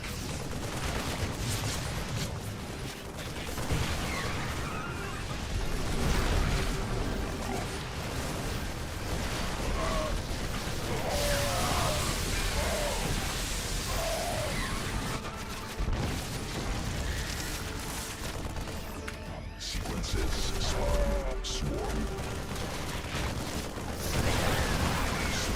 forces under attack.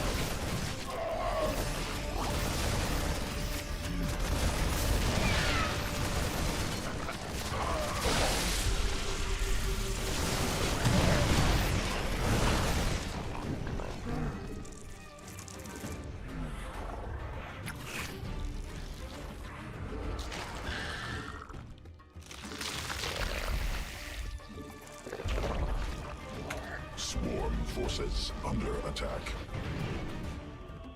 Hive cluster under assault.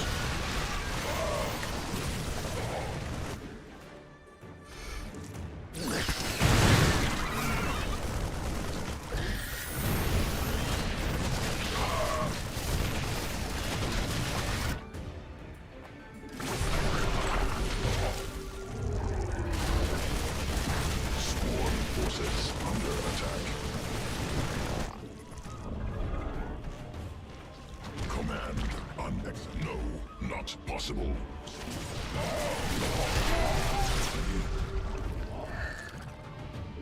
Swarm forces under attack. Under direct assault. Swarm forces under exhaustion. Creep tumor under attack. Mineral fields depleted.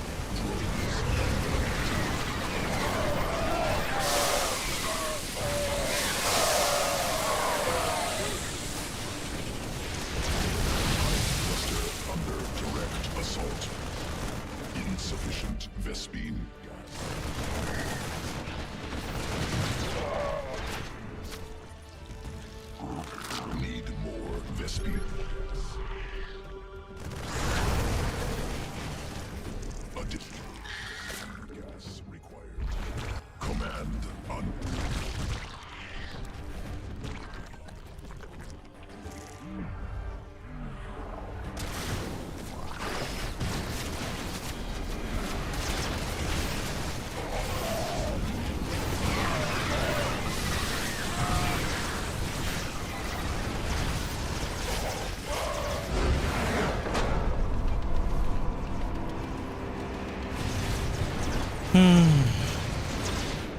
Not a mess.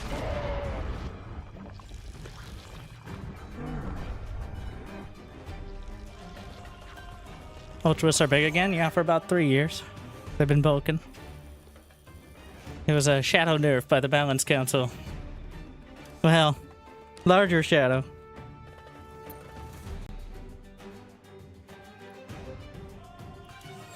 I'll try one more.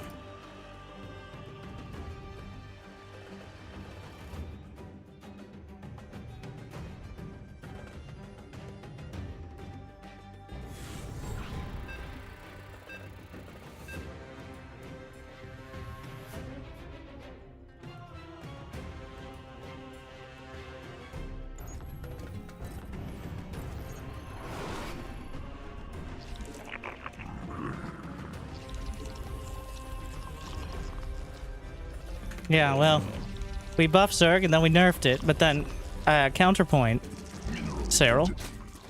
Alright. Literally everyone else, Rainer on down. Counterpoint Cyril.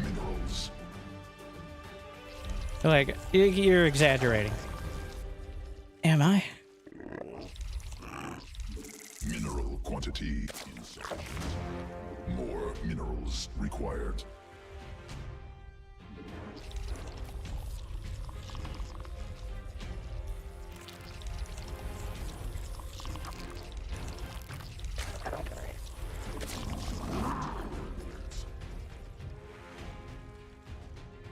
Alright, last game out of the way. I got too much of that. These games too involved.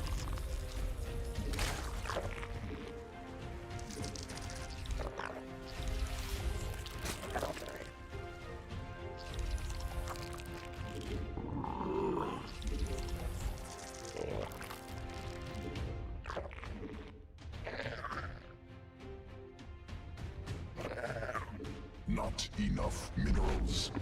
Clem did he did lose a little more than $400 recently, to be fair. I mean, that's why I say Rainer on down. Because that's the cutoff point, apparently.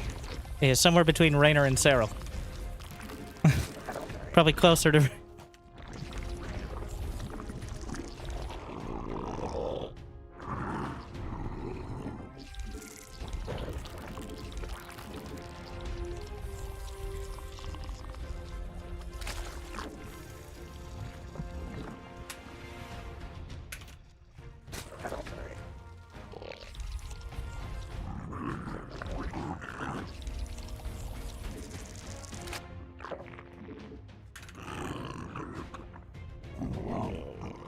And the pervert pillars on these maps are so tiny.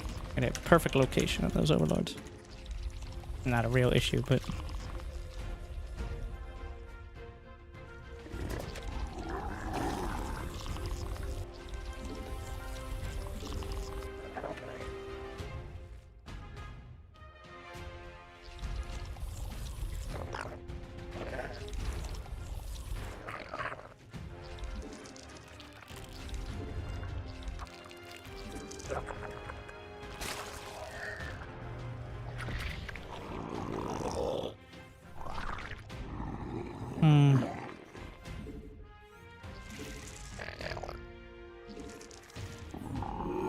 He clearly wants to... I mean, having 2 Marines first is already a giveaway, so... He was just seeing whether he could... actually take it out, I think. More overlords required.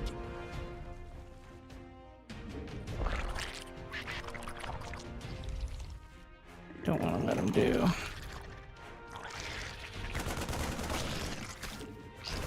4 Marines. Must spawn more. Not enough energy.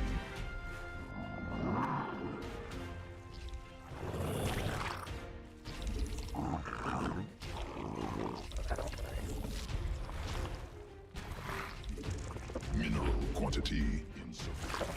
Insufficient energy.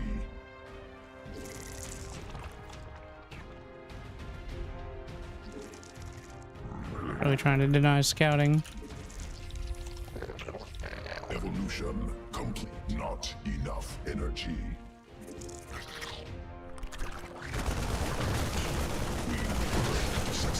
I mean, seeing that many Marines is already a bit of a giveaway.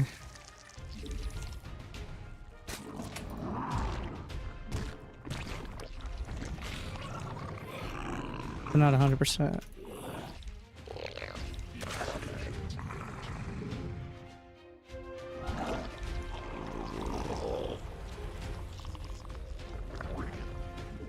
Need more Vespine gas. Command unacceptable.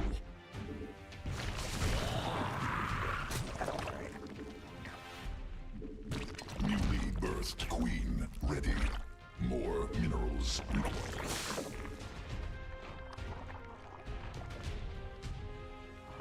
Not enough energy.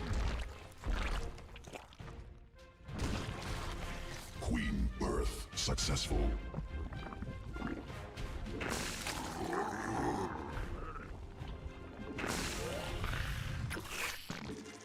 Not enough minerals. He scanned for the OV? Wow. How would you scan if you're just going medevac?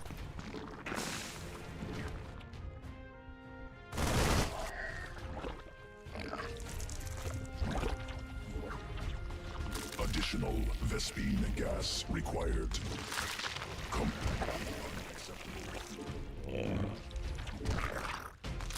Insufficient. It's just a bunch of Marines. Additional Vespine.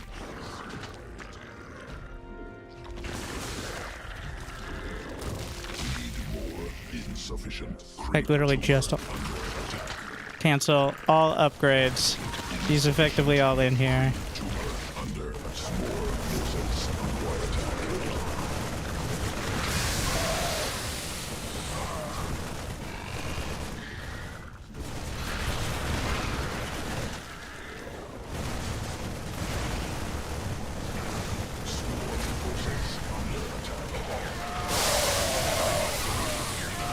The only upgrade that matters is Bane speed.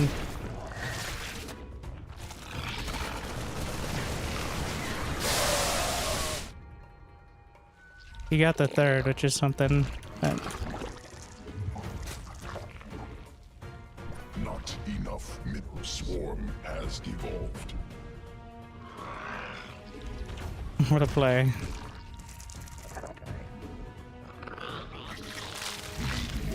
See if this is a good idea or not. I think so. Let's go. Quantity insufficient.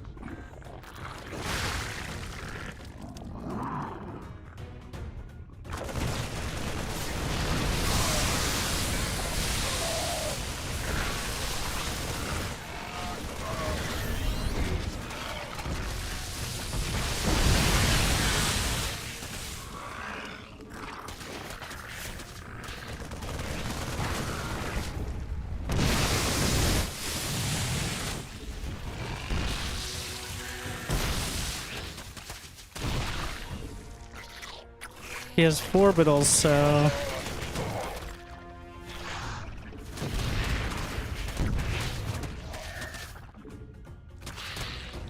Swarm forces under attack. Mineral cluster expended. We can't really lay off because he has almost more mining with just SCVs there. But I killed his bunker, so I don't think he has 1-1. That priest him.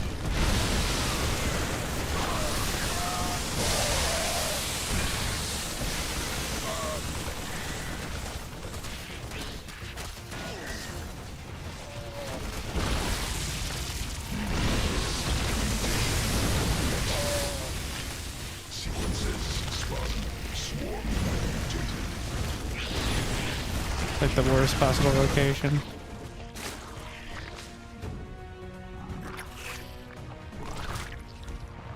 Insufficient mineral field depleted. Not enough energy.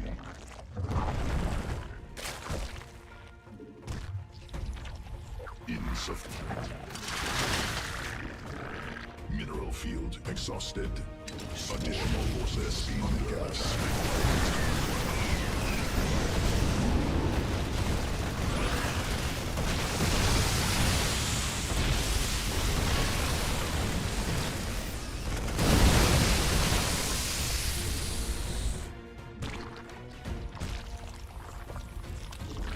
Command unacceptable. Mineral evolution complete.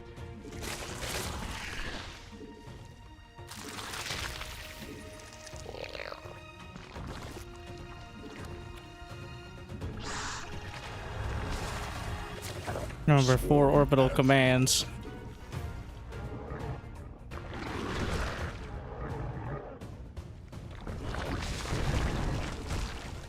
Not enough energy.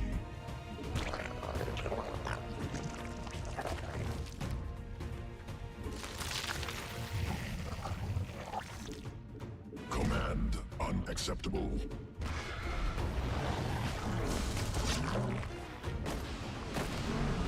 Queen birth successful.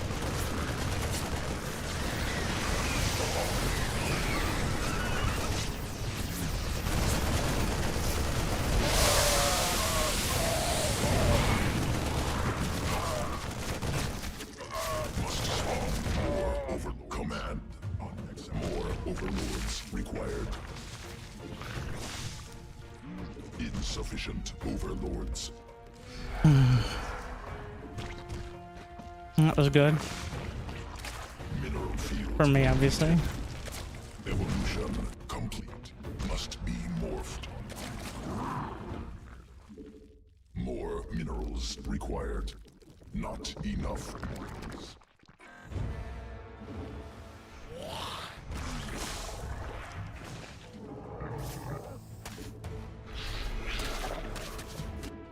Swarm forces under attack. Mineral quantity. That's nice of him to keep donating units to me. More commands.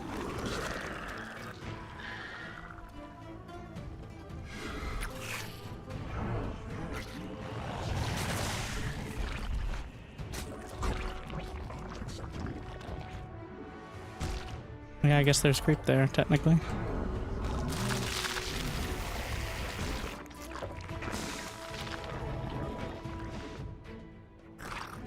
Insufficient. Not equal.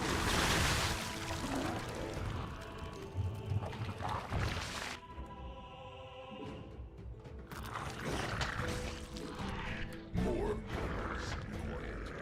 Creep tumor under attack. Sequences spun. Swarm mutated. Under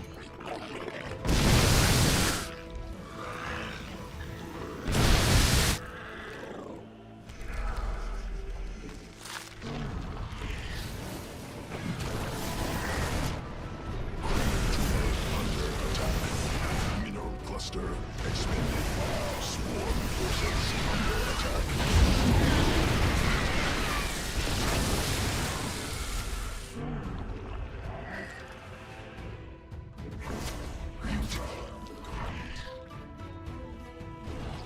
I get 2 infestation pits. All the better to infest you with.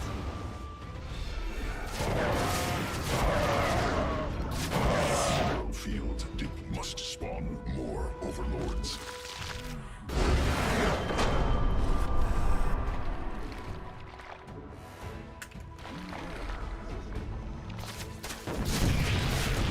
Okay, you can't let it off it.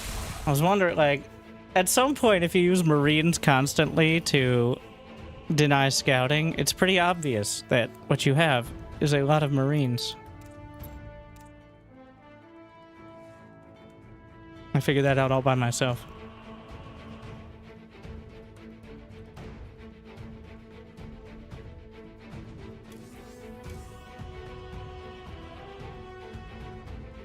That was a good game. 1337. All us want to play, well, and I would like to, but I've got the March of Giants Summit. Conference is the wrong word because there's not nearly enough. And unfortunately, I'll be streaming. The next time I'll be streaming will probably be Friday or Saturday. So I'll be gone. But there will be videos, of course. I hope you enjoyed the stream, the college tournament. You can check it out on Winter Gaming TV. And if you're already there, like and subscribe. Thank you for watching. Yeah, I'm looking forward to the March Giant stuff. I'm looking forward to Home Story Cup 30 as well. But I hope I made your day at least a little bit better. I'll see you next time. See you soon. See you end of the week. Quite a while, so absence makes the heart grow fonder, hopefully. And the likes and subscribes. See you next time. Stay tuned.